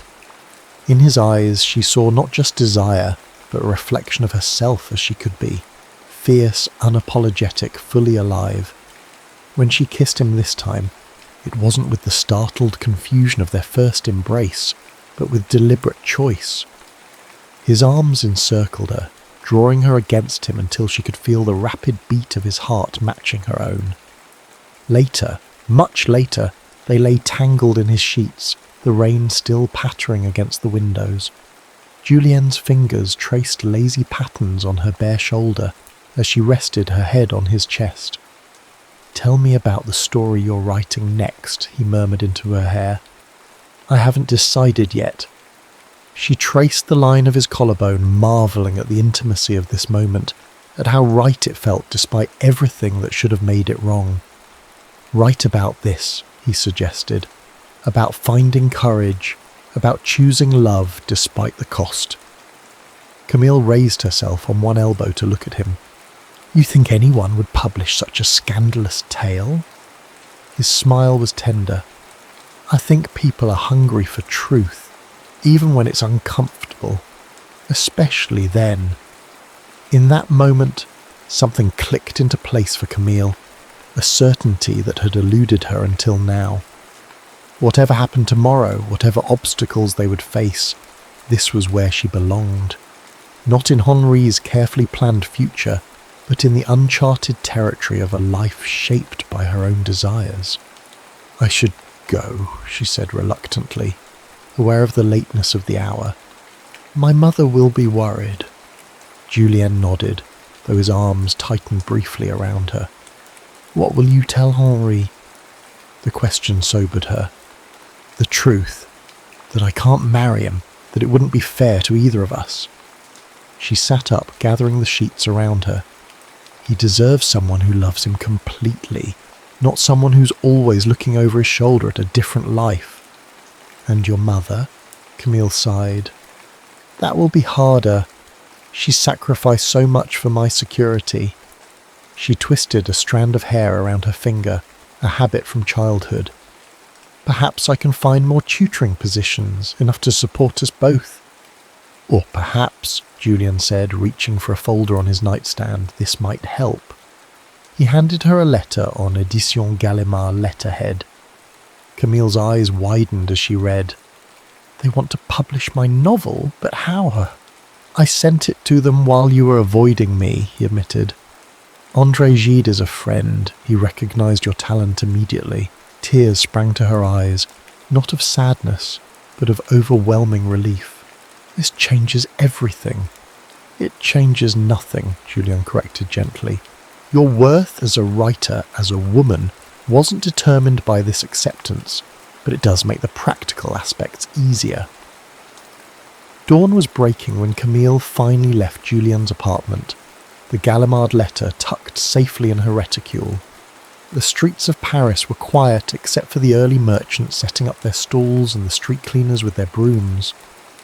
As she walked home, rehearsing the difficult conversations that lay ahead, Camille felt lighter than she had in years, as if she'd set down a burden she hadn't even realised she was carrying, the burden of living a life shaped by others' expectations rather than her own desires. Henri didn't shout when Camille returned his ring. He didn't plead or threaten. Instead, he looked at her with a mixture of hurt and resignation, as if he'd been expecting this all along. "It's him, isn't it?" he asked quietly. "That writer everyone whispers about, Moreau."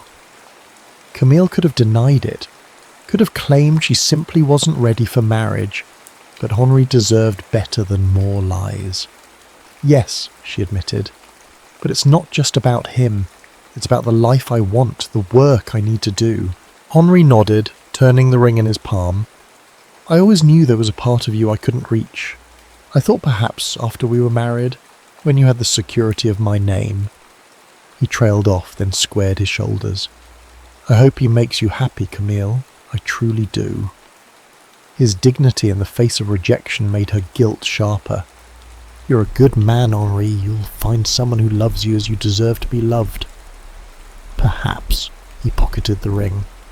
Or perhaps I'll become one of those confirmed bachelors who dotes on his nieces and nephews and never quite recovers from his first heartbreak. He attempted a smile that didn't reach his eyes. Rather romantic, don't you think? After he left, Camille sat alone in the small parlour, wondering if she'd made an irreparable mistake. The silence of the apartment pressed in on her, broken only when her mother returned from the market. Madame Fournier took one look at her daughter's face and set down her basket. What have you done? Camille had prepared a careful explanation about the book deal, about financial independence, about following her heart, but in the face of her mother's dismay, the words scattered. I can't marry Henri, she said simply. I've returned his ring. Her mother sank into a chair, one hand pressed to her heart. Have you lost your mind? What will become of us? Wordlessly, Camille handed her the letter from Gallimard. Her mother's hands shook as she read it, her expression shifting from despair to confusion. A novel? You've written a novel? She looked up at Camille as if seeing her for the first time. When? How? At night, mostly, after you went to bed. Camille knelt beside her mother's chair. Maman, I know this isn't the future you imagined for me, but it's the one I need to pursue. The advance alone will support us for a year, and if it sells well, if... Her mother clutched the letter. Our future balanced on an if. And what about this Moreau person? The neighbours have been whispering about you two for weeks. Camille hadn't expected that. What have they been saying? That you've been seen with him in cafes, walking by the river. That he looks at you the way a man shouldn't look at a respectable, engaged woman. Her mother's gaze was sharp. Is he the reason you've thrown away your security? He's part of it, Camille acknowledged. But the larger part is that I can't live the life Henri offered, not and remain true to myself. Madame Fournier's laugh was brittle. Truth to oneself is a luxury, Camille. One I had hoped you'd never have to learn. The week that followed was one of strained silences and careful negotiations. Camille increased her tutoring hours, brought home the advance check from Gallimard, and began the revisions her editor requested. Her mother moved through the apartment like a ghost, grieving the future she'd counted on. Julien kept his distance, understanding that Camille needed time to rebuild her relationship with her mother. He sent notes, sometimes just a line of poetry, sometimes pages of encouragement about her revisions, but did not intrude upon her fragile new reality. Then came the morning when Camille found her mother at the kitchen table, surrounded by old letters and photographs. Her father's pocket watch lay open beside them. He believed in impossible things too, Madame Fournier said, without looking up. Your father, he was going to write the great French novel, change the literary landscape forever. She touched the watch gently. When he died, all he left were fragments and debts. Camille sat across from her mother. I didn't know that about Papa. Why would you? I wanted to protect you from the pain of shattered dreams. Her mother's eyes softened with memories. He had such talent, such vision, but talent isn't always enough in this world. Is that why you pushed me towards security? Why you never encouraged my writing? I saw too much of him in you, the same fire, the same stubbornness. Madame Fournier reached across the table to touch Camille's ink-stained fingers. I was afraid for you, afraid you'd suffer as he did, as I did watching him. For the first time, Camille saw her mother not as an obstacle to her dreams, but as a woman who had loved and lost and feared losing again. I might fail, she admitted. My book might disappear without a trace. But I have to try, maman. I have to know. Her mother was quiet for a long moment. Your father would be proud of you, she said finally. He always said the world needed more honest words, even when they're painful to hear. She squeezed Camille's hand. I've been reading your manuscript. You left it open on your desk. Camille's breath caught. And? It's beautiful, disturbing in parts, but true. She straightened, some of her former composure returning. If this Moreau character hurts you, I shall have to poison his coffee. The unexpected jest startled a laugh from Camille. I believe you would. Of course I would. I'm still your mother. She began gathering the letters, returning them to their box. Now, tell me about this editor of yours. Is he paying you what you're worth? It wasn't complete acceptance, but it was a beginning. 2 weeks later, Julien invited Camille to see his latest play at Théâtre du Châtelet. She arrived with her mother, who insisted on accompanying her, partly as chaperone, partly out of curiosity about the man who had upended their lives. The theatre hummed with anticipation. Julien's previous play had scandalised and delighted Paris in equal measure, and expectations for this new work were high. As the lights dimmed, Camille felt a flutter of nerves. She had read drafts of the play during their collaboration, but hadn't seen the final version. From the first scene she recognised elements of their story. A young woman trapped between duty and desire, a writer who challenges her to reach for more than security. But as the play progressed, it diverged from reality. The protagonist, faced with the choice between safety and passion, chose safety. She married her stolid fiancé, abandoned her writing, and years later encountered her former love, now a celebrated author whose work she secretly read and wept over. In the final scene, the woman, now middle-aged and hollow-eyed, stood at the edge of the Seine, holding her unpublished manuscripts. As she cast the pages into the water, watching her words dissolve, the audience grew utterly silent. The actress's voice carried through the hushed theatre. Some choices cannot be undone. Some rivers carry us to shores from which we can never return. As the curtain fell, the silence held for 3 heartbeats before the theatre erupted in thunderous applause. Camille sat frozen, tears streaming down her face, struck by the vision of what could have been her fate. Her mother leaned close. "It seems your Monsieur Moreau understands the stakes," she murmured. "Perhaps he's more serious than his reputation suggests." Backstage was chaos. Admirers pressed forward with congratulations. Critics scribbled notes. Actors still in costume embraced one another. Julien stood at the centre of it all, accepting praise with the practiced charm that had once seemed so superficial to Camille, but which she now recognised as a necessary armour. When he saw her, he broke away from the crowd, crossing to where she stood with her mother. "Mademoiselle Fournier," he bowed, unexpectedly formal. "Madame Fournier, I'm honoured you could attend." "A most provocative piece, Monsieur Moreau," Madame Fournier replied, studying him with undisguised scrutiny, "though I found the ending unnecessarily tragic." "As did I," Julien agreed, his eyes on Camille. "But sometimes we need to see the darker path to appreciate the courage it takes to choose a different one." Madame Fournier's gaze shifted between them. After a moment she sighed. "I shall go speak with Madame Thibault. I believe I recognised her in the 3rd row." She fixed Julien with a stern look. "You have 15 minutes, monsieur. We still maintain some proprieties in this family." When she had gone, Julien took Camille's hands. "You're crying." "Your play. It was a warning, wasn't it? About what might happen if I chose safety over truth."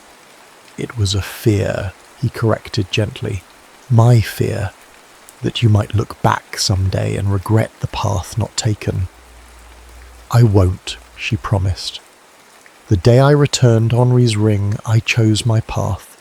Whatever comes, success or failure, together or apart, I won't regret choosing to live fully." He pulled her closer, public opinion be damned. "I've had a letter from London. A publisher there wants to translate your novel once it's released here." "London?" Camille's eyes widened.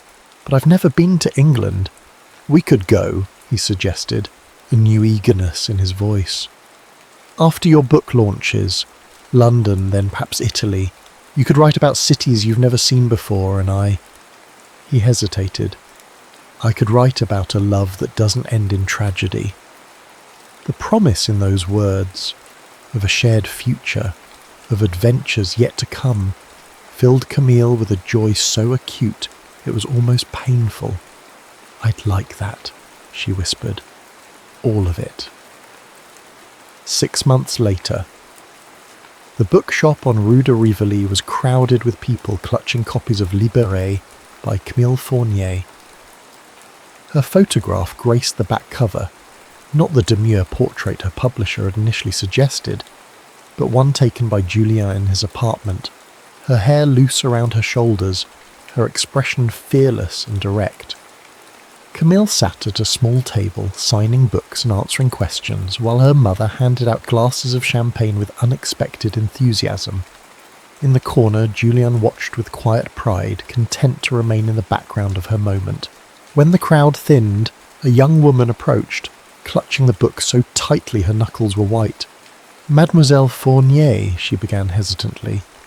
"Your novel, the way you write about choices, about defying expectations." She glanced nervously at an older woman, her mother perhaps, hovering nearby.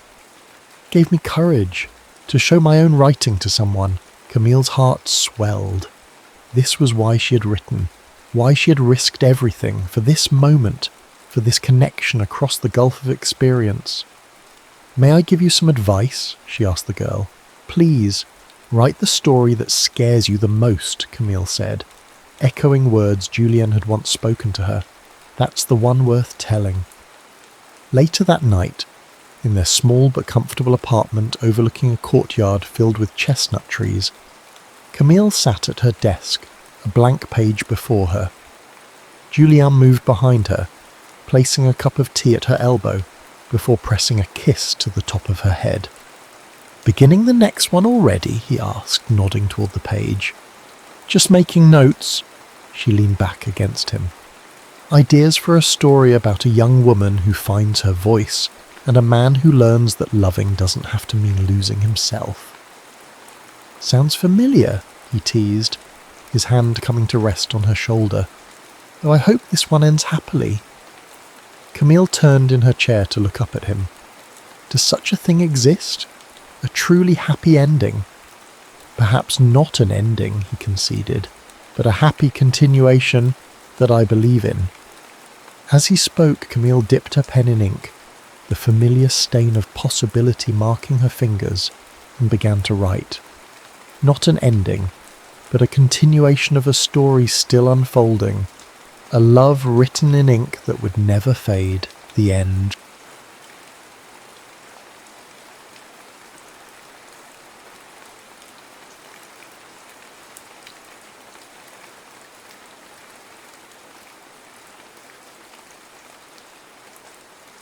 Sienna Marchesi never stayed in one place long enough for dust to settle on her camera lenses. At 32, she had photographed monsoon rains in Mumbai, northern lights in Iceland, and dawn breaking over Machu Picchu. What she hadn't captured was a reason to stay anywhere. "Perfect, just perfect," she murmured, adjusting her aperture as golden light bathed the Napa Valley vineyard. September in wine country meant harvest season, when the vines hung heavy with fruit and the air smelled of soil and possibility. She'd been hired to document the vineyard's transition through seasons for their new marketing campaign. 3 days into the assignment, she already knew these would be portfolio-worthy shots. The way sunlight filtered through the leaves created natural spotlights on the purple-black Grenache grapes. As Sienna crouched between rows of vines, a movement caught her eye through the viewfinder. A tall figure stood at the end of the row, silhouetted against the sunset. Without thinking, she adjusted her focus and clicked. The man turned at the sound, catching her in the act. "Did you just take my picture?" His voice carried an edge of surprise rather than annoyance. Sienna lowered her camera. "Professional hazard. Sorry about that." She wasn't actually sorry. The shot was magnificent, his profile carved in amber light. He approached with measured steps, dressed in a tailored suit that seemed at odds with the rustic surroundings. "I'd appreciate if you deleted it. I'm here for a private event." "The Townsend wedding rehearsal." Sienna stood, brushing soil from her knees. "They know I'm here. I'm doing the vineyard's seasonal portfolio." He stopped a few feet away. Close up, she noticed how the golden hour softened what might otherwise be a stern face. Strong jawline, straight nose, eyes the colour of roast coffee beans.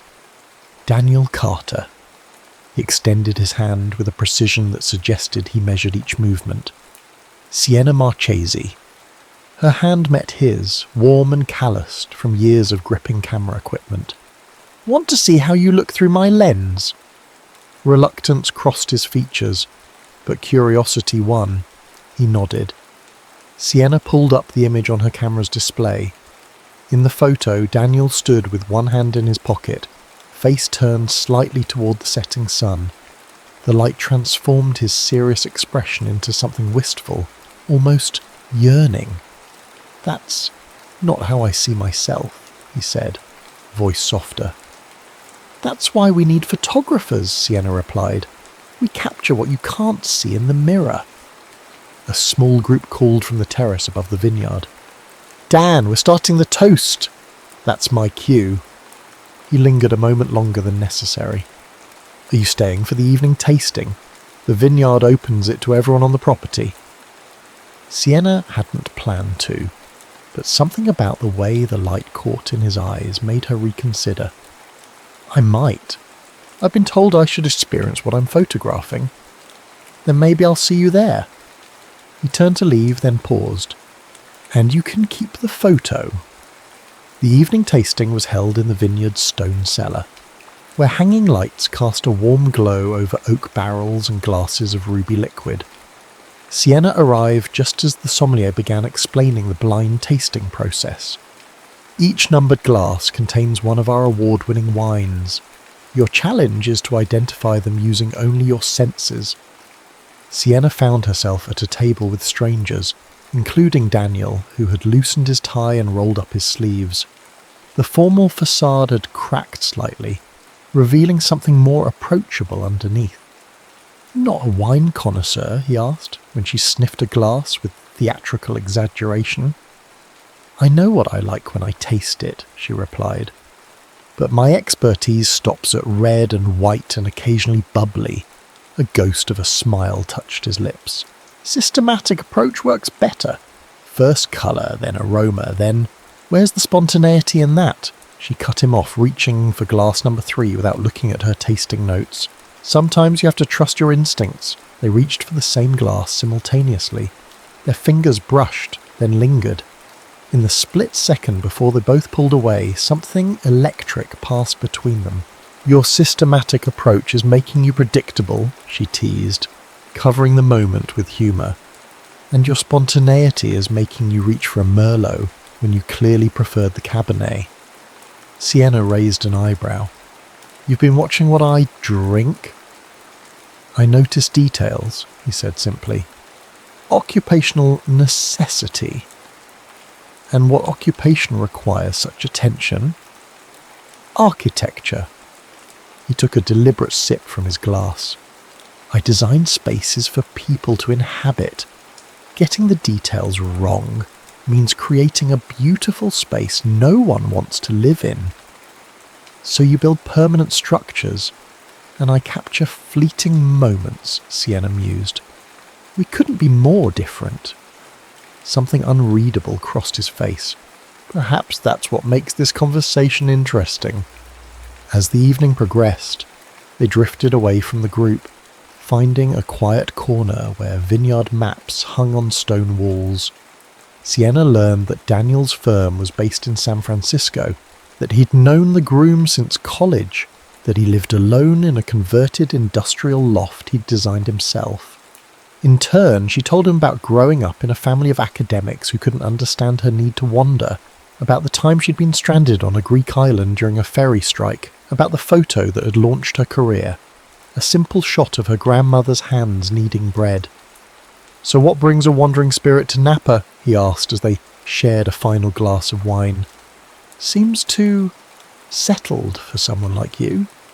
"A job's a job," she answered automatically, then reconsidered. "Honestly, I needed to slow down. I've been chasing light across continents for a decade. Sometimes you need to sit still and let the light find you." Daniel's eyes held hers. "And has it? Found you?" The question felt weighted with meaning she wasn't ready to examine. Sienna glanced at her watch. "It's late. I should go. Early shoot tomorrow." He walked her to her rental car, their steps synchronized on the gravel path. "Will you be at the wedding tomorrow?" he asked. Sienna shook her head. "I'll be shooting the East Vineyard at dawn, then heading back to San Francisco. The golden hour waits for no photographer." They reached her car, and an awkward moment followed. The universal uncertainty of endings between people who feel a connection, but lack context for it. "It was nice meeting you, Daniel Carter." "Likewise, Sienna Marchese." She drove away, watching his figure grow smaller in the rearview mirror, certain their brief intersection was complete. By morning, he would return to his structured world of straight lines and permanent foundations, while she would chase the next perfect frame of light. Neither of them could have predicted the crooked path fate had already begun drawing between them. 3 weeks later, Sienna stood in the empty canvas gallery in San Francisco's art district, directing the hanging of her latest exhibition, Transience, a collection of moments captured in golden hour light around the world. Among them a vineyard in Napa Valley, though she'd carefully excluded any photos featuring a certain architect. "The lighting needs to be warmer on the vineyard series," she instructed the gallery assistant. "They were shot during golden hour. I need viewers to feel that warmth." "The architects handling our renovation suggested cooler tones for this wall," the assistant replied. "Something about complementing the structural elements," Sienna frowned. "Well, the architects aren't the artists. The work determines the lighting, not the... Actually, the architects considered the interplay between art and environment quite carefully." The voice behind her was familiar enough to raise goosebumps on her arms. Sienna turned slowly, already knowing who she'd find. Daniel Carter stood in the gallery doorway, portfolio in hand, looking as structured as she remembered. Charcoal suit, crisp white shirt, expression suggesting he'd already calculated every angle in the room. "You're the renovation architect," she stated rather than asked. "Lead on the project, yes," no surprise showed on his face. "Small world." "Or cosmic joke," Sienna muttered, then louder. "The lighting stays warm on the vineyard series." A slight inclination of his head acknowledged her authority over her own work, though something in his eyes suggested the conversation wasn't over. The gallery assistant looked between them, sensing the tension. "I'll adjust the track lighting," she said, quickly retreating. Left alone, Sienna crossed her arms. "Did you know I'd be exhibiting here? Your name wasn't on the project brief." Daniel set his portfolio on a nearby bench. "Though I admit to being less surprised than you are." "Why is that?" "The universe has patterns. You notice them in architecture. Repeated motifs, golden ratios. People reappear in your life for reasons." Sienna nearly laughed. "That sounds suspiciously like fate for someone so structured." "I said patterns, not fate." A ghost of a smile touched his lips. "When are you leaving San Francisco?" Well, the question caught her off guard. "What makes you think I'm leaving?" "You said it yourself. You chase light across continents. San Francisco is just another stop." Something about his certainty irritated her. "Actually, I've taken a 6-month residency with the gallery." teaching master classes, curating, exhibiting my work. Now she had surprised him. The barely perceptible widening of his eyes gave him away. 6 months in one place? He questioned. That's practically settling down for someone like you. Someone like me, she echoed, voice cooling. You've spent all of 3 hours with me, Daniel. You don't know what kind of someone I am. He inclined his head, acknowledging the rebuke. Fair enough. Perhaps we could remedy that. Remedy what? The limited hours. He maintained steady eye contact. Dinner tonight? There's an excellent restaurant near my office. I don't do reservations and white tablecloths, she interrupted. Daniel considered this. Then what do you do? I follow what looks interesting. No plans, no reservations. Something shifted in his expression, a challenge accepted. All right, no plans. Meet me at the gallery entrance at 7. Sienna almost refused on principle, but curiosity won out. Fine, 7 o'clock, but I'm not dressing up. I wouldn't expect you to change who you are, he replied, gathering his portfolio. The lighting stays warm on the Vineyard series. I'll make the adjustments in our plans. He left with measured steps, and Sienna turned back to her photographs, wondering what patterns the universe was weaving around them. At precisely 7, Daniel waited outside the gallery. He'd changed from his work suit to dark jeans and a charcoal sweater, still impeccable but less formal. Sienna arrived at 7:12, unchanged from earlier except for a vintage leather jacket thrown over her outfit. So, where's this excellent restaurant? She asked instead of greeting him. I cancelled the reservation, he replied. Tonight we follow whatever looks interesting, your rules. Surprise registered on her face. You're willing to wander aimlessly through San Francisco? I wouldn't say aimlessly. I never go anywhere without knowing where I am. Sienna smiled, a real one this time. That's not wandering, Daniel. That's just walking with extra steps.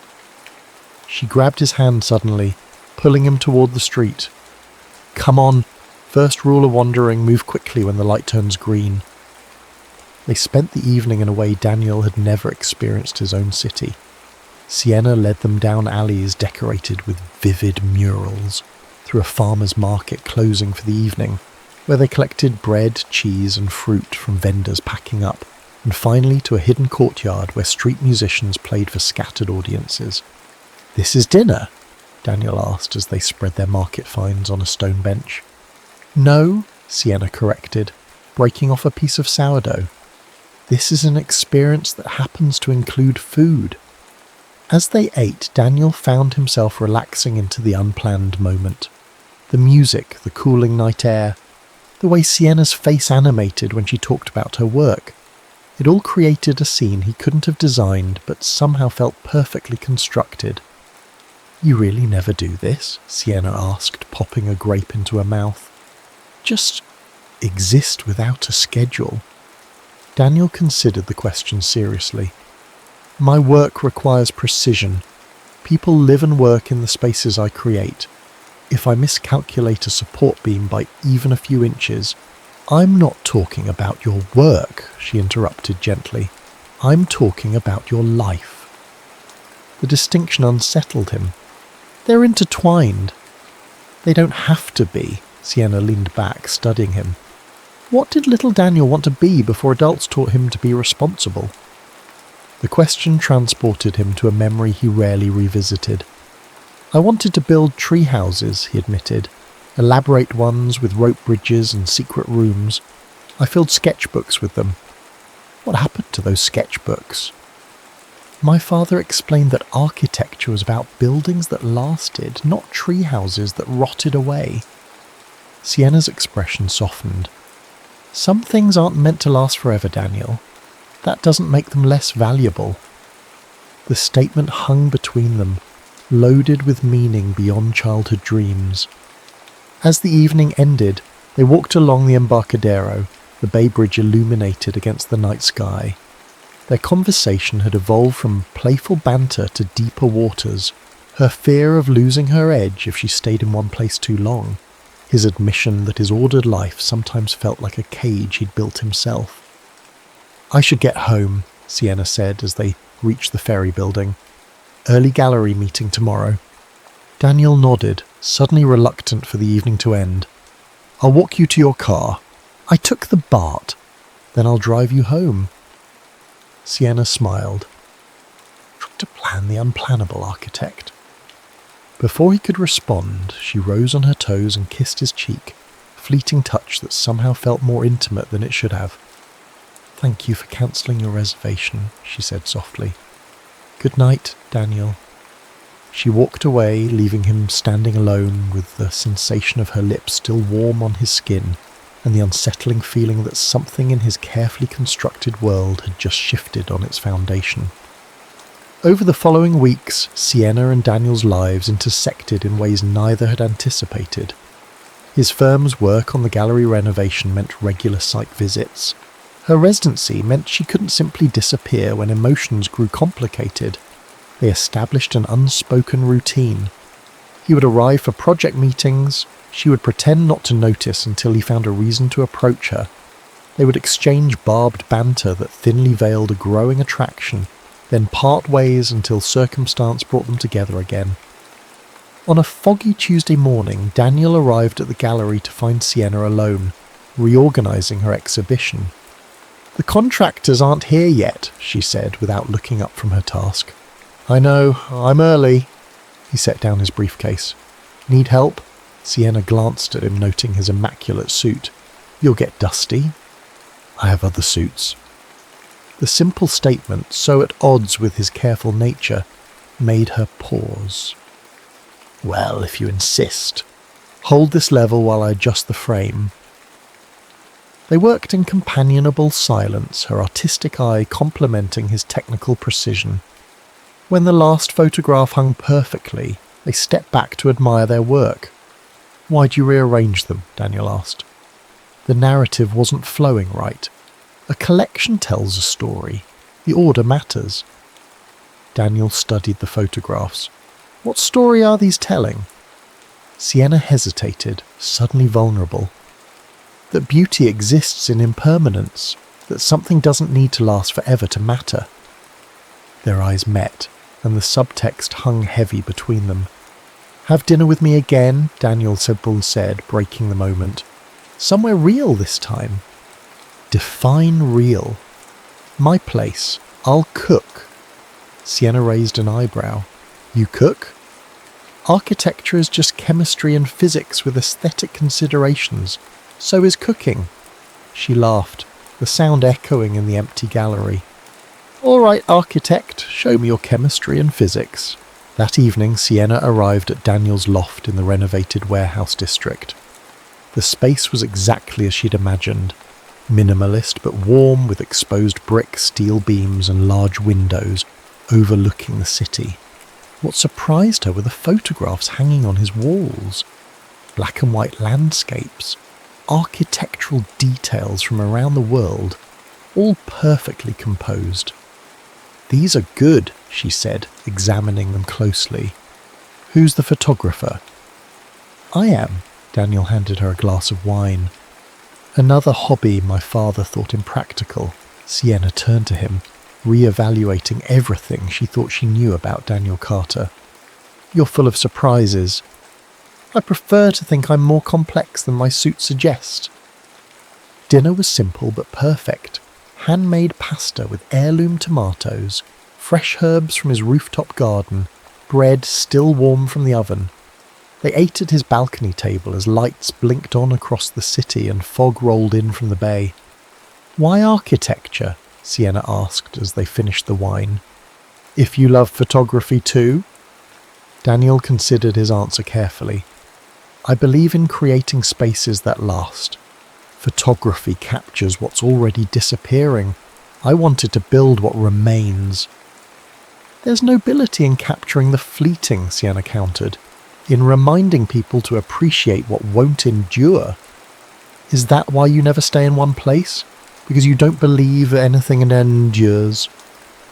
The question hit a nerve Sienna hadn't known was exposed. "I stay in motion because that's where I find truth." The moment you settle, you start building illusions of permanence. And what's wrong with permanence? Daniel's voice remained gentle despite the challenge in his words. Nothing, if it's honest. But most permanence is a comforting lie we tell ourselves. Daniel set down his glass. Is that what you think I'm doing? Lying to myself? I think you've built a life around the idea that control equals safety. That if you design everything perfectly, nothing can hurt you. His expression tightened. And you're different? Always ready to leave before anything gets too real? The accuracy of his observation stung. Sienna stood, suddenly needing space. Maybe this was a mistake. The dinner or the conversation? Both. Neither. She ran a hand through her hair in frustration. I don't know how to do this, Daniel. Do what? This.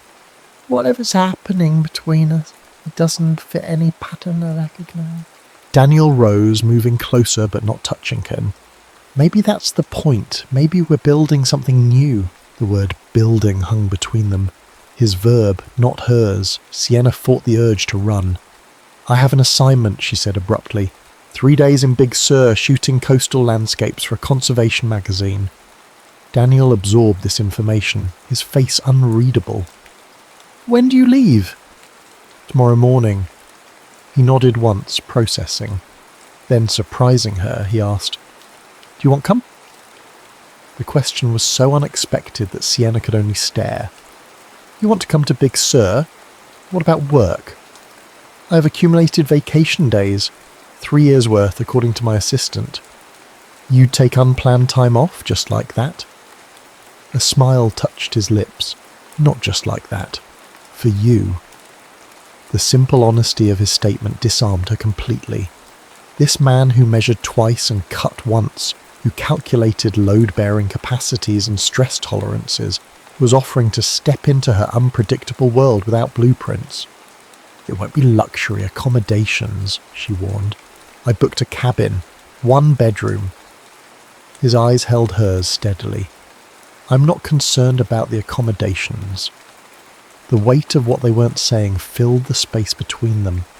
Sienna took a deep breath. Pack light. We leave at dawn. The drive down the coast the next morning was a study in contrasts. Sienna drove with the windows down, music loud, changing stations whenever a song bored her. Daniel sat beside her, jacket folded neatly on the back seat, gradually surrendering to the chaos of her road trip style. The cabin perched on a cliff overlooking the Pacific was rustic but charming, all weathered wood and panoramic views. While Sienna immediately unpacked her camera equipment, Daniel explored the space, his architect's eye noting the clever use of natural light, the way the structure seemed to grow from the landscape rather than impose upon it. It's beautiful, he admitted, joining her on the deck where she was already photographing the sunset, though the support beams in the main room show concerning wear. Sienna lowered her camera to look at him. Always the architect. Some habits are hard to break. And some shouldn't be broken, she conceded.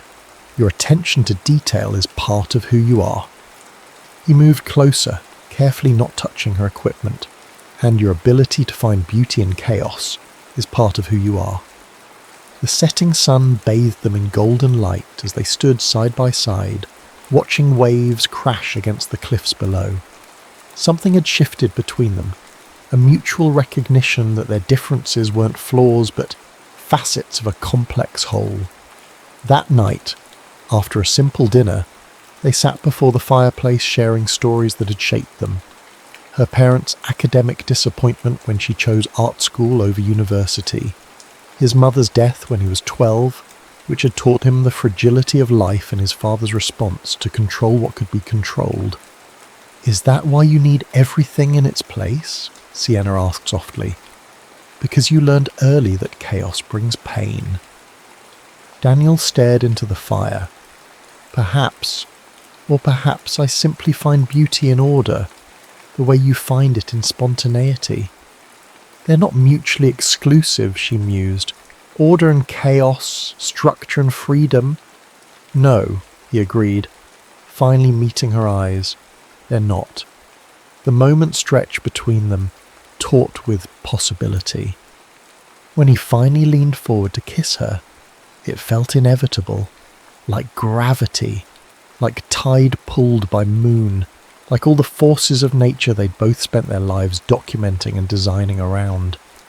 Later, as moonlight filtered through the cabin windows, Sienna traced the line of Daniel's shoulder with her fingertip. "What are we doing?" she whispered. He caught her hand, bringing it to his lips. "I don't know, but I'm not sorry." "Neither am I." She nestled closer. "But I leave for Tokyo in 3 months. The Iwata Gallery wants an exhibition." Daniel was quiet for a long moment. 3 months is a lifetime in the right company. The statement was so unlike him, so unburdened by plans and calculations, that Sienna felt something crack open inside her chest. "Who are you, Daniel Carter?" He smiled in the darkness, someone who's learning that foundations can be strong without being rigid. The following weeks unfolded like a dream sequence. Daniel's ordered world blending with Sienna's spontaneity to create something neither had experienced before. She taught him to shoot in manual mode with her spare camera. He showed her structural sketches of buildings that had never been built. They spent weekends exploring hidden corners of Northern California and weeknights at gallery events or quiet dinners in his loft. For the first time in her adult life, Sienna found herself thinking of a place as home, not because of its geography, but because of the person who waited for her there. And Daniel, who had measured his life in completed projects and 5-year plans, discovered the exhilaration of unplanned days that somehow never felt wasted. But as autumn deepened toward winter, reality began its inevitable intrusion. "The Tokyo exhibition is confirmed for February," Sienna told him one evening, as they sat on his rooftop garden. 3 months, starting with the installation in January. Daniel continued watering his herbs, face carefully neutral. 3 months is manageable. I have a conference in Osaka in March. We could meet there." The practical response should have comforted her. Instead, it raised a question Sienna had been avoiding. What happened when the conference ended, when the exhibition closed? Were they planning a life of airport reunions and video calls across time zones? "Daniel," she waited until he looked at her. "What are we doing?" He set down the watering can. "Building something day by day. But what happens when the building is complete?" A shadow crossed his face. "Is that how you see us, with an expiration date?" "Everything has an expiration date. That's reality." "That's fear talking," Daniel countered, his voice gentle but firm. "Not reality." Sienna stood, suddenly restless. "My career requires mobility. Yours requires stability. Those aren't compatible long term." "They could be with compromise." The word hung between them, loaded with implications neither was ready to articulate. Before they could continue, Daniel's phone rang, his assistant calling about an emergency at a project site. The conversation was postponed, but the questions remained, settling into the spaces between them like dust on unused furniture. 2 days later, as Sienna was reviewing prints for her Tokyo exhibition, her gallery liaison approached with an envelope. "Special delivery," the woman said, handing it to Sienna, "from Emerson Wade." Sienna's hands froze on the envelope. Emerson Wade was the editor of Geographic Eye, the world's most prestigious documentary photography magazine. She opened it with trembling fingers. Inside was a letter offering her a position as their global features photographer, a dream assignment that would take her to conflict zones, environmental crisis points, and cultural revolutions around the world.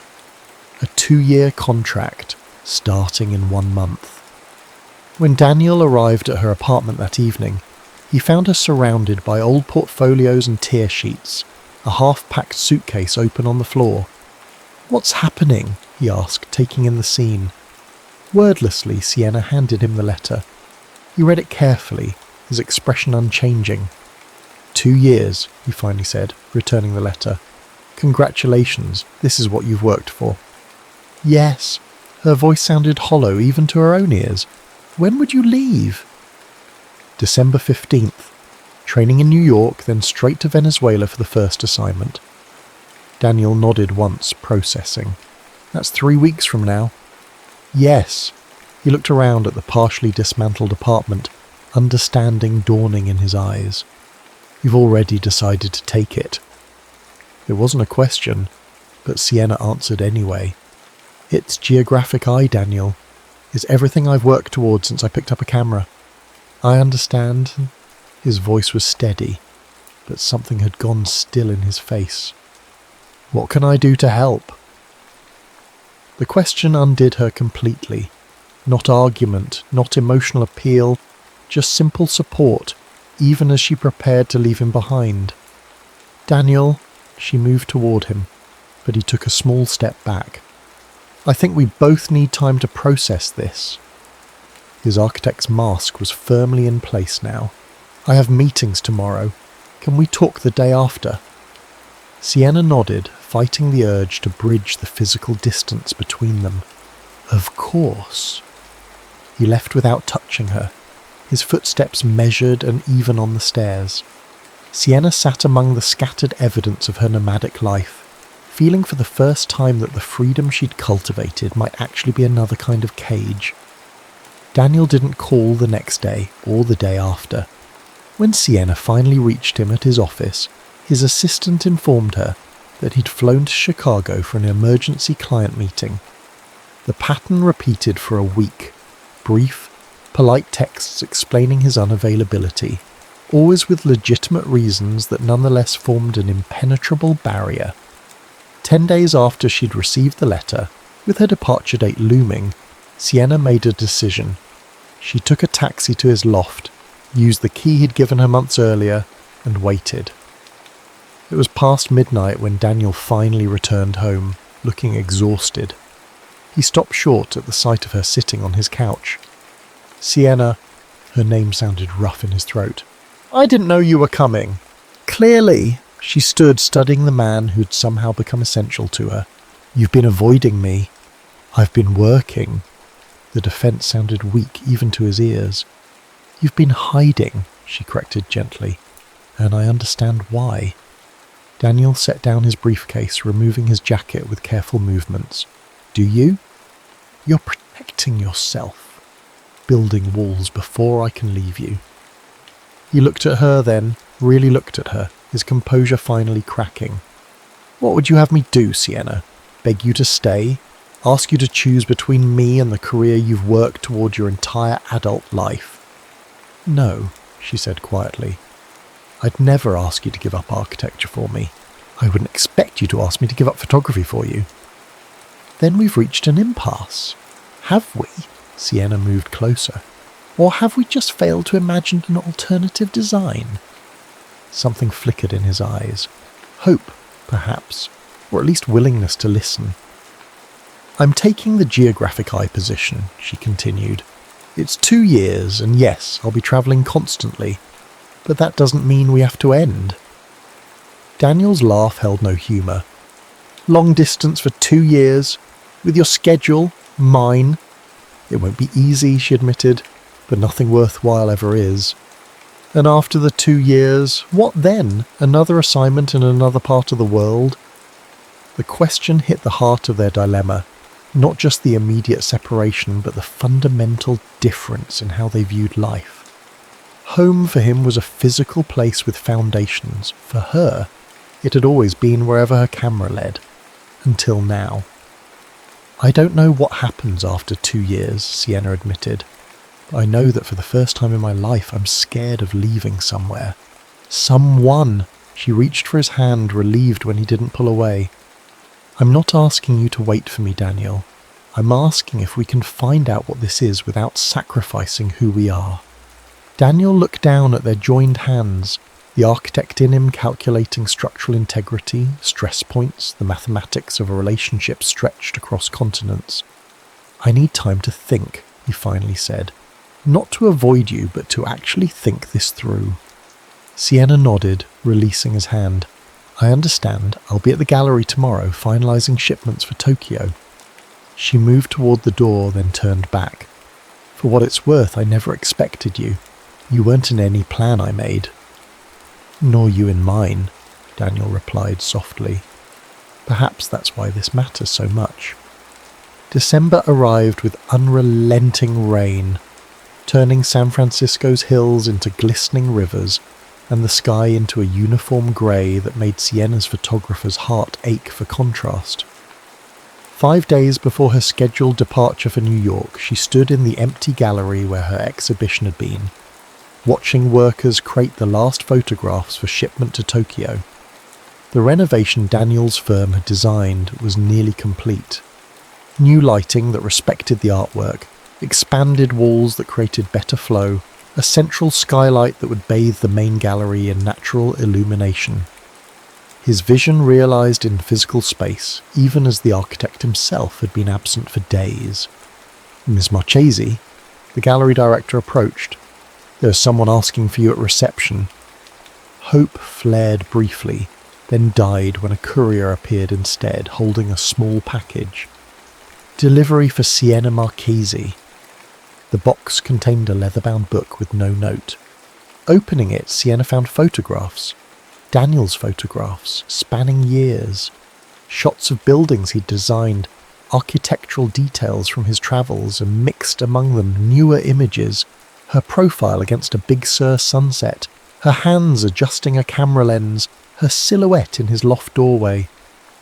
The final page held a single image, the candid shot she'd taken of him in the vineyard during golden hour, their very first meeting. Beneath it, in architect's precise handwriting, the Napa Valley Vineyard, 7:15 p.m, September 12th. The moment my foundation shifted. With trembling fingers, Sienna turned to the book's last page, where she found not a photograph but a detailed architectural drawing, a treehouse elaborate enough for adults, with rope bridges and secret rooms perched in ancient redwoods. In the corner, GPS coordinates she recognised. Big Sur. Her phone rang. Daniel's name appeared on the screen.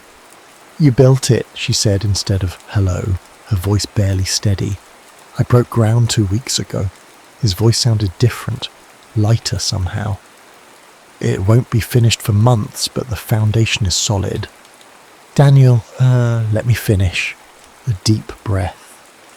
I've taken a sabbatical from the firm, 1 year, possibly 2. I'll oversee current projects remotely, consult on new ones as needed. Sienna sank onto a nearby bench, mind racing. What are you saying? I'm saying I've arranged my life to be more portable. I'll never be as free as you, but I don't need to be anchored to one city anymore. Technology makes it possible to design from anywhere. And the treehouse? A compromise. Something permanent but inherently connected to nature. Somewhere we could return to between your assignments. Tears blurred her vision. You hate travel. You hate unpredictability. I don't hate it, he corrected gently. I just never saw its value until you. I'm not suggesting I follow you everywhere. You need your space, your freedom. But maybe we meet in the middle. 2 weeks in Venezuela, then a month in Big Sur. 3 weeks in Ukraine, then time together in Paris. The proposal was so unexpected, so unlike the rigid man she'd met in the vineyard, that Sienna couldn't immediately respond. Where are you? She finally managed. Look up. Sienna raised her eyes to the gallery's entrance. Daniel stood in the doorway, phone still at his ear, watching her with an expression of such vulnerable hope that it stole her breath. I can't ask you to change your entire life for me, she said, both into the phone and to the man now walking toward her. You didn't ask, I offered. He stopped a few feet away, lowering his phone. I've spent my life building structures that will outlast me, believing that was the only kind of permanence that mattered. You showed me there's permanence in fleeting moments too, if they're captured properly. He closed the distance between them, taking her hands. I don't want to be the reason you stay, Sienna. I want to be the reason you always have somewhere to return to. And if it doesn't work, she whispered, if the distance is too much, then we'll have tried something extraordinary. His thumbs traced circles on her palms. I'm an architect. I understand that sometimes the most beautiful structures require the biggest risks. Sienna looked into the eyes of this man who had reconstructed his entire worldview to accommodate her within it, and felt something settle in her chest. Not the weight of commitment, but the lightness of possibility. When do we start? She asked. His smile was like the first time she'd photographed him, illuminated by golden light, revealing the person behind the careful facade. We already have. 3 months later, Sienna stood in a downpour outside a small cafe in Caracas, photographing children dancing in puddles after 6 weeks of drought. Her satellite phone buzzed with a message, a photograph of the treehouse now with walls and windows surrounded by towering redwoods. The caption read, "Home takes shape, as do I." She sent back an image she'd captured that morning, dawn breaking over the mountains, the first rays of sun turning raindrops into suspended gold. Beauty in transition, like us. That night, as she uploaded her day's work, Sienna opened the leather portfolio Daniel had given her. Behind the photographs, she found a sheet of his precise architectural graph paper where he'd written, "Conventional wisdom says a building cannot be both rooted and mobile, both structured and free. Conventional wisdom has not met us. We are building something unprecedented, a love that neither constrains nor abandons. You chase light across continents. I create spaces that hold it. Together, we've designed something that honours both. See you in the golden hour." Sienna touched the words, feeling the indentations his pen had made on the paper. Then she reached for her camera and photographed the note in the warm light of her temporary home, capturing the moment when she finally understood that love wasn't about staying or leaving. It was about finding someone who made every place feel like exactly where you were meant to be. 6 different cities, 4 continents, and countless photographs later, Sienna returned to the Napa Valley vineyard where it had all begun. Daniel waited among the vines, just as he had that first evening, except now he welcomed her with the ease of someone who understood that her wandering always led back to him. As the sun dipped toward the horizon, bathing everything in amber light, he handed her a small wooden box crafted from the same redwood as their treehouse. "What's this?" she asked, turning it in her hands. "Open it and see." Inside lay a simple gold band, designed to nest against her camera equipment without snagging. "This isn't about keeping you in one place," Daniel said before she could speak. "It's about acknowledging that wherever we are, together or apart, we're building this connection that defies conventional architecture." Sienna looked from the ring to the man offering it, this person who had learned to find beauty in impermanence just as she had learned to value foundations. "Ask me," she whispered. Daniel took the ring, his architect's hand steady, even as his voice wavered. "Sienna Marchesi, will you marry me, not to change who we are, but to celebrate what we've become together?" She nodded, words momentarily beyond her. As he slipped the ring onto her finger, the golden hour light caught the metal, sending prisms dancing across their skin. "Perfect timing," she finally said. Daniel smiled, understanding completely. "I've learned from the best." Later, as they walked through the vineyard where they'd first met, Sienna raised her camera to capture his profile against the sunset. The structured man who had learned to embrace uncertainty, the architect who had redesigned his life to include spontaneity alongside precision. What will we tell people when they ask how we make it work, she wondered, reviewing the image on her screen. Daniel considered the question with his characteristic thoughtfulness. That love isn't about choosing between roots and wings. It's about finding someone who gives you both.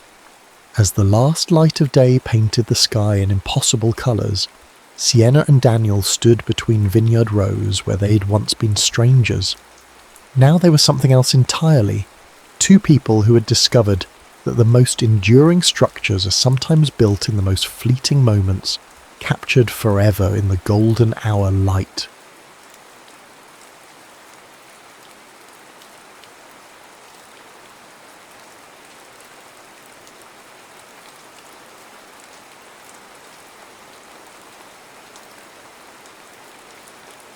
Maya Castillo's heels clicked against the polished marble of Wexler and Associates' lobby, the sound echoing in the empty space. It was nearly midnight, but the weight of expectation kept her tethered to her desk long after her colleagues had gone home. 36 hours until the Donovan presentation, her chance to prove she deserved the associate partnership that had eluded attorneys twice her age. The fluorescent lights flickered overhead as she gathered her files, her reflection fragmented in the glass walls surrounding her. At 27, she had sacrificed everything for this career. Relationships, sleep, even the small pleasures that made life bearable. But it would be worth it. It had to be. Her gaslight blinked angrily as she merged onto the freeway. A detour sign redirected her through an unfamiliar part of East Los Angeles, streets she normally avoided. Maya gripped the steering wheel tighter, anxiety crawling up her spine as she pulled into the only gas station for miles. The place was a relic from another era. Neon signs buzzing with electrical imperfections, concrete stained with decades of motor oil. As she stepped out of her pristine BMW, Maya felt immediately out of place in her tailored suit and $100 blouse. "You lost?" The voice came from behind her. Maya turned to find a man leaning against a matte black Dodge Challenger, arms crossed over his chest. He wore faded jeans and a white t-shirt that did little to conceal the intricate tattoos winding up his forearms. His dark hair was pulled back in a messy knot, and there was a smudge of grease across his jawline. "I'm perfectly fine, thank you," she replied curtly, turning back to the pump. "Your gas cap is on the other side," he said, amusement lacing his voice. Maya closed her eyes, exhaling slowly before pulling back into her car and repositioning it. When she stepped out again, the man was still watching her, the ghost of a smile playing on his lips. "Rough day?" he asked. "Rough life," she muttered, immediately regretting the uncharacteristic honesty. "I'm Ronan," he offered, extending a hand that bore the calluses and tiny scars of someone who worked with machinery. "Maya," she replied, briefly taking his hand, surprised by the warmth that travelled up her arm at the contact. The relative quiet was suddenly shattered by the arrival of 3 heavily modified cars, their engines reverberating through the night air. The drivers, 2 men and a woman, nodded at Ronan with a familiarity that spoke of shared history. "Tonight's the night, Hayes," called one of them, a lanky man with a sleeve of neon-coloured tattoos. "King's putting up 10 grand, you in or you scared?" Maya watched as something shifted in Ronan's expression, a flash of intensity that transformed his casual demeanour into something electric. "Wouldn't miss it," Ronan replied, his voice carrying an undercurrent of tension. He turned to Maya. "You ever see a real street race?"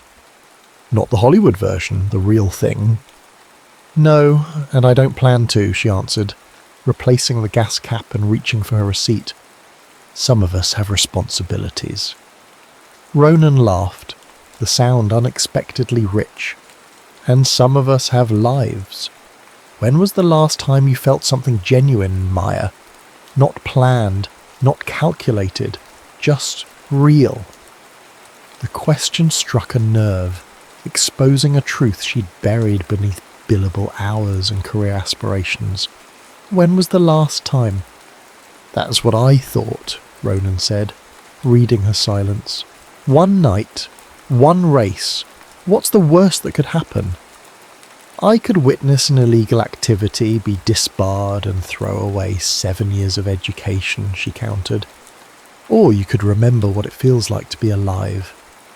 His eyes, a startling shade of green that reminded her of summer storms, held hers. Sometimes the biggest risk is playing it safe your whole life. Maya should have walked away, should have gotten into her car and driven back to her sterile apartment with its untouched furniture and empty refrigerator, should have reviewed her notes for tomorrow's deposition and fallen asleep to the sound of legal podcasts. Instead, she heard herself say, "If you get arrested, I'm not representing you." Ronan's smile widened, revealing a chipped front tooth that somehow added to rather than detracted from his appeal. Noted counsellor. And just like that, Maya Castillo, who had never so much as jaywalked, found herself climbing into the passenger seat of a stranger's car, the smell of leather and motor oil filling her lungs as they pulled away from the safety of the gas station's fluorescent lights and into the neon-drenched unknown. The interior of Ronan's Challenger was surprisingly immaculate, a stark contrast to his dishevelled appearance. Every gauge and button gleamed with meticulous care, and the engine purred with a disciplined power that spoke of hundreds of hours of tuning and refinement. "You're surprised," Ronan observed, navigating through streets that grew increasingly narrow and industrial. "That your car isn't a rolling trash can." "A little," Maya admitted. "You can tell a lot about a person by how they treat their machine," he said, downshifting with practiced ease as they approached a red light. "It's the one thing in life you can completely control, every response, every movement, every outcome." Maya glanced at him, surprised by the philosophy. "Sounds a lot like the law." Ronan's laugh was short. "Except the law isn't honest. Cars are. They don't care who you are or where you come from. They respond to respect and attention to detail. Nothing more, nothing less." They pulled into what appeared to be an abandoned warehouse district. Despite the dilapidated exteriors, the place was alive with activity. Dozens of cars lined up, their polished bodies reflecting the improvised lights strung between buildings. People milled about, a diverse crowd united by an electric anticipation that hung in the air like static. "Welcome to the real Los Angeles," Ronan said, parking alongside vehicles that collectively represented millions in modifications and engineering. As they stepped out, Maya felt immediately conspicuous in her business attire. Eyes turned toward her, curious and calculating. A woman with silver hair and full-sleeve tattoos approached, eyeing Maya with undisguised suspicion. "You bringing cops now, Hayes?" she asked, her tone casual but her eyes sharp. "She's with me, Vex," Ronan replied, his hand finding the small of Maya's back in a gesture that was both protective and possessive. "Maya, this is Vex, best fabricator in the city, and the only person I'd trust to build a roll cage." "Charmed," Maya managed, extending a hand that Vex reluctantly shook. "A lawyer, huh?" Vex said, glancing at Ronan with raised eyebrows. "Living dangerously, Romeo." Before Maya could ask how Vex knew her profession, a tall man with close-cropped hair and an air of dangerous authority approached. The crowd parted for him, conversations dimming to whispers. "That's Axel King," Ronan murmured. "Local legend and complete psychopath. He's why we're here tonight." King stopped before them, his gaze dismissing Maya entirely as he focused on Ronan. "Hayes, didn't think you'd show after what happened in Long Beach." "Wouldn't miss it," Ronan replied, his casual tone belied by the tension in his shoulders. 10 grand, quarter mile, no restrictions," King said, "unless you're not up for it." "I'm up for it," Ronan replied evenly. "Let's make it interesting. If I win, you forgive Decker's debt." King's eyes narrowed. "And if I win?" "You get the Challenger. Title and keys, no questions asked." Maya stiffened beside him. The car wasn't just transportation. It was clearly Ronan's livelihood, his passion. Betting it was like an artist wagering their hands. "Deal," King said with a predatory smile. 10 minutes. As he walked away, Maya turned to Ronan. "Are you insane? That car is your—" "It's just a car," Ronan interrupted, though the tightness around his eyes suggested otherwise. "Decker's my friend, and King will destroy him over a $5,000 loan. Some things matter more than metal and engines." Before Maya could respond, they were swept into the preparations for the race. Ronan handed her his phone and wallet, their fingers brushing in a contact that sent an inexplicable current through her. "For safekeeping," he explained, his voice softer than before, "in case things go sideways." "That's not reassuring," Maya replied, clutching the items as the implications of what was about to happen settled over her. This wasn't just illegal, it was dangerous. People died in these races. The cars lined up, Ronan's Challenger against King's modified Nissan GT-R, a vehicle that looked more weapon than transportation. Drivers took their positions, engines growling like caged predators. The crowd formed a corridor, and at the centre stood a woman with a flare in each hand. "If the cops show, run for the east exit," Vex instructed Maya, materialising beside her. "And stay close to me. Some of these people would love to get their hands on a pretty lawyer like you." The flares ignited, casting the woman's face in an eerie red glow. She raised her arms, and the engines roared in response, drowning out all other sound. Maya's heart hammered against her ribs as the flares dropped, and the cars launched forward with such violence that her breath caught in her throat. What followed was a blur of sound and light, screaming engines, squealing tyres, the flash of headlights as the vehicles reached impossible speeds down the improvised track. The crowd surged forward, following the race to its conclusion, carrying Maya along like a leaf in a current. By the time she pushed through to the finish line, it was over. Ronan stood beside his car, face flushed with victory, as King slammed his door in undisguised fury. The crowd erupted, money changing hands as bets were settled. "You did it," Maya breathed as she reached him, surprised by the relief flooding through her. "Did you doubt me, counsellor?" Ronan asked, his smile genuine for the first time that night.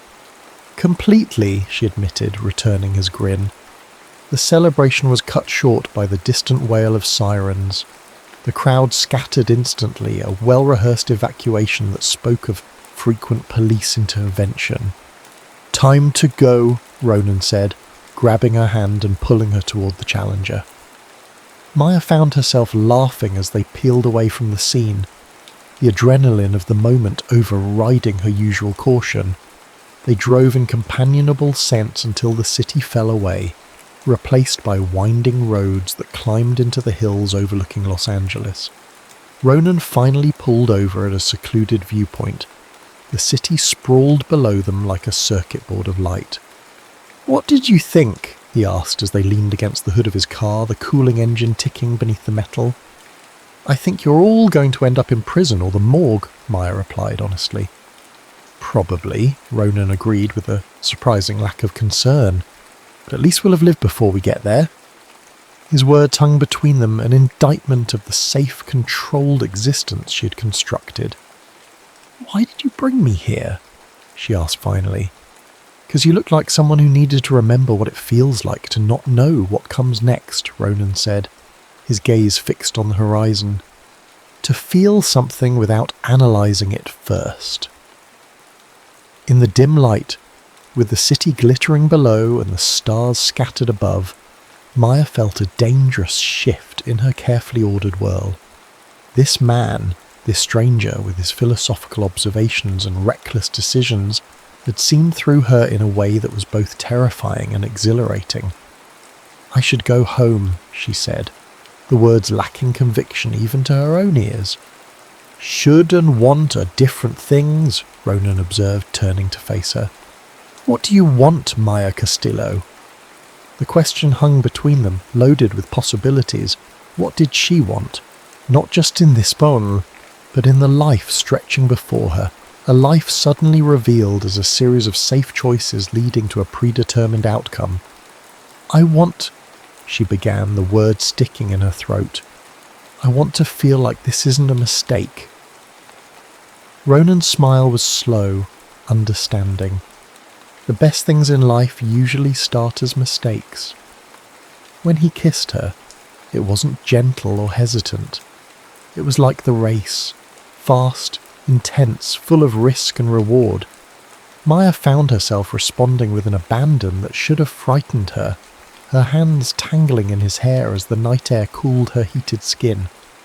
Later, as he drove her back to her car, reality began to reassert itself. This had been an aberration, a momentary escape from the pressures of her real life. Nothing more. This was, she started as they pulled up beside her BMW. A moment, Ronan finished for her, no trace of resentment in his voice. A night you needed, but nothing more.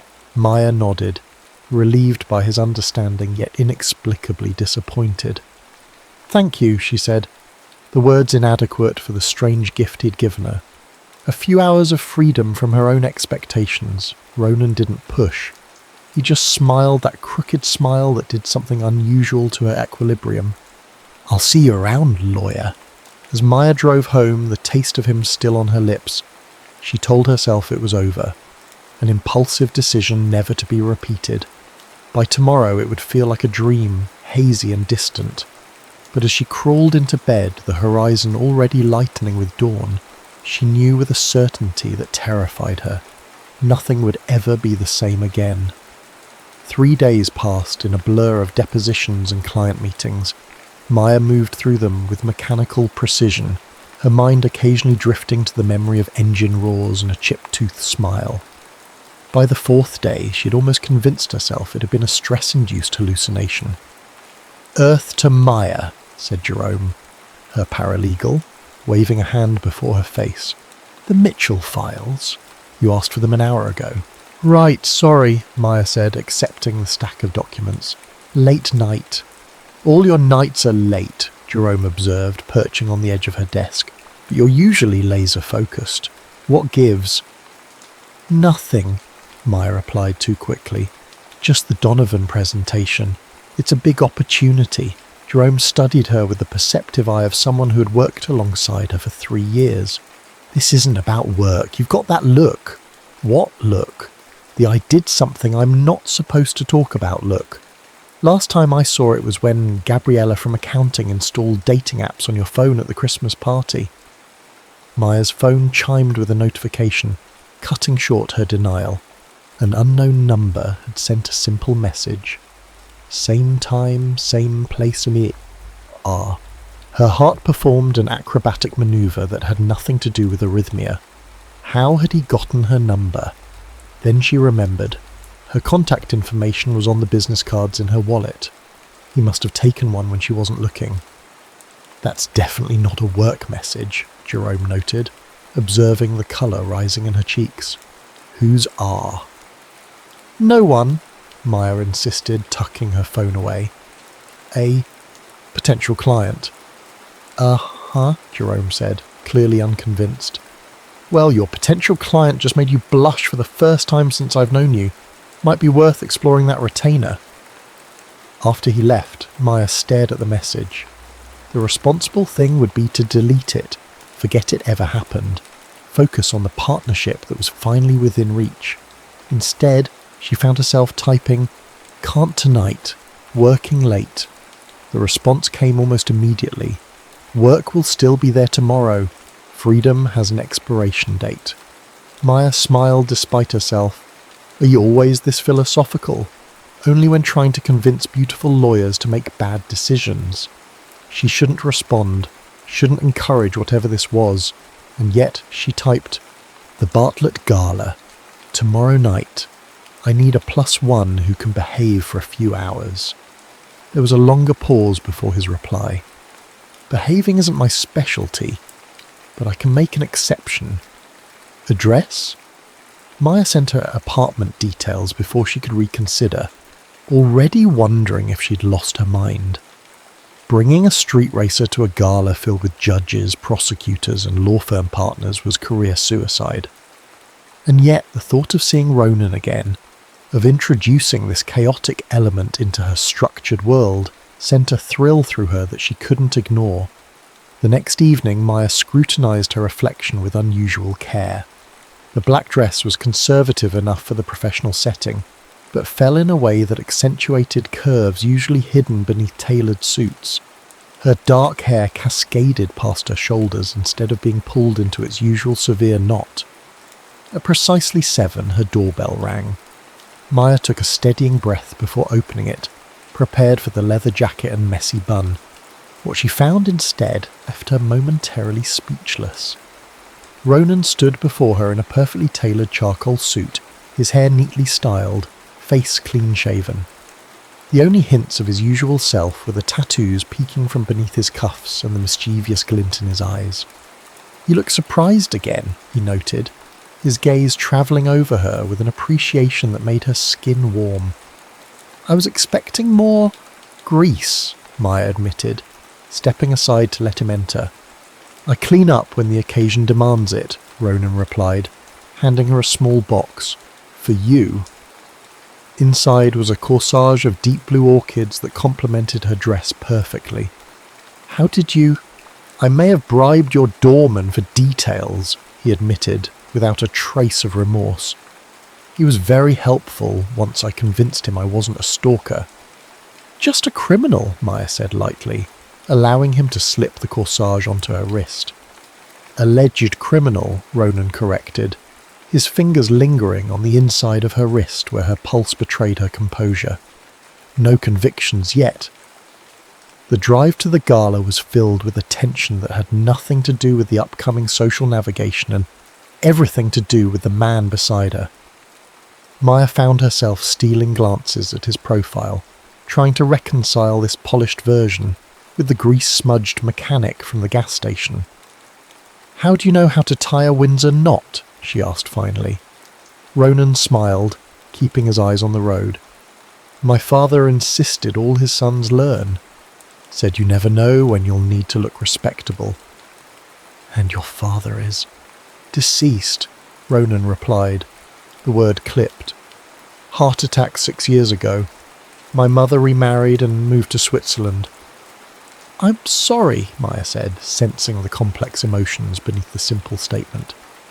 "Don't be. We weren't close," Ronan said, his tone lightening as they pulled up to the hotel. "So, what's my cover story? Ex-convict turned paralegal? Professional escort, long-lost cousin twice removed." "How about we stick as close to the truth as possible?" Maya suggested. "You're a mechanical engineer I met recently." "Boring but plausible," Ronan agreed as the valet opened her door.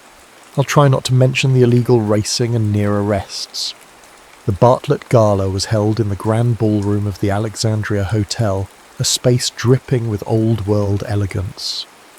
Crystal chandeliers cast prismatic light over marble floors, and the state's legal elite mingled in expensive formal wear, their laughter carrying the practiced cadence of people accustomed to performative social interactions. "Impressive crowd," Ronan murmured, as they accepted champagne flutes from a passing waiter. "So these are the people who decide who goes to prison." "Some of them," Maya confirmed, already scanning the room for her colleagues. "Others just make obscene amounts of money interpreting laws written by people who don't understand them." "And that's your aspiration?" Ronan asked, genuine curiosity in his voice. Before Maya could respond, a hand clasped her shoulder. "Maya Castillo," boomed the voice of Judge Raymond Holbrook, a man known for his harsh sentences and harsher opinions. "Your opening statement in the Westlake case was magnificent. Had Prosecutor Simmons sweating through his shirt." "Thank you, Your Honour," Maya replied with practised humility. "This is my friend Ronan Hayes." The judge extended a hand which Ronan shook with perfect poise. "Hayes?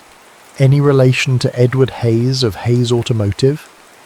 Maya glanced sharply at Ronan, whose expression revealed nothing beyond polite interest. "My grandfather, sir." "Fantastic man," the judge continued. "Revolutionized American muscle cars in the 70s. Your father must be Christopher then. Shame about his passing. Brilliant engineer." "You knew my father?" Ronan asked, his casual tone belied by the tension in his shoulders. "Served on several charitable boards with him," the judge confirmed. Your family's contributions to the children's hospital wing were most generous. Are you following in the family tradition?" "In my own way," Ronan replied diplomatically. As the judge moved on to greet other guests, Maya turned to Ronan with wide eyes. "Hayes Automotive, the luxury car empire? That Hayes?" Ronan took a long sip of his champagne. "It's not something I advertise." "So all that talk about not having advantages was true," Ronan interrupted, his voice low but intense. "I walked away from that life. Haven't taken a dime from the family trust since I was 22. "Why?" Maya asked, genuinely confused. The Hayes fortune was estimated in the billions, their custom vehicles the choice of celebrities and royal families worldwide. "Because it came with conditions I couldn't live with," Ronan replied, his gaze sweeping the room. "A predetermined path, expectations, board meetings, and shareholder concerns. Sound familiar?" The parallel to her own life wasn't lost on Maya. Before she could respond, her boss materialized beside them, his smile not reaching his eyes. "Maya, a word." Gregory Wexler didn't wait for a response before steering her away from Ronan, his grip on her elbow just shy of painful. "What are you thinking bringing him here?" "He's a family friend," Maya lied smoothly. "Is there a problem?" "The problem is that you're up for the Donovan case. A senator campaigning on a platform that includes cracking down on illegal street racing," Wexler hissed. "And you're parading around with Ronan Hayes, who's been arrested 3 times for exactly that. Do you think the legal community doesn't gossip?" Maya's stomach dropped. "You've done research on him?" "The moment I saw him with you," Wexler confirmed. "His family may have influence, but he's a liability. End this, whatever it is, or you can forget about the partnership." As Wexler strode away, Maya felt as though the floor had tilted beneath her. Everything she'd worked for was suddenly at risk, and for what? A man she barely knew, whose world was the antithesis of everything she had built her life around. Maya turned to find Ronan watching her, understanding in his eyes. Without a word, he offered his arm, leading her through the crowd and onto the terrace where the cool night air offered temporary reprieve from the suffocating atmosphere inside. "Your boss seems charming," Ronan said dryly, loosening his tie. "He says I should stay away from you," Maya replied, deciding honesty was the simplest approach. "Smart man," Ronan agreed unexpectedly. "I'm definitely bad for your career trajectory." "Is that all you have to say?"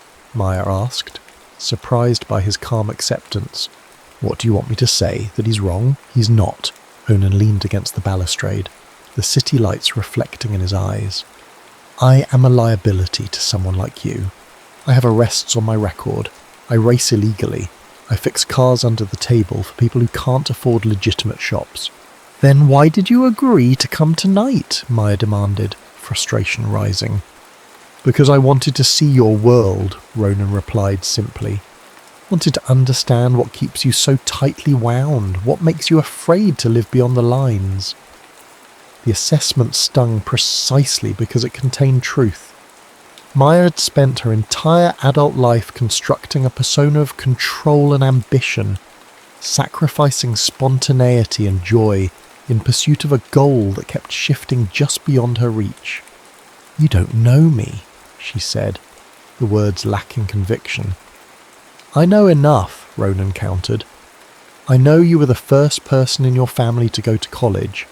I know you worked through law school and graduated with honours despite holding down 2 jobs. I know you haven't taken a vacation in 3 years because you're afraid someone will take your place while you're gone." Maya stared at him. "How could you possibly—" "I have a cousin who works in admissions at UCLA Law," Ronan explained with a shrug. "And Google exists. You're not the only one who can do research." "So we've been investigating each other," Maya said, unsure whether to be flattered or disturbed. "I was curious about the woman who got into my car despite every instinct telling her not to," Ronan admitted. "The woman who looked at street racing and saw something beyond criminals and chaos. What did I see? Maya asked, genuinely curious about his perception. Freedom, Ronan said simply. The thing you want most and fear most at the same time. The words settled over her with the weight of undeniable truth. For a long moment they stood in silence, the sounds of the gala muted behind them. I should go back inside, Maya said finally, though everything in her wanted to stay in this moment, suspended between worlds. Ronan suggested, a familiar mischief returning to his expression, you could come with me. Where? To see how the other half lives, he replied, extending his hand. No races this time, something different. Maya knew what the responsible choice was. She should rejoin the gala, network with the partners, secure her position. She should nod politely to Ronan and walk away, back to the life she had carefully constructed. Instead, she placed her hand in his, the simple action feeling like the most reckless thing she'd ever done. Lead the way, she said, and followed him into the night. Days turned into weeks, and what had begun as a curiosity transformed into something neither of them had anticipated. Maya found herself living a double life, meticulous lawyer by day, adventurous companion by night. Ronan introduced her to a Los Angeles she'd never known existed. Underground art shows in abandoned warehouses, midnight motorcycle rides along the coast, impromptu gatherings of mechanics and racers where the conversation flowed as freely as the beer. In return, Maya opened his eyes to her world, the intricate dance of legal strategy, the satisfaction of constructing an airtight argument, the rush of victory in a courtroom battle. It's not so different from racing, she explained one night as they sat on the hood of his car overlooking the city. It's all about anticipating your opponent's next move, finding the gap in their defense, pushing the limits of what's possible within the rules. Except there are actual rules, Ronan pointed out, his thumb tracing circles on the inside of her wrist. Rules can be reinterpreted, Maya replied with a sly smile. That's what makes it interesting. Their relationship existed in stolen moments, late-night drives, early morning breakfasts in diners where no one would recognize either of them, weekends spent in the garage where Ronan worked, Maya perched on a stool with legal briefs spread before her while he transformed machines from broken to beautiful. Hand me the 10 Mao, Ronan requested one Saturday, his voice muffled from beneath a vintage Mustang. Maya selected the correct socket wrench from the organised tray, no longer needing to ask which was which. After weeks of observing him work, she had absorbed the basics of automotive repair through a combination of curiosity and her natural aptitude for detailed information. You're getting good at this, Ronan observed as he emerged, a streak of oil across his forehead. I have an excellent teacher, Maya replied, wiping away the smudge with her thumb, though I'm not sure amateur mechanic will look impressive on my resume. Depends on the job you're applying for, Ronan said, pulling her against him, despite her token protests about his dirty clothes. When he kissed her, Maya still felt the same electric current that had shocked her that first night, a sensation that hadn't diminished with familiarity, but had instead deepened into something more profound and more terrifying. I need to get back, she murmured against his lips. The Donovan brief is due Monday. Ronan released her with a reluctant sigh. The Donovan case, still fighting the good fight against dangerous street racers like me. It was a point of tension between them. The fact that Maya's biggest career opportunity involved working with a senator whose pet project was eliminating the very subculture that had given Ronan purpose and community. It's just a case, Maya insisted, though they both knew it was more than that. It was the culmination of years of sacrifice, the validation she had sought since entering law school. Keep telling yourself that, Ronan said, turning back to the Mustang. One day, you might believe it. They parted with the unspoken understanding that hung between them like an approaching storm. This couldn't last. Their worlds, briefly intertwined, were pulling them in opposite directions, The crisis came sooner than either expected. 3 days later, Maya sat in Wexler's office, fighting to maintain her professional composure as he delivered the news. "Senator Donovan was impressed with your preliminary strategy," Wexler said, sliding a folder across his desk. "He wants to take it a step further. Not just legislation, but actual prosecutions, high-profile cases to set precedents." Maya opened the folder to find surveillance photos, police reports, and a list of names. Her blood froze when she saw Ronan's among them, along with several people she'd met through him. Vex, Decker, others who had cautiously accepted her into their circle. "We have informants who've provided details on upcoming races," Wexler continued, oblivious to her distress. "The senator wants coordinated raids, arrests that will make the evening news. Show the public he's serious about cleaning up the streets." "These are just kids mostly," Maya heard herself say. "Working class people blowing off steam. There are actual criminals out there." "These are actual criminals," Wexler interrupted, his expression hardening. "People die in these races, Maya. Innocent bystanders. This isn't victimless." She couldn't argue with that. She'd seen the risks firsthand, had felt the adrenaline rush that came from pushing machines and bodies to their limits, had witnessed the allure that drew people back again and again, despite the dangers. "The raids happen this weekend," Wexler said, closing the subject. "I expect you'll be there to observe, take notes for the cases you'll be building." Maya nodded mechanically, her mind racing faster than any car she'd seen. The moment she left the office, she pulled out her phone, typing a warning to Ronan. Her finger hovered over send, ethics warring with emotion. Sending this message would be a direct violation of her professional obligations, potentially ending her legal career before it truly began. Before she could decide, a text from Ronan appeared. "Big race tonight. King's final offer.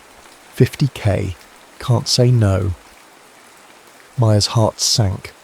The location listed in the raid documents was the same industrial district where she'd first watched Ronan race. King would be there, the primary target on the senator's list. She tried calling, but the call went straight to voicemail. Ronan was already preparing, already committed to a race that could end with him in handcuffs, or worse. Maya made her decision. She deleted the warning message and instead typed, "Need to see you. Important. Where are you?" His response came an hour later. "Garage. Final tuning. Come by." The garage was a hive of activity when Maya arrived. Ronan's crew, a mix of professional mechanics and amateur enthusiasts, swarmed around the Challenger, making minute adjustments to a vehicle that had been transformed from merely exceptional to something approaching perfection. "Maya," Ronan greeted her with surprise, wiping his hands on a rag. "Didn't expect you till later. We're kind of in the middle of something." "I can see that," she replied, taking in the focused intensity of the preparations. "Can we talk privately?" Ronan led her to the small office at the back of the garage, closing the door on the mechanical symphony outside. "What's going on?" he asked, his expression shifting from focused to concerned as he took in her tense posture. "You can't race tonight," Maya said, the words tumbling out before she could frame them more diplomatically. Ronan's eyebrows rose. "That's not your decision to make." "There's going to be a raid," she said, lowering her voice despite the closed door. "Police, federal agents, news cameras, the works. Senator Donovan is making his big move, and you're all walking into a trap." Understanding dawned on Ronan's face, followed quickly by suspicion. "And you know this how?" Maya hesitated, the weight of her professional oath pressing against her conscience. "I can't tell you that." "Can't or won't," Ronan challenged, stepping closer. "You're working on the Donovan case, the case specifically targeting people like me, and now you're warning me about a raid that hasn't been publicly announced." "I'm trying to protect you," Maya insisted, "by betraying your client, breaking attorney-client privilege." Ronan shook his head. That's not you, Maya. You don't cross those lines. Things change, she said quietly. People change. Ronan studied her face, his expression softening. You're risking everything by telling me this. I know. Why? The question hung between them, demanding an answer Maya wasn't sure she was ready to give. Because somewhere between that first night at the gas station and now, the line between their worlds had blurred. Because the thought of him in handcuffs, or worse, in the path of a desperate racer trying to evade arrest, was unbearable. Because I care about what happens to you, she said finally. More than I should. Ronan ran a hand through his hair, conflict evident in his posture. I can't back out now. Not from this race. Why? What makes this one so important? Maya demanded, frustration rising. Because King has something I need, Ronan replied, his voice dropping to a near whisper. Something I've been working toward for 2 years. Money? Is that worth going to prison for? Not money, Ronan corrected. Proof. Documentation that he's been fixing races, threatening drivers, running a chop shop out of the East Side, the kind of evidence that would put him away for a long time. Maya stared at him. You're collecting evidence? Against King? I'm not just racing for the thrill, Maya, Ronan said, a shadow passing over his features. King killed my friend Marcus 2 years ago. Forced him off a canyon road during a race when Marcus refused to throw the competition. Made it look like an accident, but we all knew. Why didn't you go to the police? Maya asked, though she already knew the answer. With what? The word of illegal street racers? Ronan gave a bitter laugh. Besides, King has half the local precinct in his pocket. Small payments, looking the other way, the occasional tip about rival operations. The system you believe in so much. It failed us a long time ago. The revelation threw Maya's carefully constructed worldview into disarray. She had always seen the law as imperfect but fundamentally sound, a system that, for all its flaws, strived toward justice. Yet here was Ronan pursuing justice through means the law would condemn. So what's your plan, she asked. Win the race, get the evidence, then what? Give it to someone who can actually do something with it, Ronan replied. Someone with the integrity and position to make sure it doesn't disappear into a filing cabinet. The implication was clear. He had been planning to give it to her, had been watching her, evaluating her, from the moment they met. Is that why you approached me that night? Maya asked, the possibility sending a cold ripple through her. Was I just convenient? No, Ronan said firmly, reaching for her hand. That was coincidence, pure chance. But the more I got to know you, the more I realized you might be the answer I'd been looking for. Someone inside the system who still believes in what it's supposed to stand for. Maya withdrew her hand, a tangle of emotions too complex to unravel in the moment. You should have told me. Would you have believed me? Would you have even listened before you knew me? Ronan challenged. Or would you have dismissed me as just another criminal with a grudge? He was right, and they both knew it. The Maya of 3 months ago would have directed him to file a police report and walked away, secure in her belief that the system would handle it. I need to do this, Jay, Ronan continued. I need what King has, but I'll tell the others about the raid, get them to stay away, minimize the collateral damage. And what about you? Maya demanded. If you're caught, I won't be, Ronan said with a confidence that didn't reach his eyes. I'm pretty good at disappearing when I need to. The unspoken implication hung in the air. If he ran, she wouldn't see him again. This fragile connection they'd built would be severed, sacrificed to the divergent paths they'd chosen long before they met. Don't do this, Maya pleaded, one final attempt. Ronan's response was to brush his lips against hers, the gesture both tender and resigned. Some races you can't walk away from, he murmured against her mouth. no matter the cost. As Maya left the garage, the bright afternoon sun incongruous with the darkness gathering in her chest, she realized she had reached a crossroads of her own. Continue on the path she had mapped out for herself, secure the partnership, build the career, maintain the safety of the known, or risk everything for a man whose world challenged everything she thought she wanted. By the time night fell, she had made her decision. The industrial complex pulsed with energy, the atmosphere electric with anticipation. Unlike the chaotic gatherings Maya had witnessed before, this event had an organised precision that spoke of high stakes and serious money. Security patrolled the perimeter, and the crowd was smaller, more exclusive, serious players only. Maya moved through them with borrowed confidence, the leather jacket Vex had lent her serving as both disguise and armour. Her hair was pulled back in a tight braid, face partially obscured by the baseball cap pulled low over her eyes. It wouldn't stand up to close scrutiny, but in the shadowy environment, it was enough to avoid immediate recognition. She spotted Ronan near his car, surrounded by his crew. The Challenger gleamed beneath the improvised lights, a predator ready to pounce. Ronan himself was transformed. Gone was the philosophical mechanic, replaced by a focused competitor whose entire being seemed honed to a single purpose. Maya kept her distance, knowing her presence would only distract him. The raid was scheduled for midnight, giving her less than an hour to find a way to either stop this race or ensure Ronan wasn't caught in the inevitable chaos. "You're either very brave or very stupid," came a voice from behind her. Maya turned to find Vex, leaning against a stack of pallets, arms crossed over her chest.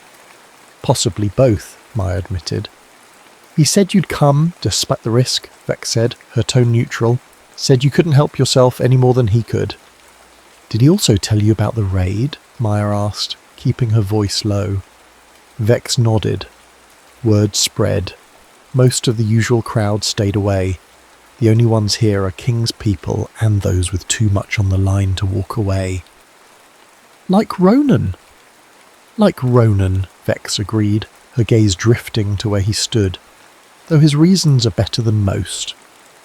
A commotion near the starting line caught their attention.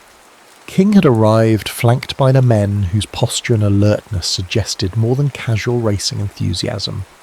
The crowd parted for him, a combination of respect and fear creating a path to where Ronan waited. "Haze," King's voice carried across the space, the single word laden with history and antagonism. "Last chance to back out." "Not a chance," Ronan replied, his tone deceptively casual. "Unless you're having second thoughts." King's laugh was cold. "About taking your car? Never. It'll look good in my collection." "If you win," Ronan countered. "I always win," King said, his confidence absolute. "One way or another." The implied threat hung in the air as they moved toward their respective vehicles. Maya felt a chill that had nothing to do with the night air. "He's going to try something," she murmured. "Always does," Vex confirmed grimly, but Ronan's ready for it. He's been preparing for this moment for 2 years. As the drivers took their positions, Maya checked her watch. 30 minutes until the raid. Not enough time for the race to conclude and everyone to disperse. The trap was perfectly timed. The race format was simple but brutal.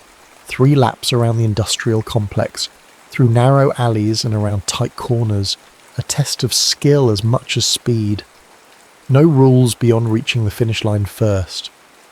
As the signal was given and the cars launched forward with a violent surge of power, Maya realised she had never actually seen Ronan drive at his full capability. What she witnessed now was a revelation, a preternatural connection between man and machine, reflexes that seemed to anticipate rather than react, decisions made at speeds that defied human limitations. For the first lap, the cars remained close, neither driver willing to show their full hand too early.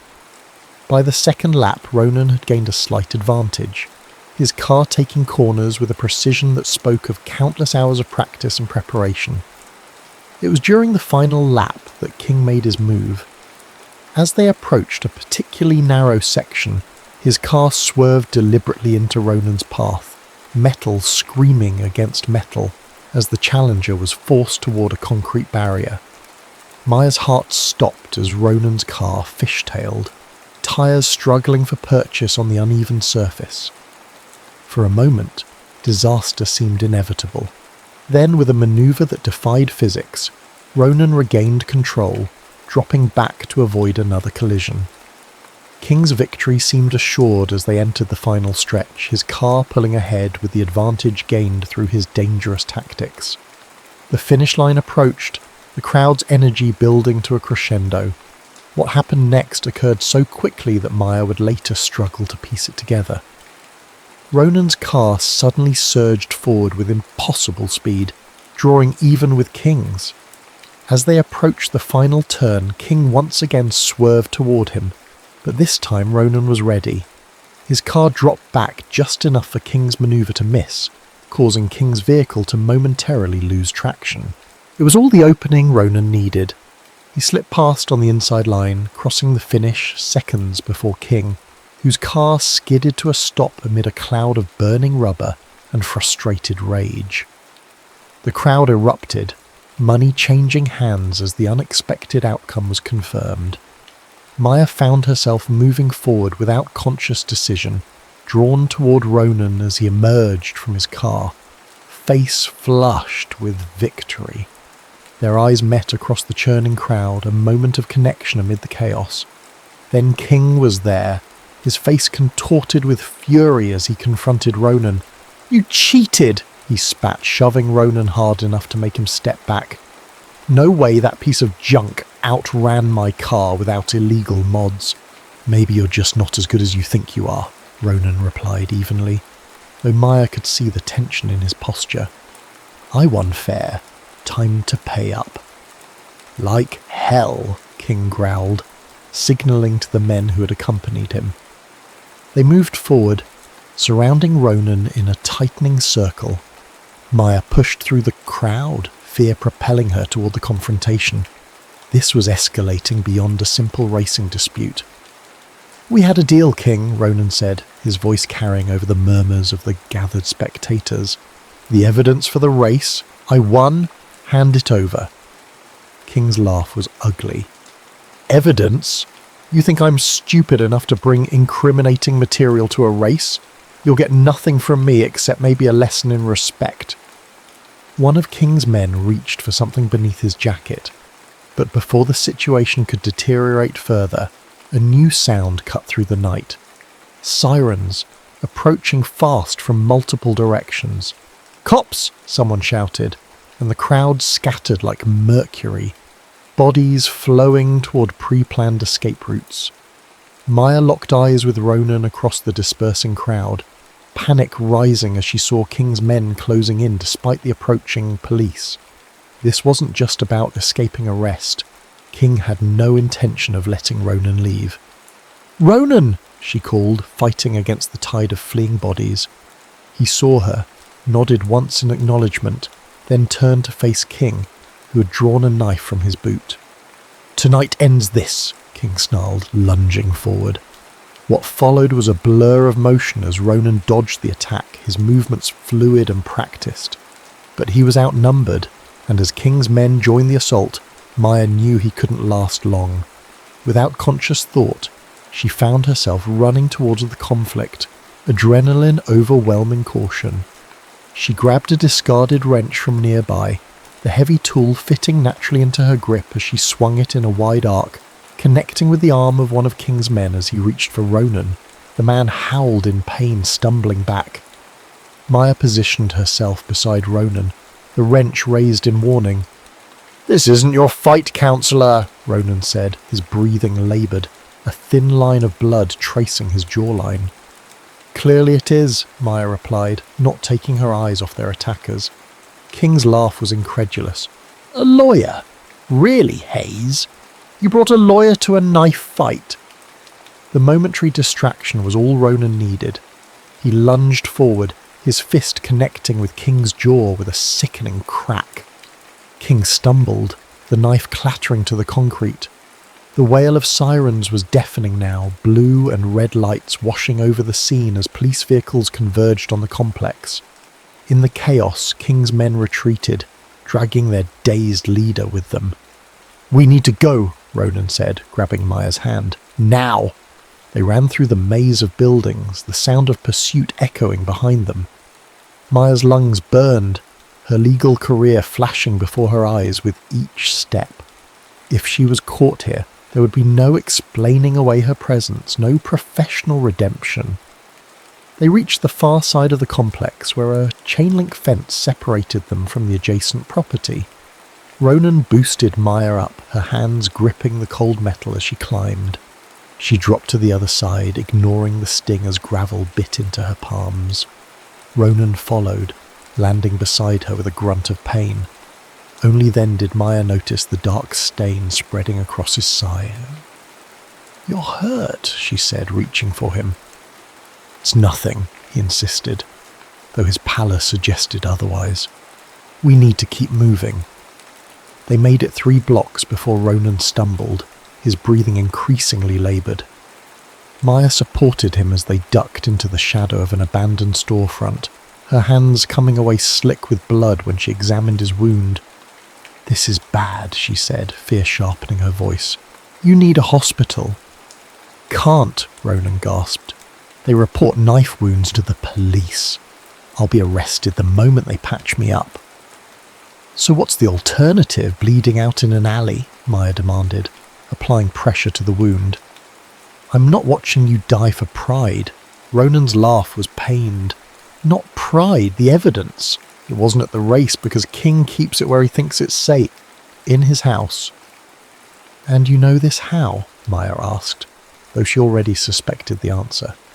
"I've been planning this for 2 years," Ronan reminded her. "Every detail, every contingency. I knew he wouldn't bring it to the race, win or lose. The race was just to get him out of the house." Understanding dawned. "You have someone breaking in while he's at the race?" Ronan nodded, wincing at the movement. "Vex, she should be finishing up right about now." As if summoned by the mention of her name, a motorcycle rounded the corner, its engine a muted purr as it pulled alongside them.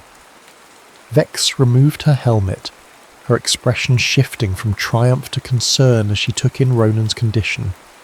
"Got it," she said, patting a backpack secured to her chest. "Everything we need to put King away for a long time. But we've got bigger problems now. You look like hell." "Feel worse," Ronan admitted. "What about the others?" "Scattered when the cops came. Most got away," Vex reported. "King and his crew were picked up 3 blocks from here. Apparently King was too busy bleeding to run very fast." Despite the pain, Ronan smiled. Couldn't have happened to a nicer guy. Vex turned her attention to Maya, her gaze assessing. "You went back for him?" It wasn't a question, but Maya nodded anyway. "I couldn't just leave him." "Guess you're not what I expected, lawyer," Vex said, the words carrying a weight of reluctant approval. "Come on, I know a place." The place turned out to be a veterinary clinic in East Los Angeles, its lights dim but not dark. The veterinarian, a middle-aged woman with kind eyes and a no-nonsense demeanour, asked no questions as she examined Ronan's wound. "Not as bad as it looks," she declared after a thorough cleaning. "Missed anything vital, but you've lost blood. You'll need rest, antibiotics, and no sudden movements for at least a week." As she stitched the wound, Maya stood by the window, watching the street for signs of pursuit. Her phone had been buzzing incessantly, calls from Wexler, from colleagues, all wondering where she was as the raid unfolded without her presence. "What happens now?" she asked Vex, who was organising the contents of the backpack on a countertop. "Now we use this," Vex replied, indicating the files, memory drives and photographs spread before her. Bank records, race-fixing documentation, evidence of the chop shop operation, even a video of King threatening a driver. It's everything we need. And how exactly do you plan to use it? Maya asked. You can't just walk into a police station. No, Vex agreed, her gaze direct. You can walk into a prosecutor's office. The proposal hung in the air, its implications clear. They had obtained this evidence illegally. Using it meant implicating herself in that illegality. It could end her career, her future, everything she had worked for. But it could also bring justice for Marcus and everyone else King had harmed. It could dismantle a criminal operation that the traditional justice system had failed to touch. I need to think, Maya said, stepping outside for air that didn't smell of antiseptic and hard choices. The night was cool, stars visible despite the city's light pollution. Maya leaned against the brick wall, closing her eyes as she tried to center herself amid the chaos of the past hours. The door opened behind her, and Ronan emerged, moving carefully but steadier than before. You should be resting, Maya said without opening her eyes.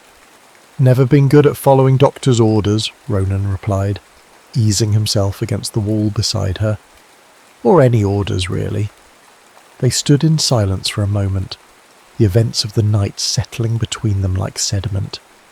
I'm sorry, Ronan said finally, for putting you in this position, for risking your career, your future.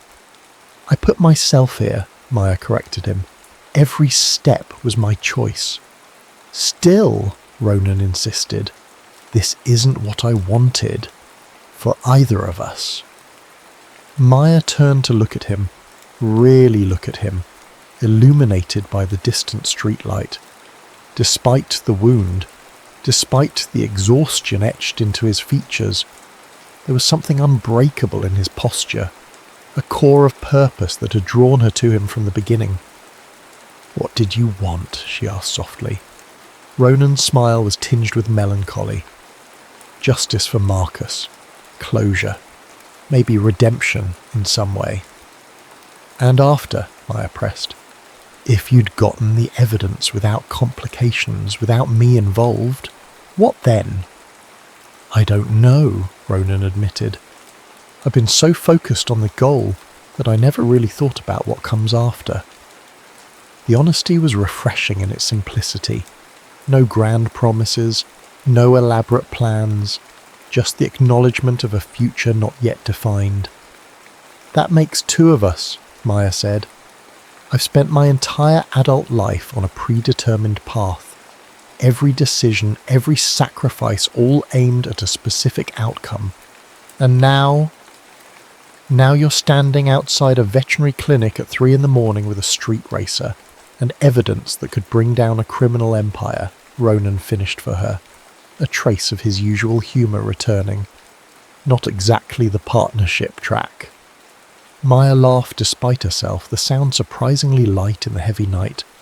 Not exactly. Their hands found each other in the darkness, fingers intertwining with a familiarity that belied the brevity of their connection. For all the chaos, for all the danger, this simple contact felt like an anchor in a storm. I can't ask you to risk everything for this, Ronan said, his grip tightening. For me. You're not asking, Maya replied, the decision crystallizing as she spoke. I'm choosing. We got the evidence legally or not, but what we do with it now, that's where I can help. There are channels, procedures that could protect the source while still using the information. Ronan studied her face, hope and skepticism warring in his expression. You really think you can make this work within the system? I think the system is imperfect, Maya said carefully, but it's still the best tool we have for justice if used correctly, and I'm pretty good at using it correctly. The first hint of dawn was lightening the eastern sky, a new day emerging from the chaos of the night.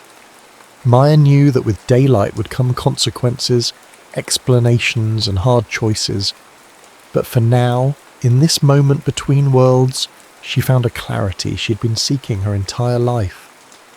What now? Ronan asked, mirroring her thoughts. Maya smiled, squeezing his hand. Now we live.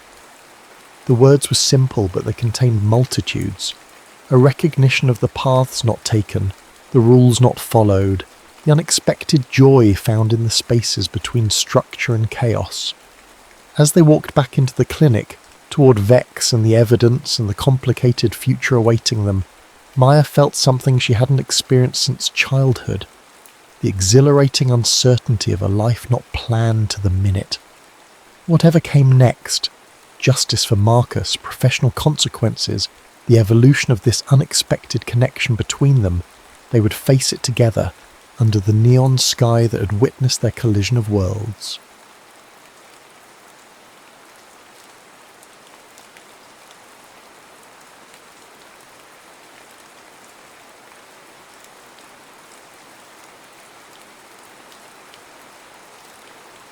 Hollow Creek smelled of rain and wood smoke, a scent Ellie hadn't realised she'd carried in the deeper chambers of her memory until she crossed the town line.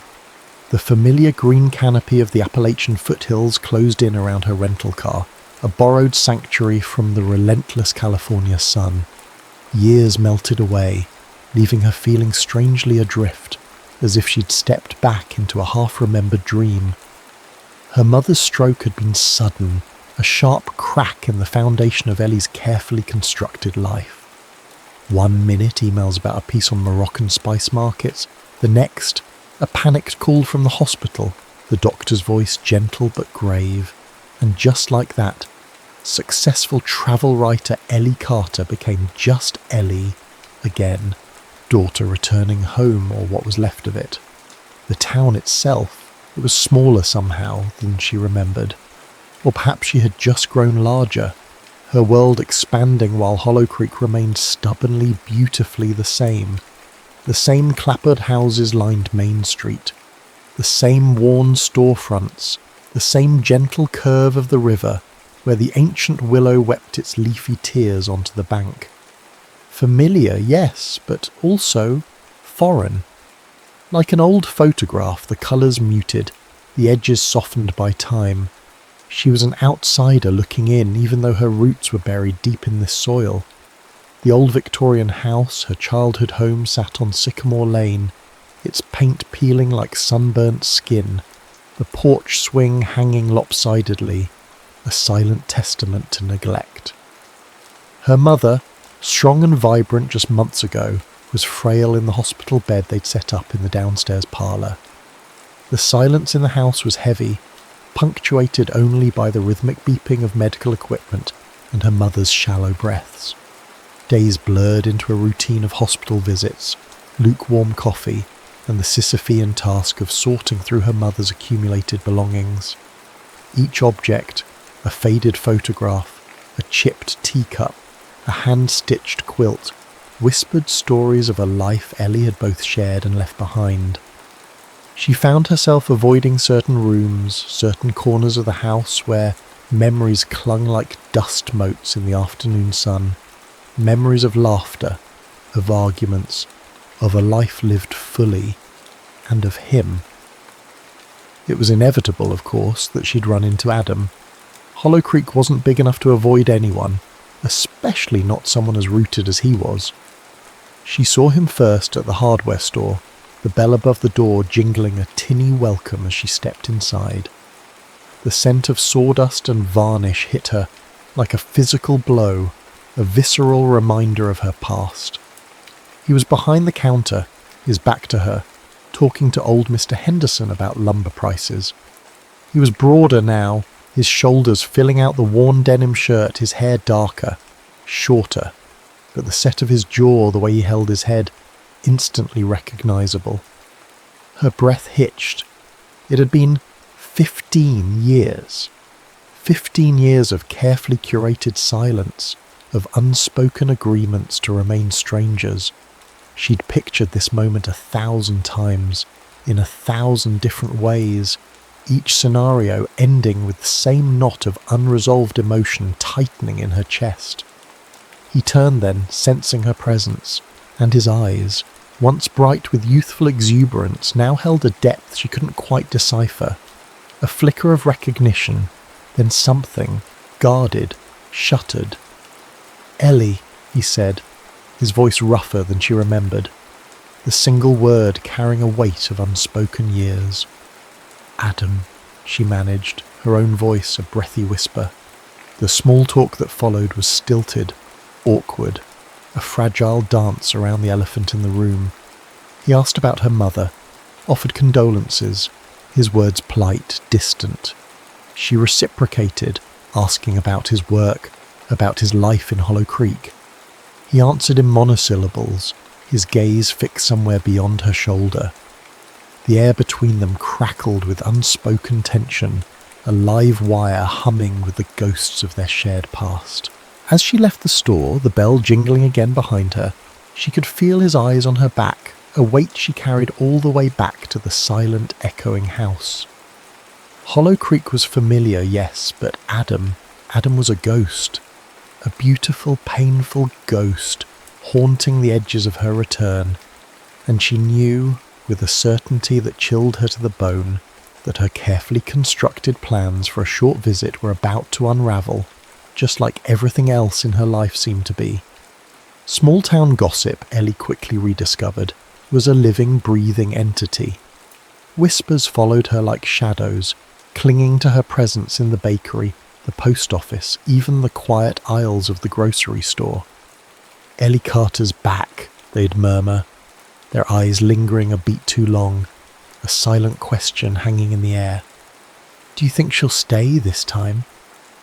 The question, unspoken but palpable, echoed her own internal turmoil. Stay? Here? In Hollow Creek? The very idea felt both suffocating and strangely comforting. Suffocating because this town held the ghost of everything she had tried to escape, the confines of small-town expectations, the weight of a promise broken. Comforting because it was home in a way that no sun-drenched beach in Bali or bustling market in Marrakesh ever could be. Adam remained a persistent, unsettling presence at the edges of her awareness. She saw him around town, a fleeting glimpse across the town square, his truck parked outside the diner, a figure disappearing into the hardware store. Each sighting was a jolt, a reminder of what was and what could have been. He kept his distance, a deliberate avoidance that stung more than she cared to admit. His eyes, when they did briefly meet hers, were different. The easy warmth, the playful spark she remembered, was gone, replaced by something colder, harder. Unspoken burdens, yes, that was the word. He carried the weight of Hollow Creek in his gaze, the responsibility of his father's legacy, the quiet acceptance of a life lived within these familiar hills, a life she had rejected. One sweltering afternoon, while sorting through her mother's overflowing attic, Ellie stumbled upon an old photo album. Dust motes danced in the sunbeams filtering through the grimy attic window, illuminating faded images of her past. There they were, frozen into time. Teenage Ellie and Adam, all gangly limbs and awkward smiles, their eyes bright with dreams as vast as the Appalachian sky above them. Hiking trails, summer festivals, stolen kisses beneath the willow tree, their laughter echoing in the faded photographs.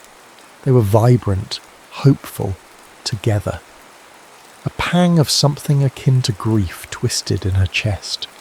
They had been so sure, so certain of their forever, carved their names into that willow tree, a childish vow etched into living wood. Ellie plus Adam, forever. Forever had lasted a summer. The silence of the attic was broken by a floorboard creaking downstairs. Her mother's nurse, Mrs. Gable, calling up to her. Ellie snapped the photo album shut, bearing it back in the box, as if hiding the ghosts of her past. She descended the creaking stairs, leaving the faded images behind, but the ache in her heart lingered, a dull throb of regret and unanswered questions. Later that week, her mother, in a moment of surprising lucidity, announced she wanted the house renovated. "That porch swing needs fixing," she'd murmured, her voice weak but firm, her gaze fixed on some distant memory. "And the kitchen needs updating."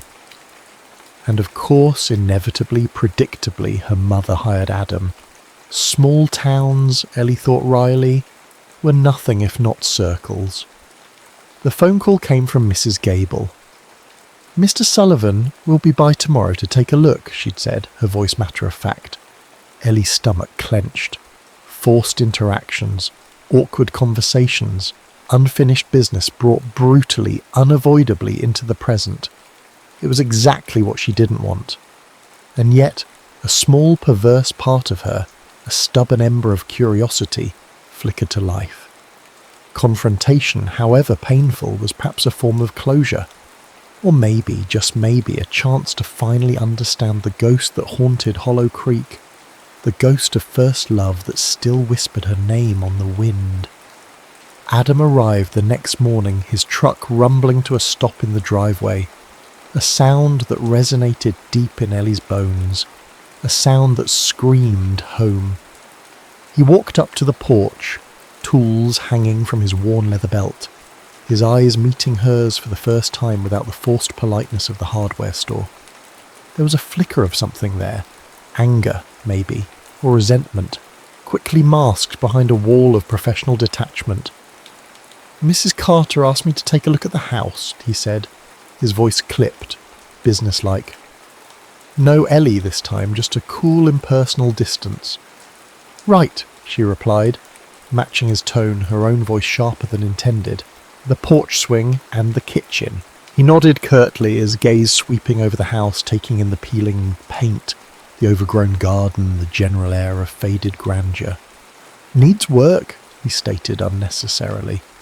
"No kidding," Ellie retorted, crossing her arms, a defensive posture she hadn't even realised she'd adopted. They circled each other warily, like two animals sizing each other up after a long separation. The tension between them was thick, palpable, fueled by years of unspoken words, of unresolved hurt. It wasn't just awkwardness, it was something deeper, something raw and exposed. As Adam began to assess the porch swing, running a calloused hand along the weathered wood, Ellie couldn't resist. "So," she began, her voice deceptively casual, "still in Hollow Creek?" He straightened, his back to her, his shoulders stiffening. "Where else would I be?" he replied, his tone flat. The question, loaded with unspoken accusation, hung in the air between them. Where else would I be? Implying, of course, where else would you be if you hadn't left? "Last time I checked," Ellie shot back, unable to resist the bait. Hollow Creek wasn't the centre of the universe. He turned then, his eyes locking with hers, and the carefully constructed mask of detachment finally cracked. "No, it's not," he said, his voice low, dangerous. "But it's home. Some of us actually understand the meaning of the word." The accusation hit her like a physical blow. Abandonment. That's what he thought. That's what he'd always thought. And maybe, a small insidious voice whispered in her own mind, maybe he was right.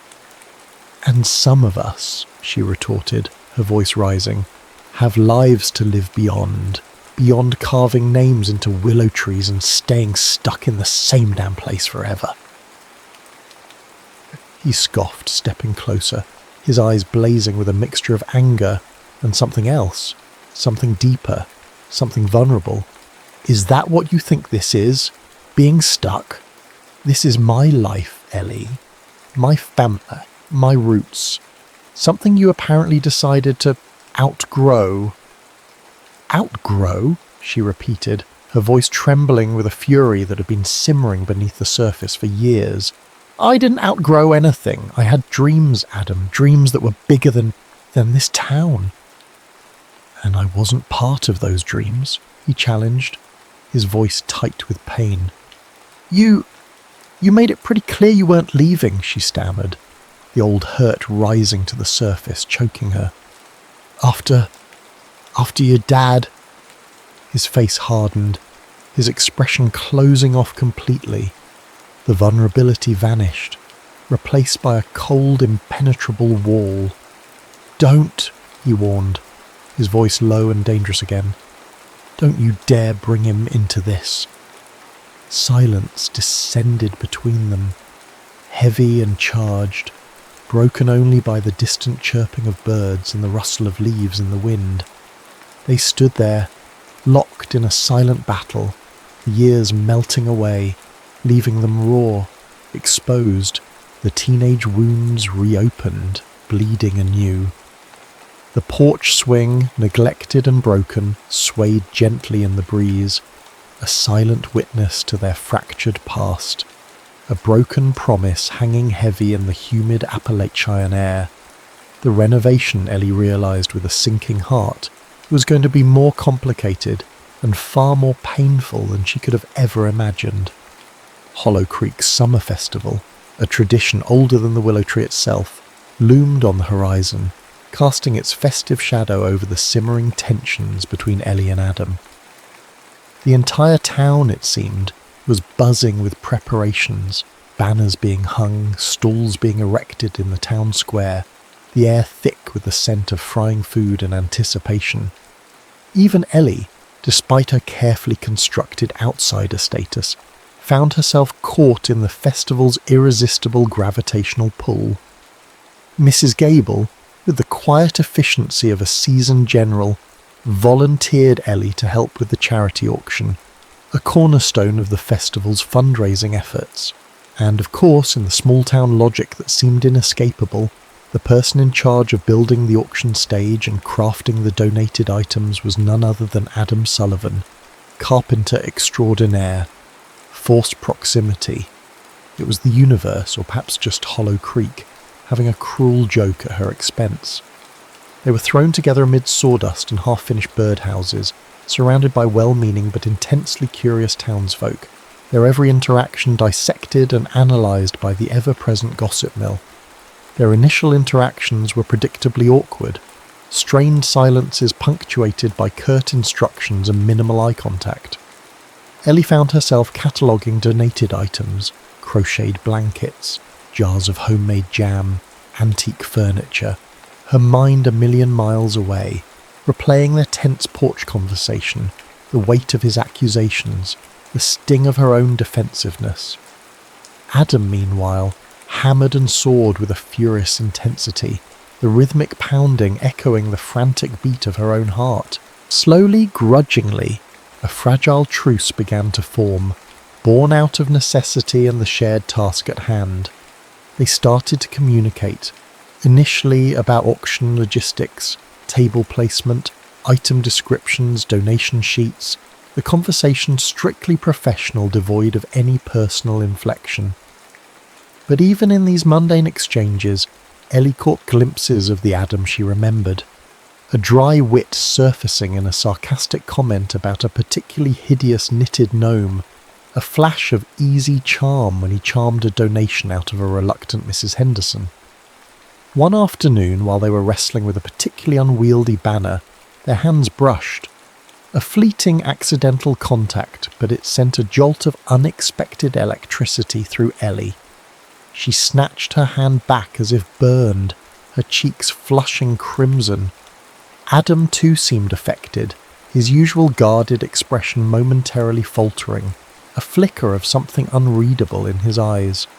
The auction preparations forced them to work side by side, their physical proximity a constant reminder of their intertwined past. They started to fall into a rhythm, a strange, uneasy dance of cooperation and avoidance. He'd hand her a hammer, their fingers almost touching. She'd ask his opinion on the best way to display a quilt, his gaze lingering on her a beat longer than necessary. The air around them, still thick with tension, began to carry a different charge, a subtle shift from animosity towards something else, something complicated, messy, undeniably there. The festival, meant to be a celebration of Hollow Creek, was inadvertently becoming a crucible, forging a new, uncertain path between Ellie and Adam, a path paved with awkward silences, stolen glances, and the lingering echoes of a love that refused to stay buried. The barn dance, the highlight of the summer festival, pulsed with the infectious energy of bluegrass music and small-town camaraderie. String lights twinkled like captured fireflies. casting a warm golden glow over the swirling dancers, the scent of hay and wood smoke mingling with the sweet perfume of summer blossoms. Ellie, reluctantly dragged to the festival by a persistent Mrs. Gable, found herself standing at the edge of the dance floor, watching the joyful chaos unfold. She saw Adam across the crowded barn leaning against a rough-hewn post, his gaze sweeping over the dancers, settling briefly on her before quickly shifting away. He looked different here in his element, surrounded by his community. The gruff carpenter softened by the festive atmosphere, a hint of the old Adam flickering in his eyes. A slow song began, the tempo shifting, the music mellowing into a melancholic waltz. Couples swayed closer, their movements slower, more intimate, the barn suddenly filled with a different kind of energy, a quieter, more sensual hum. And then, he was there, standing before her, his hand outstretched, hesitant, uncertain. "Dance?" he asked, his voice low, almost a whisper, barely audible above the music. Ellie hesitated, her mind a whirlwind of conflicting emotions. Saying yes felt like crossing a line, acknowledging the unspoken pull between them, the simmering undercurrents of their shared history. Saying no felt cowardly, a retreat back into the carefully constructed walls she had built around her heart. She took his hand. His touch was warm, calloused, instantly familiar, sending a shiver of recognition down her spine. He led her onto the dance floor, their bodies moving together almost instinctively, as if they had danced just yesterday, not 15 years ago. The years melted away in the slow circling steps.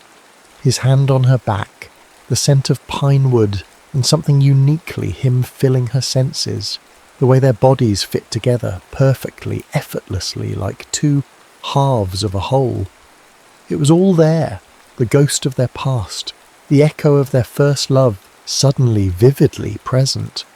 The world narrowed to just the two of them, the music fading into a background hum, the other dancers blurring into indistinct shapes. They moved in silence, their bodies speaking a language their words couldn't articulate, a language of shared memories, unspoken regrets, and a lingering, undeniable connection. He smelled the same, Ellie realised, a poignant ache tightening in her chest. Pinewood and home. He had always smelled like home, and for a fleeting, dangerous moment, in the warmth of the barn, surrounded by the music and the laughter and the familiar faces of Hollow Creek, she let herself imagine what it would be like to be home again. As the song neared its end, he pulled her closer, their faces inches apart, his gaze searching hers, something vulnerable, something raw, shining in his eyes. The near kiss hung in the air, charged with unspoken longing, with the weight of years, with the terrifying possibility of rekindled flames. And then, abruptly, he pulled away, stepped back, breaking the spell, shattering the fragile intimacy of the moment. "Thanks," he mumbled, his gaze shifting away, his voice rough, almost curt again. He turned and walked away, disappearing into the crowd, leaving Ellie standing alone on the dance floor, breathless, shaken, the ghost of a kiss lingering on her lips, the echo of a love she thought she had buried, suddenly, terrifyingly alive. Back in the quiet solitude of the old house, the energy of the barn dance still thrumming beneath her skin, Ellie sought refuge in the attic again, seeking distraction, seeking answers, seeking, perhaps unconsciously, to understand the ghost that Adam had become. She pulled down the box of old photos, the faded images now holding a new, painful resonance after their dance. Tucked beneath the photo album, bound together with a faded ribbon, she found them. Letters, a stack of them addressed to Ellie, in Adam's unmistakable, slightly slanted handwriting. Letters she had never seen before, letters never sent. Her heart pounded in her chest, a frantic drumbeat against the silence of the attic. She untied the ribbon, her fingers trembling slightly, and unfolded the top letter. The date was just weeks after she had left for college. The words blurred through a sudden rush of tears. He wrote about the house feeling empty without her mother, about the workshop being silent without his father, about the town feeling smaller somehow, without her in it. He wrote about missing her laugh, her quick wit, the way she used to tilt her head when she was thinking. He wrote about the willow tree, about their carving, about forever. And he wrote about the pain, a raw, visceral pain that bled through the ink onto the page. She read on, letter after letter, her heart aching with each word. He wrote about his struggles to keep the workshop afloat, about the weight of responsibility that had fallen on his young shoulders, about the fear of failing his father, of failing her. He wrote about the town's expectations, the unspoken pressure to stay, to carry on the family legacy. And he wrote, again and again, about missing her, about longing for her, about the agonizing silence that had grown between them. In one letter, dated months after she had left, his handwriting was jagged, almost illegible, the words raw with a desperate vulnerability. He confessed to wanting to call her, to drive to her college, to beg her to come back, but he hadn't. He wrote about his fear of rejection, his fear of holding her back, his fear of not being enough. And then the words trailed off, the letter unfinished, ending abruptly mid-sentence. The later letters were different, more distant, the pain replaced by a forced stoicism, a carefully constructed wall of indifference.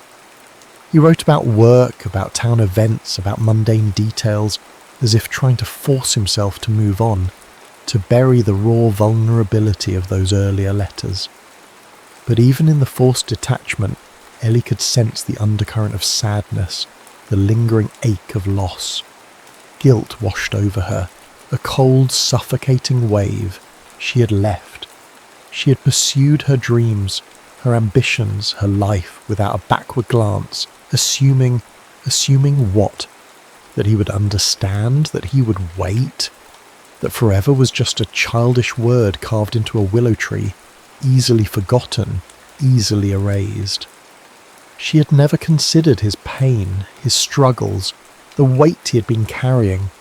She had been so focused on her own escape, her own desires, that she had blinded herself to his reality, his sacrifice. Had she made a mistake leaving? Had she thrown away something real, something precious, something that could have been forever?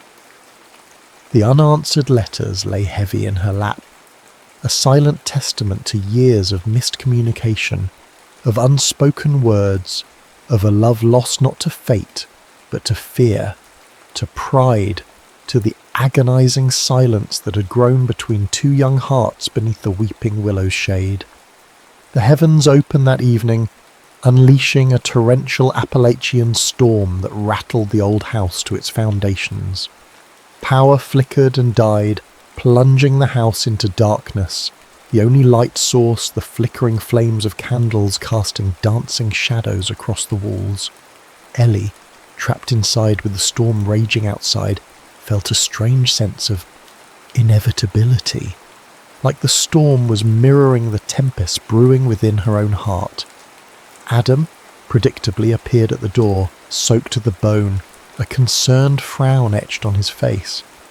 "Power's out all over town," he announced, shaking the rain from his hair. "Thought your mum might need help." It was a flimsy excuse, Ellie knew, but she didn't call him on it.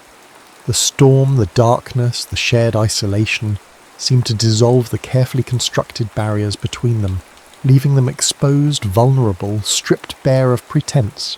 They huddled in the living room, the candlelight casting long, distorted shadows, the sound of rain lashing against the windows a constant rhythmic drumming. Forced together, confined by the storm, they finally talked, really talked. Not polite small talk, not veiled accusations, but raw, honest, heart-wrenching conversation, the kind they had avoided for 15 years. Ellie started, hesitantly, about the letters. She showed them to him, the faded ink, the raw vulnerability of his teenage heart laid bare on the yellowed pages. He read them in silence, his face unreadable in the flickering candlelight, the only sound the relentless drumming of the rain.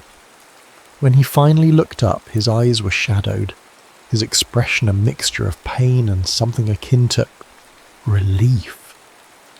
I never sent them, he said, his voice low, almost ashamed. Why not? Ellie whispered, her own voice thick with emotion. He shrugged, a helpless gesture. Pride, maybe. Fear. Stupidity. Take your pick. He paused, then met her gaze, his eyes searching hers. I was scared, Ellie. Scared of losing you again. Scared of not being good enough for you. Scared you'd look back and regret staying with me in Hollow Creek.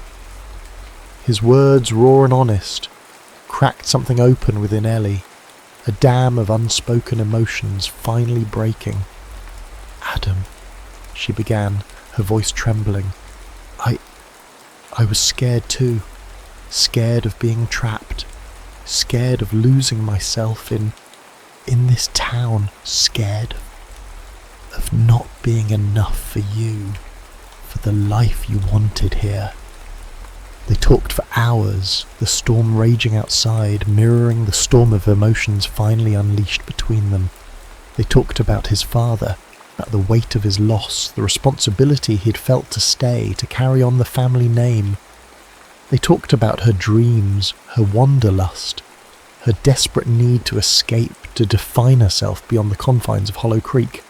They talked about the misunderstandings, the unspoken assumptions, the agonizing silence that had grown between them, festering like an unhealed wound.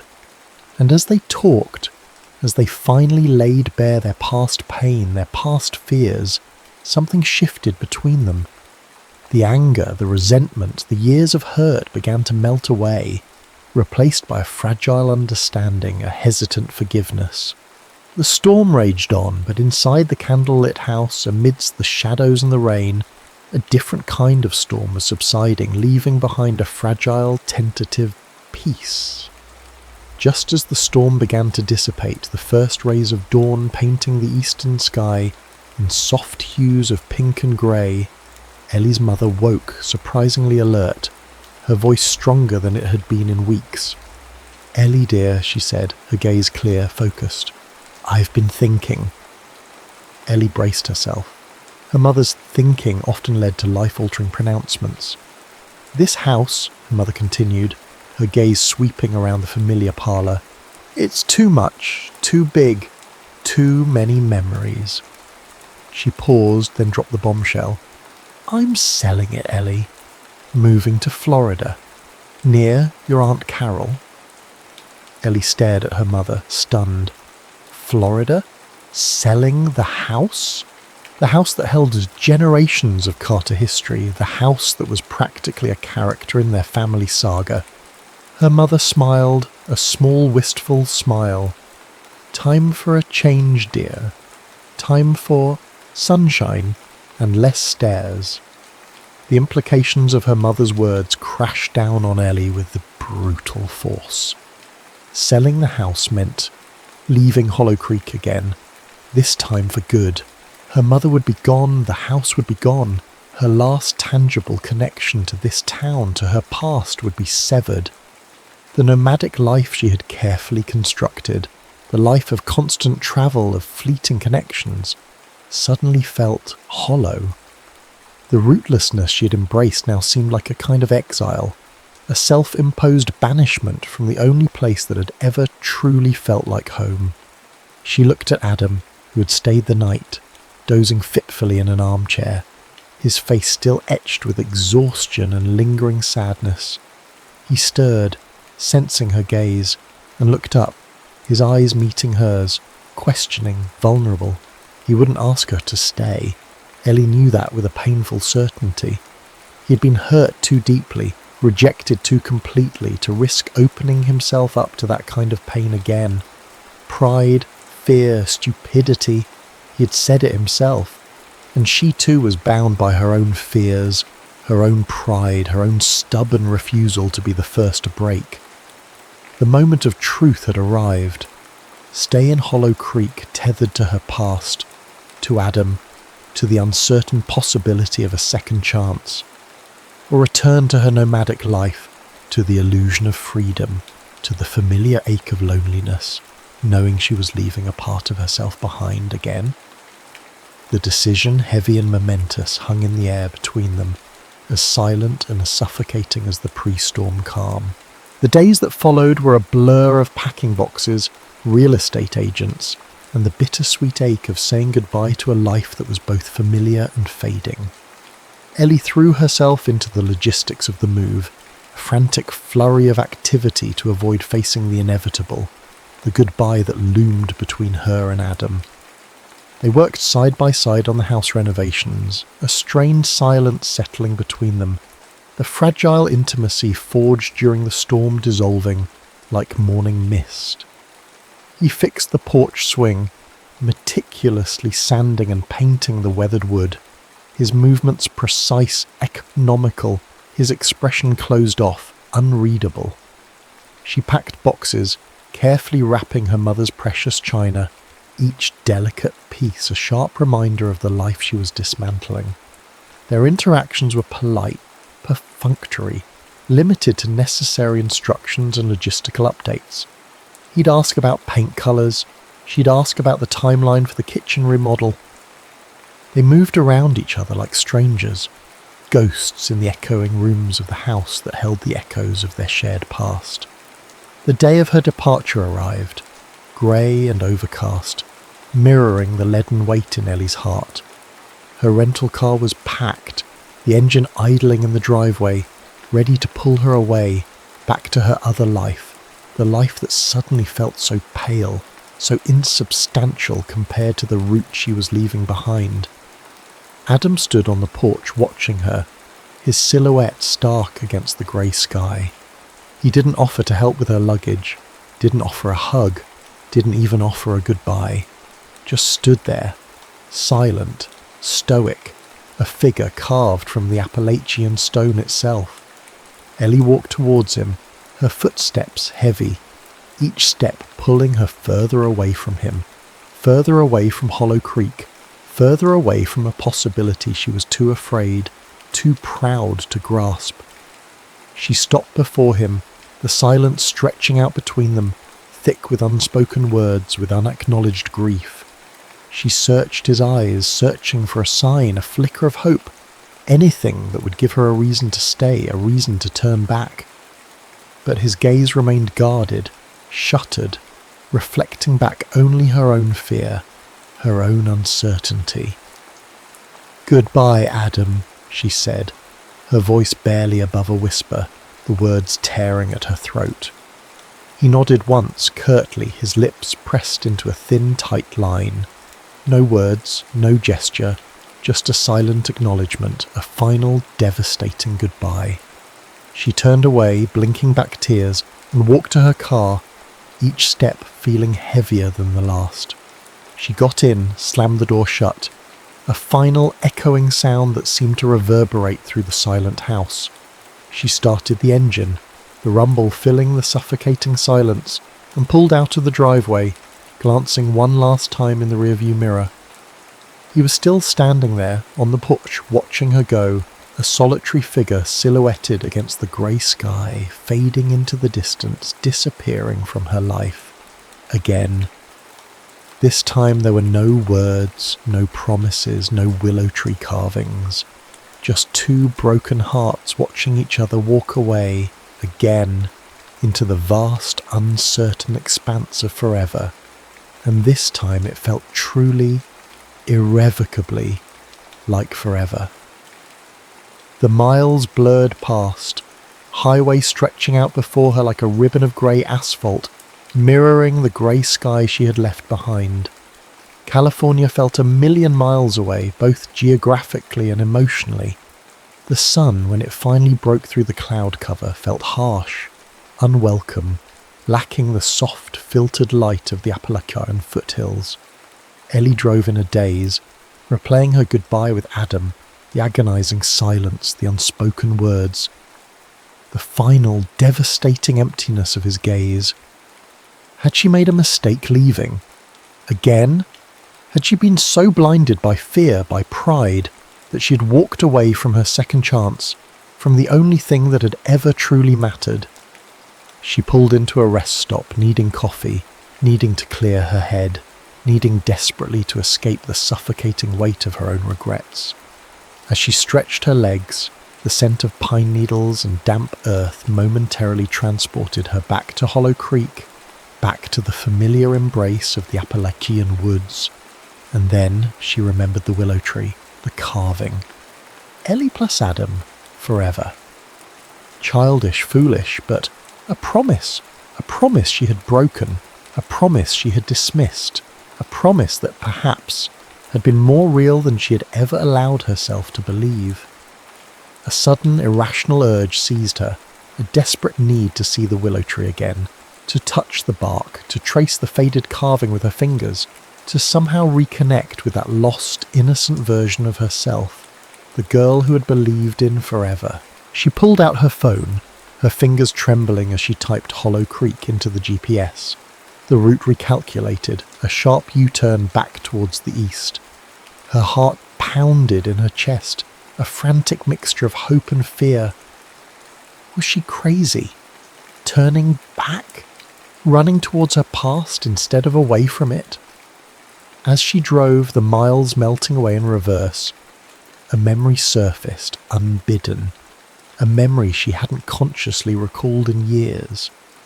The summer they'd carved their names into the willow, Adam had shown her something else he had carved there, hidden beneath a tangle of weeping branches, a smaller, newer carving, barely visible. He had been shy, hesitant when he showed it to her, his cheeks flushed, his eyes full of unspoken longing. She remembered tracing the new carving with her finger, the rough bark scratching against her skin, the simple words etched into the wood. Always. Always what? She had asked, her teenage heart fluttering with a mixture of anticipation and nervousness. He had just shrugged, his gaze shifting away, his voice a mumbled whisper. Just. Always. She pulled into Hollow Creek as dusk began to settle, the town bathed in a soft golden light that felt both familiar and achingly poignant. She drove straight to the riverbank, her heart pounding with each mile, each turn, each familiar landmark. The willow tree stood there, majestic, ancient, its branches weeping down towards the river, exactly as she remembered, exactly as she had always known it would be. She parked the car and ran to the tree, her breath catching in her throat. And there it was, carved into the trunk, just beneath their old carving, freshly etched into the wood, gleaming white against the dark bark. Not always, but something even more powerful, even more profound. No matter how far you go, it read, carved in Adam's unmistakable hand, you'll always be home to me. Tears streamed down Ellie's face, hot and cleansing, washing away years of doubt, years of fear, years of running from a love that had never truly faded. Home, she whispered, the word catching in her throat, the truth of it resonating deep in her soul. She wasn't running from Hollow Creek. She was running from love, from the vulnerability of it, the risk of it, the terrifying, beautiful possibility of it. She wasn't a rootless wanderer, a successful travel writer defined by her escapes. She was Ellie Carter, daughter of Hollow Creek, and she was home. She had always been home, even when she was 1,000 miles away. A fierce determination surged through her, a sense of clarity she hadn't felt in years. She wasn't leaving, not this time, not without fighting for what she truly wanted, for the love that had been waiting for her patiently, faithfully, beneath the willow shade. She turned and ran back to her car, her heart pounding with a newfound hope, a reckless, exhilarating leap of faith. She drove straight to Adam's workshop, the familiar scent of sawdust and pine wood pulling her closer, faster like a moth drawn to a flame. The workshop was dimly lit, the only light spilling out from under the closed door. She hesitated for a moment, her hand hovering over the doorknob, a tremor of fear, a flicker of doubt, momentarily halting her resolve. What if she was wrong? What if the carving was just a fleeting moment of sentimentality, a whisper in the wind, not a true invitation? What if he had moved on? What if she was just setting herself up for another heartbreak? But the memory of his eyes searching hers under the candlelight, the warmth of his hand in hers on the dance floor, the raw vulnerability in his unsent letters, these were not fleeting moments. These were echoes of a love that ran deeper than fear, stronger than pride. She pushed open the door. The workshop was quiet, filled with the familiar scent of wood and varnish, the air thick with dust motes dancing in the single shaft of light from a workbench lamp. Adam was there, hunched over a piece of wood, his back to her, his shoulders slumped with weariness. "Adam?" she said, her voice a soft whisper in the stillness. He straightened, turning slowly, his eyes widening in surprise, then narrowing, suspicion flickering across his face. "Ellie, what are you doing here?" "Here." She walked towards him, her heart laid to bare, vulnerable, her voice trembling but firm. "I saw the carving," she said, her gaze locking with his, unwavering. "Beneath the willow. You'll always be home to me." He stared at her, his expression unreadable, his eyes searching hers, probing, questioning. He asked, his voice guarded, hesitant. "And I don't want to leave," she said, the words tumbling out in a rush, a confession years overdue. "Not if staying means being home with you." Tears welled in her eyes again, but this time they were tears of hope, tears of surrender, tears of coming home. "I love you, Adam," she whispered, the words finally free. "I never stopped loving you." The silence in the workshop stretched out thick with unspoken emotion, with the weight of years, with the terrifying vulnerability of Ellie's confession hanging in the air. Adam stood frozen, his expression a mixture of disbelief, hope, and lingering fear. He searched her eyes, searching for truth, searching for forever. And then, slowly, painstakingly, the walls around his heart began to crumble. The guardedness in his eyes softened, replaced by a hesitant warmth, a flicker of the old Adam, the Adam she had loved, the Adam she had never truly let go of. He stepped towards her, his hand reaching out tentatively, cupping her cheek, his touch sending a jolt of electricity through her, a spark igniting the dormant embers of their love. "Ellie," he whispered, his voice thick with emotion, I never stopped loving you either." The confession, simple and profound, broke the last of the barriers between them. Tears streamed down his face now too, mingling with hers, washing away the years of pain, the years of separation, the years of unspoken longing. He pulled her closer, his arms wrapping around her, holding her tight, a fierce, possessive embrace that spoke volumes more than words ever could. She buried her face in his chest, inhaling the familiar scent of pine wood and home, the scent that had haunted her dreams, the scent that finally, blessedly enveloped her completely. He tilted her face up, his gaze searching hers, his eyes shining with a love that had weathered 15 years of silence, 15 years of distance, 15 years of unspoken pain. And then he kissed her. It wasn't a tentative kiss, not a hesitant reawakening.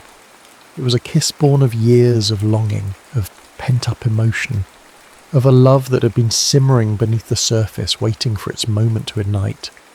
It was passionate, desperate, tear-filled, a kiss that tasted of forgiveness, of homecoming, of second chances, a kiss that sealed their fate irrevocably, completely. Beneath the weeping willow, Bathed in the soft glow of the rising moon, Hollow Creek erupted in quiet joy. Whispers spread like wildfire through the town, hushed murmurs of congratulations, knowing smiles, knowing nods. "Ellie's back," they whispered, their voices filled with a quiet satisfaction. "And this time, she's here to stay. Some love stories," they murmured, "are just meant to be." Months spun into seasons, painted in the vibrant hues of Appalachian autumn, the crisp whites of winter snow, the blossoming greens of spring. Hollow Creek embraced Ellie's return, welcoming her back with open arms, as if she had never truly left. Her mother, settled and content in her Florida sunshine, beamed with knowing approval during their frequent video calls. Ellie and Adam, side by side, embarked on a new kind of adventure, a different kind of travel writing. They renovated a dilapidated storefront on Main Street, transforming it into a bookstore cafe, a haven for book lovers and coffee aficionados, a testament to their shared passions, a cornerstone of their shared future. The Willow and Words, Ellie named it, a playful nod to their intertwined history. Adam's woodworking graced every corner of the cafe, hand-carved bookshelves, rustic tables, a cosy reading nook nestled by the window, overlooking the town square.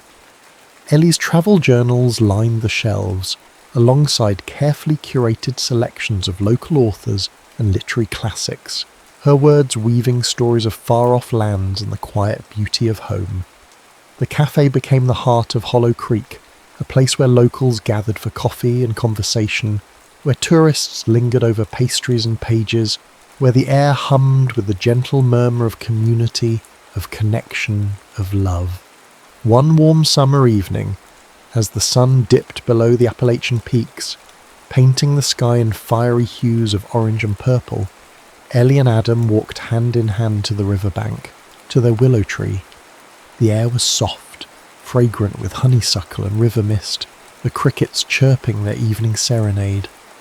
They stood before the ancient willow, tracing the faded carvings, the echoes of their teenage promises, the testament to their enduring love. Adam pulled out his pocket knife, the familiar click echoing in the quiet evening air. He looked at Ellie, his eyes shining with a love that was no longer tentative, no longer fearful, but strong, confident forever. Together they carved a new message into the willow beneath their initials, beneath their childhood vow, a simple, profound promise etched into the living wood, a testament to their second chance, to their enduring love, to their homecoming, always